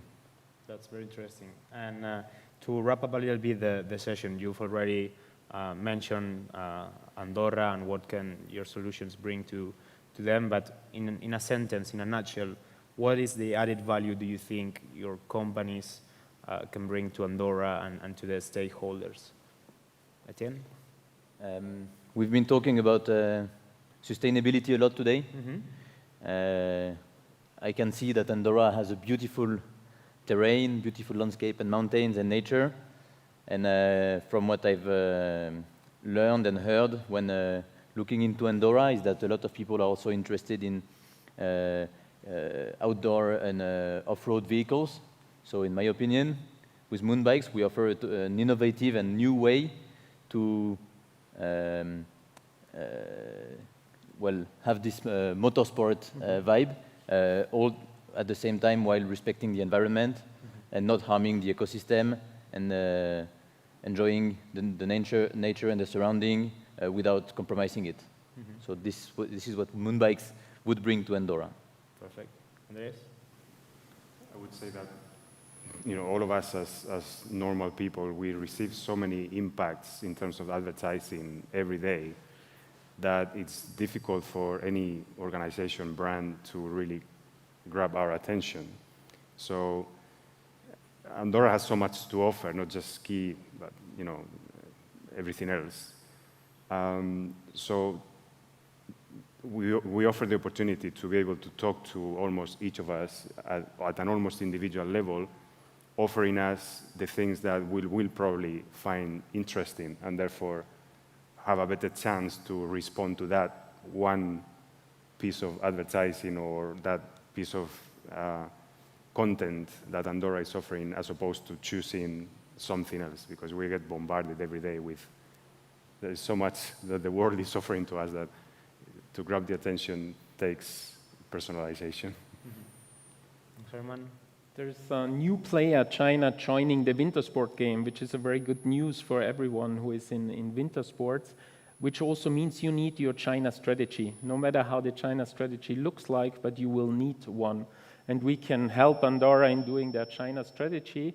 And I think we can also help them to bring more innovation to the market. We heard before there's some resistance of innovation sometimes into sports, and we get a lot of requests now from cities like Zurich or Salzburg or Vienna saying, what you are doing in China is great, but we need this for our kids because they also don't start skiing anymore. It's too difficult.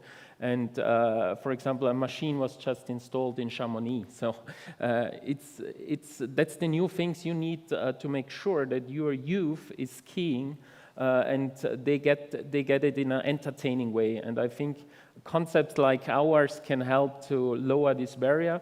And we are here and interested to talk to see if we can help a lot of those alpine countries also to make the next step. Herman, Andres, Etienne, thank you very much for your great presentation, super interesting solutions. Again, feel free to reach out to them now in the networking to know more about their companies. And thank you very much for coming to Andorra and for sharing these great insights. Thank you very much. Thank you for having us.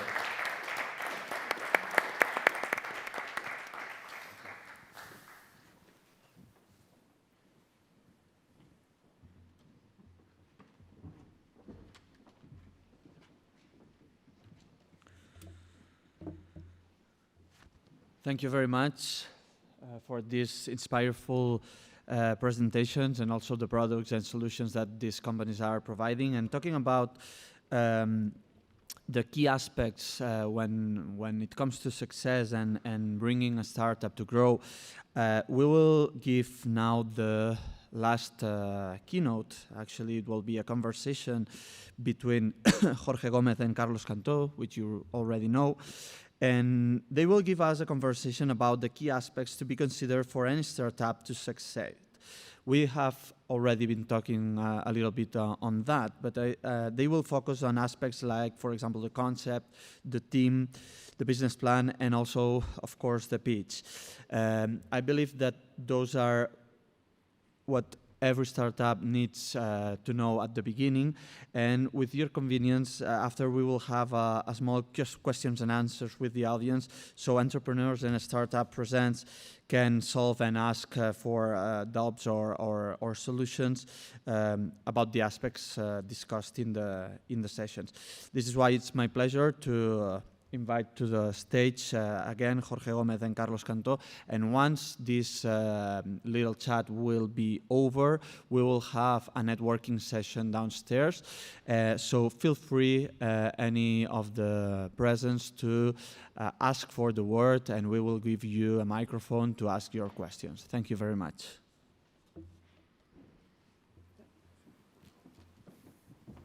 The floor is yours.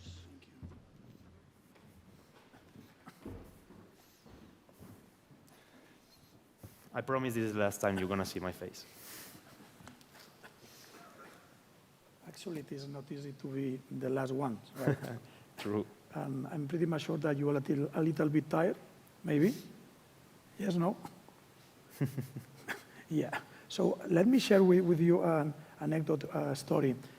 My first time at a baseball game. I don't know if you have been to a baseball game, but maybe it's a little bit boring, to be honest. And after 2.5 hours of that game in Toronto between the Toronto Blue Jays and Detroit Tigers, the speaker, after 2.5 hours, the speaker asked us, the crowd, to do what I'm asking you to do right now with me. So the speaker basically stopped the game and asked everybody to stand up, as I am asking you to do, please. Stand up. Come on, don't be shy. You are so well. And for 5 seconds, let's do some exercise, okay? And let's energize a little bit this room. Okay, so 1, 2, 3, 4. Come on, guys, do it. 1, 2, 3, 4, 5. Okay, not that bad. Okay, a little bit more energized right now. Okay, go back to your seats. So we are ready for the last session, right? This is, I mean, I know you're tired, but you're more tired now, so... No, it's another type. Guys, thank you very much for staying with us until the end. Carlos and me are gonna just have a little chat and conversation about some entrepreneurship.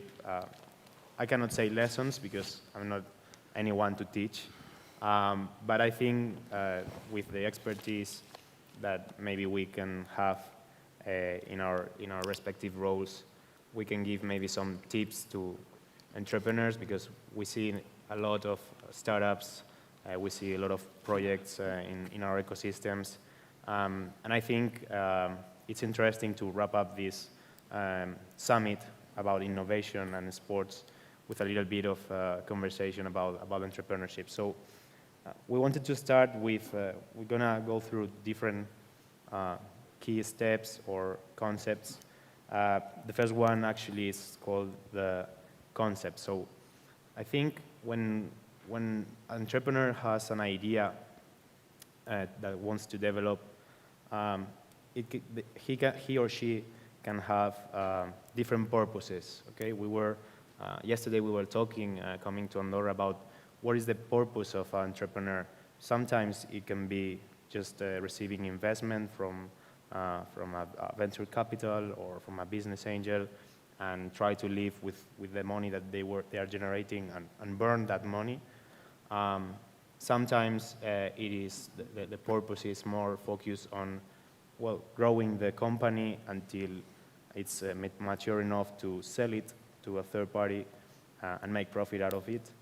And then the last one, which is maybe the most, I don't know if advisable one, but which is the real purpose. So having a purpose in your life when you're an entrepreneur, trying to accomplish the idea that you have, the dream that you have, and try to change the things, how they work.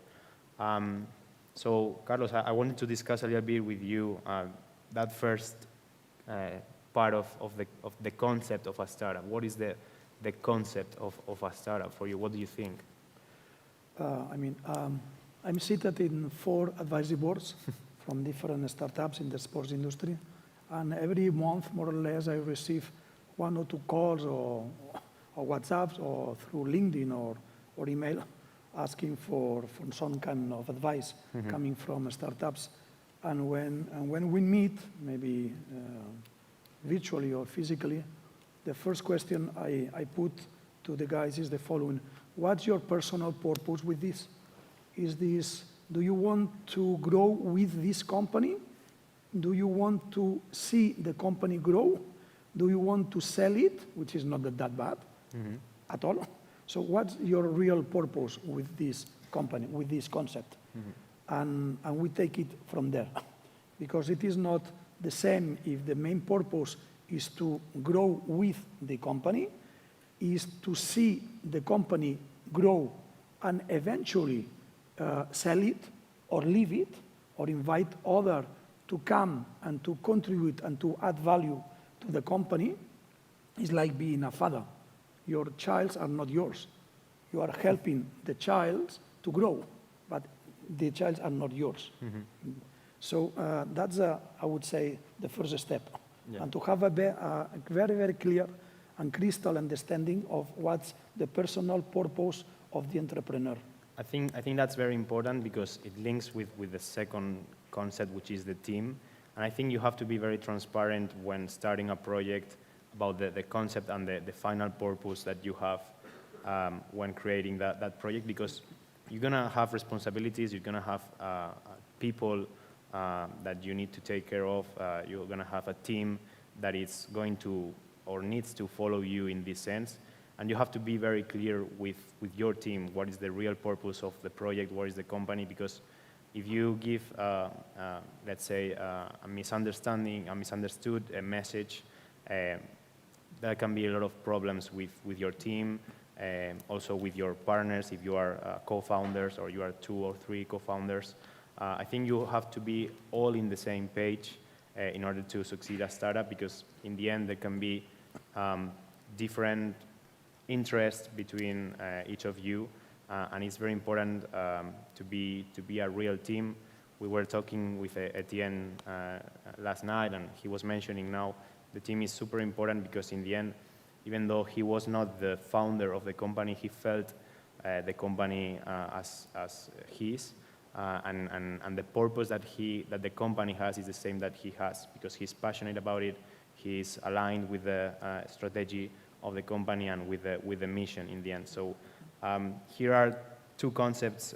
It's attitude, obviously, the passion, but also aptitude. Obviously, we can talk a lot about people and human and passion, but there has to be professional competencies, skills, and we've released with Carlos and with other partners some reports about talent in the sports industry, because I think soft skills and hard skills are super important in terms of entrepreneurship, especially in the sports industry, because in the end, sports is the industry that it's moved by passion. It's not like, I don't know, economic or like fintech or agrotech or logistics, security. There's a lot of sectors where there's a lot of startups and a lot of technology, but sports is moved by passion, and I think that's very important as well. Yeah. Maybe you can share a little bit more about this talent in the sports industry report that we made. Obviously, attitude and aptitude are the key things. I'm not that sold about passion. Okay, I would prefer commitment. Commitment. because at the end of the day, 80% of people in the world love sports at some extent, at some point, and at some, yeah. So I would prefer commitment, commitment with the project, commitment with the rest of the team, and the team does not mean friends. Exactly. The team does not mean friends. It needs to be a balanced situation, combining distinctive attitudes and aptitudes or skills. You have mentioned the talent in the sports industry. The talent in the sports industry from a digital transformation perspective report that we put together all together last year, and we survey different experts and properties and from different parts of the world in terms of asking them what kind of skills they need in order to, to hire in their companies, in their even startups, to take them to the next level. And the results are the following. The first set of skills that companies are needed are soft skills. So teamwork, communication, resilience, all this stuff. The second is project management. So people that are able to start a project from A all the way to Z, okay, in a methodological way, using tools, using approaches, etc. The third is some kind of knowledge about the sports industry. This means it is much, much better to know what's the governing body, for example, or what's FIFA, UEFA, or whatever, or FIS, for example. And only the fourth set of skills were technical, meaning in this case, digital transformation skills. So, because at the end of the day, a startup, and especially in this case, is a company, so you need to know exactly how to proceed and how to combine and ensemble the internal team with the external team. Etienne have mentioned very wisely everything about the advisors, right? And investors, advisor and investors, both or individually or combined as a capacity. And this is crucial to add value, not to add friends to the team, but to add value from different, capacities and different ways of thinking, etc., etc. It's very interesting what you said about commitment instead of passion. And now that you're mentioning the extended team, the advisors, you have more experience, obviously, in the advisory role. What do you think the commitment has to be from the advisor? Because in the end, a startup, obviously, it's very important to have advisors, to have people that can guide you, but there has to be a relationship of trust. So how an advisor, or how can a startup trust someone to get advice? What do you think in the sense, because you have that experience, not me? I mean, commitment in both sense. Yeah. Sorry, and in both ways as well. Commitment means work hard. Work hard means invest some time, obviously. Means also make deadlines in both ways. So if you are committed to meet with the guys, or the guys to offer you some kind of shares, and there's a deadline, that talks about credibility, okay? And companies are about credibility, unless you have a big brand as your umbrella, which something happens and always helps, but otherwise making deadlines, commitment, work very, very hard and be very, very transparent and honest, because at the end of the day, to tell the truth is the foundation of succeed. Yeah, we were talking about being honest and challenging the ideas of those startups. Also, well, the business plan is maybe the thing that most entrepreneurs focus first, but I don't think it's the most important thing. I mean, it's very important, the business plan, but in the end, a startup, and also in this world that we are living, that it's unpredictable, you cannot plan everything. You have to be obviously a roadmap, a route, but a startup needs to be iterating all the time. Probably most of you, or the ones who are entrepreneurs or who are startups, know the lean methodology. Obviously, there's a lot of different methodologies in this sense for startup creation. But I think a business model cannot be like a static thing. It has to be evolving, it has to be moving, and we were talking about it before. Andres mentioned it in the last panel, listening to the people. So when you start listening to your stakeholders, to your customer, it's very important to know who is your customer, who you want to partner with for maybe collaborating as a provider, etc.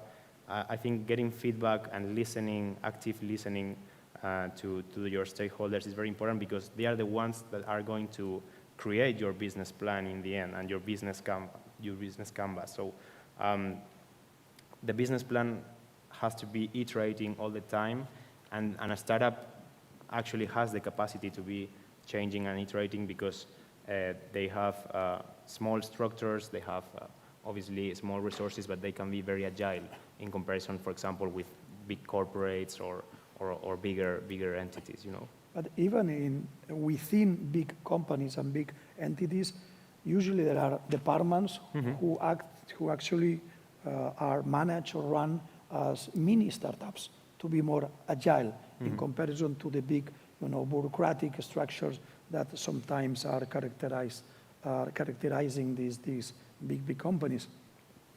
At the end of the day, what matters is not the product, is not the service.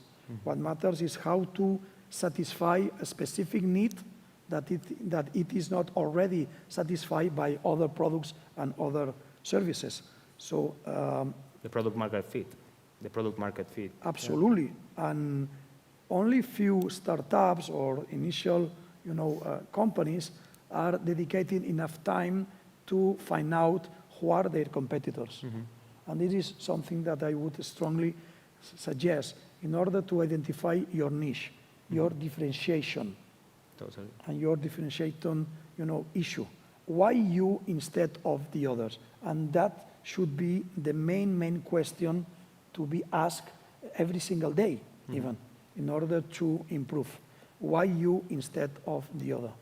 That's very important, because sometimes I think entrepreneurs get in love with their ideas and they get blind, so they don't see what's around them. So they get in love, they fall in love with their own idea without knowing who's the customer, if there's a market for the product or service, if there's competitors. So I think that's very important. Try to, zoom out and see it with perspective, and try not to fall in love with your idea, which I know it's complicated, because in the end you are the founder, you are the one who has the dream. But it's very important to be objective in this sense. And this is very linked to... Be objective, sorry. But also to put together a plan how to monetize. Of course. Because at the end of the day, and especially if you are looking for third-party investors, you need to present a business plan. And a business plan is not only about your product and your service, but also how to monetize. What's the return on this investment? And should be very, very crystal, very, very straight, clear, and honest. Totally. Yeah, the business model that we were talking has to be very clear on how you're making profit and how you're going to be self-sustainable in the end. And I was saying this is very linked to the last part of it, which is selling your idea, the pitch in the end. We've listened to very great pitches right now, but it's something that it looks easy, but it's very complicated. But I think there's some steps that I think entrepreneurs should follow when making a pitch. And the first one I would say is the introduction. Maybe it sounds silly, but it's very important in the first sentence to say who you are, who we are, what is our, what we do, and what is our purpose. We were talking about purpose. I think that would be the first step when you start a presentation, because in the end, as we've seen, startups, when they're looking for investment or when they want to sell their ideas, they have very short time. Pitches usually are 5 minutes pitch, 10-minute pitch, the very well-known elevator pitch, which it's also very complicated, and they have to adapt to those timings because investors and customers receive a lot of ideas, listen a lot of startups, and you have to be different than the rest of that. And the first sentence, I think, it's very impactful. Then obviously you mentioned you have to tackle the problem. What is the problem that you want to solve? Is that really a problem, or do you think it's a problem? That's something that it needs to be very defined. And then after that problem, you just show your solution. Sometimes, I was saying before, people fall in love with their idea and they think the product is the best, but maybe there's not a problem to be solved. Maybe there's no market for that solution. And that's very important, because if you have to show that there's a real market opportunity for your startup and for your solution. You were talking about competitors. How do you think we can tackle that issue when in a pitch? Because in the end, who is really your competitor? Sometimes it can be similar, but sometimes... Yeah, it depends on the type of need that you are trying to satisfy and fulfill with your product or your service. But I mean, obviously, you can undertake a very sophisticated competition analysis, but sometimes it is not necessary. But obviously, you can Google, you can check, websites, apps, or you can talk to a lot of people. You can check articles, blogs, podcasts, etc., and get to know more who your competitors are. And then obviously, I think in the pitch, obviously we were saying before, you need to show how you make money. The business model is super important, although it's going to be changing probably, it's going to be iterating, but you need to show your investors or your potential investors, your potential customers, how you make money and how is the return of the investment for them as well. But also to identify, a kind of scoreboard with KPIs, maybe up to 10, okay, to make sure that the potential eventual investor has a clear idea of where and what are the key areas to monitorize in order to know if the project goes on the right direction or not. Yeah, I was going to say that obviously it's different making a pitch for an investor and for just a customer, because what you said is very important. When you're facing a pitch with investors, you need to show how they're going to be benefit. Obviously, with a customer, the benefit is your product, your service, how you're going to help them. But for an investor, you need to show real numbers. Absolutely. Sometimes, it's this concept called vanity metrics. We're going to grow 200% exponentially. Well, you have to be realistic, and rather than saying what is the numbers that you are expecting in the next years, also the path that you have already covered. How have you started? How you have grown in the last years, and then you can take perspective and try to expect some growth for the future, but being realistic. Exactly. Credible estimations, credible forecasts. You cannot, So no vanity metrics, please. And then obviously, this depends. This is going to be depending on the maturity of the startup, but showing who are your customers, which are the partners that you already have, even though you don't have paying customers yet, but people or entities, organizations where you have already made some pilot projects or some proof of concepts, you have tested some of your products. I think this is very important because it gives you credibility, it gives you support, even though if it's an investor or whether it's an investor or a customer. I think it's very important to show who are your partners, who are your customers, and definitely, as we said before, the team, who are your internal team and your external team, the advisors, the people that are guiding you, because that gives you a lot of credibility, Yeah, and I would say that as a wrap-up, the last slide of the presentation should be a kind of summary. So in 4, 5, 6 bullet points, no more, very, very clear in 30 seconds to summarize what's the concept, what's the need that you are trying to satisfy, what's the niche, what's the business plan, what's the team, and that's pretty much. Absolutely. Well, thanks, Carlos, for the conversation. Thank you very much Jorge. for the ones that waited here until the end. Thank you very much for attending. If you have any question, feel free. And I wanted to say, that Jorge we're and gonna do a Q&A if you want. So if you have any question, you can feel free to. I think at the end. And Luis, if you want to come, it will be more than our pleasure, because you have plenty of experience as well. Etienne has a question. Feel free, Luis. Yeah. 1, 2. I don't know. Yeah. You were mentioning the importance of a business plan. Having a bit of experience in startups and business plans and so on, one thing I'm sure of is that a business plan never happens. As an investor or a counselor, what importance do you attach to an entrepreneur sticking to his business plan?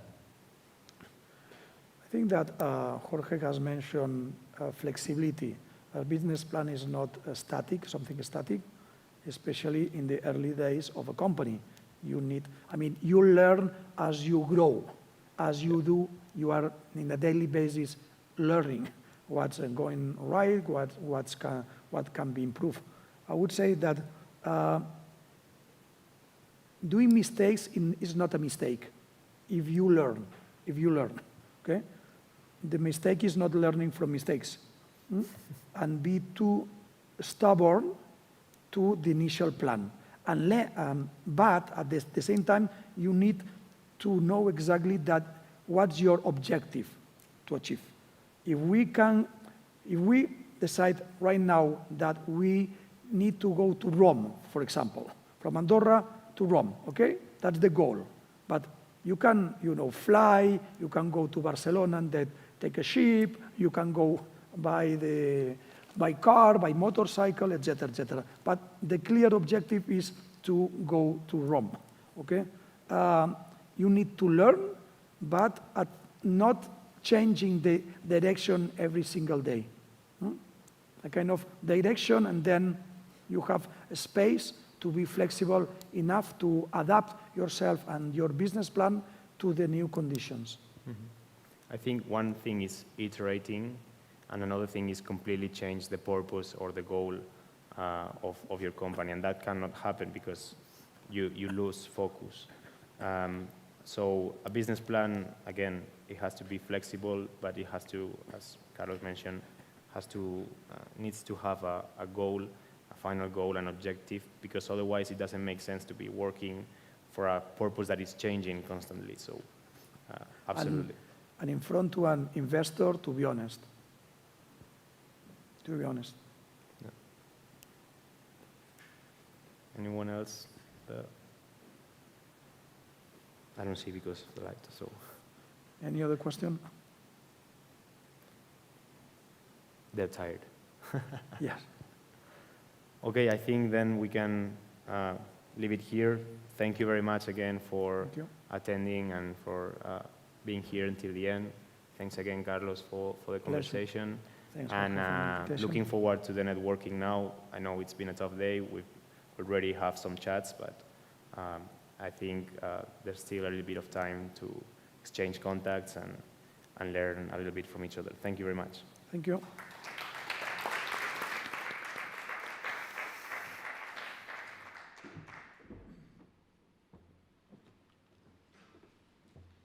Thank you very much, Jorge and Carlos, for this last conversation. We are at the end of this first edition of the Andorra Sports Innovation Summit. Thank you all for attending. I believe we have had a very interesting day speaking of different sports and how to innovate in these fields, mainly in mountain, cycling, and also winter sports. I want to say that if it hasn't been clear during the different conversations and roundtables, Andorra is one of the perfect places to innovate and to do business in those sport fields. And I encourage you all to contact us if you need more information to that end. It is my pleasure on behalf of the Minister of Presidency, Economy and Enterprises, also from Andorra Business and Andorra Research and Innovation, and also the GSIC, to conclude this first edition of the Andorra Sports Innovation Center, and inviting you to this networking session that we are going to have just downstairs, and to meet with Jorge again in a more relaxed environment, and all the other panelists that we have had here today. It has been my pleasure to follow this first edition of the summit, and to see you the next year with some novelties to our renewed agreement with our partner, the GSIC by Microsoft. Thank you all.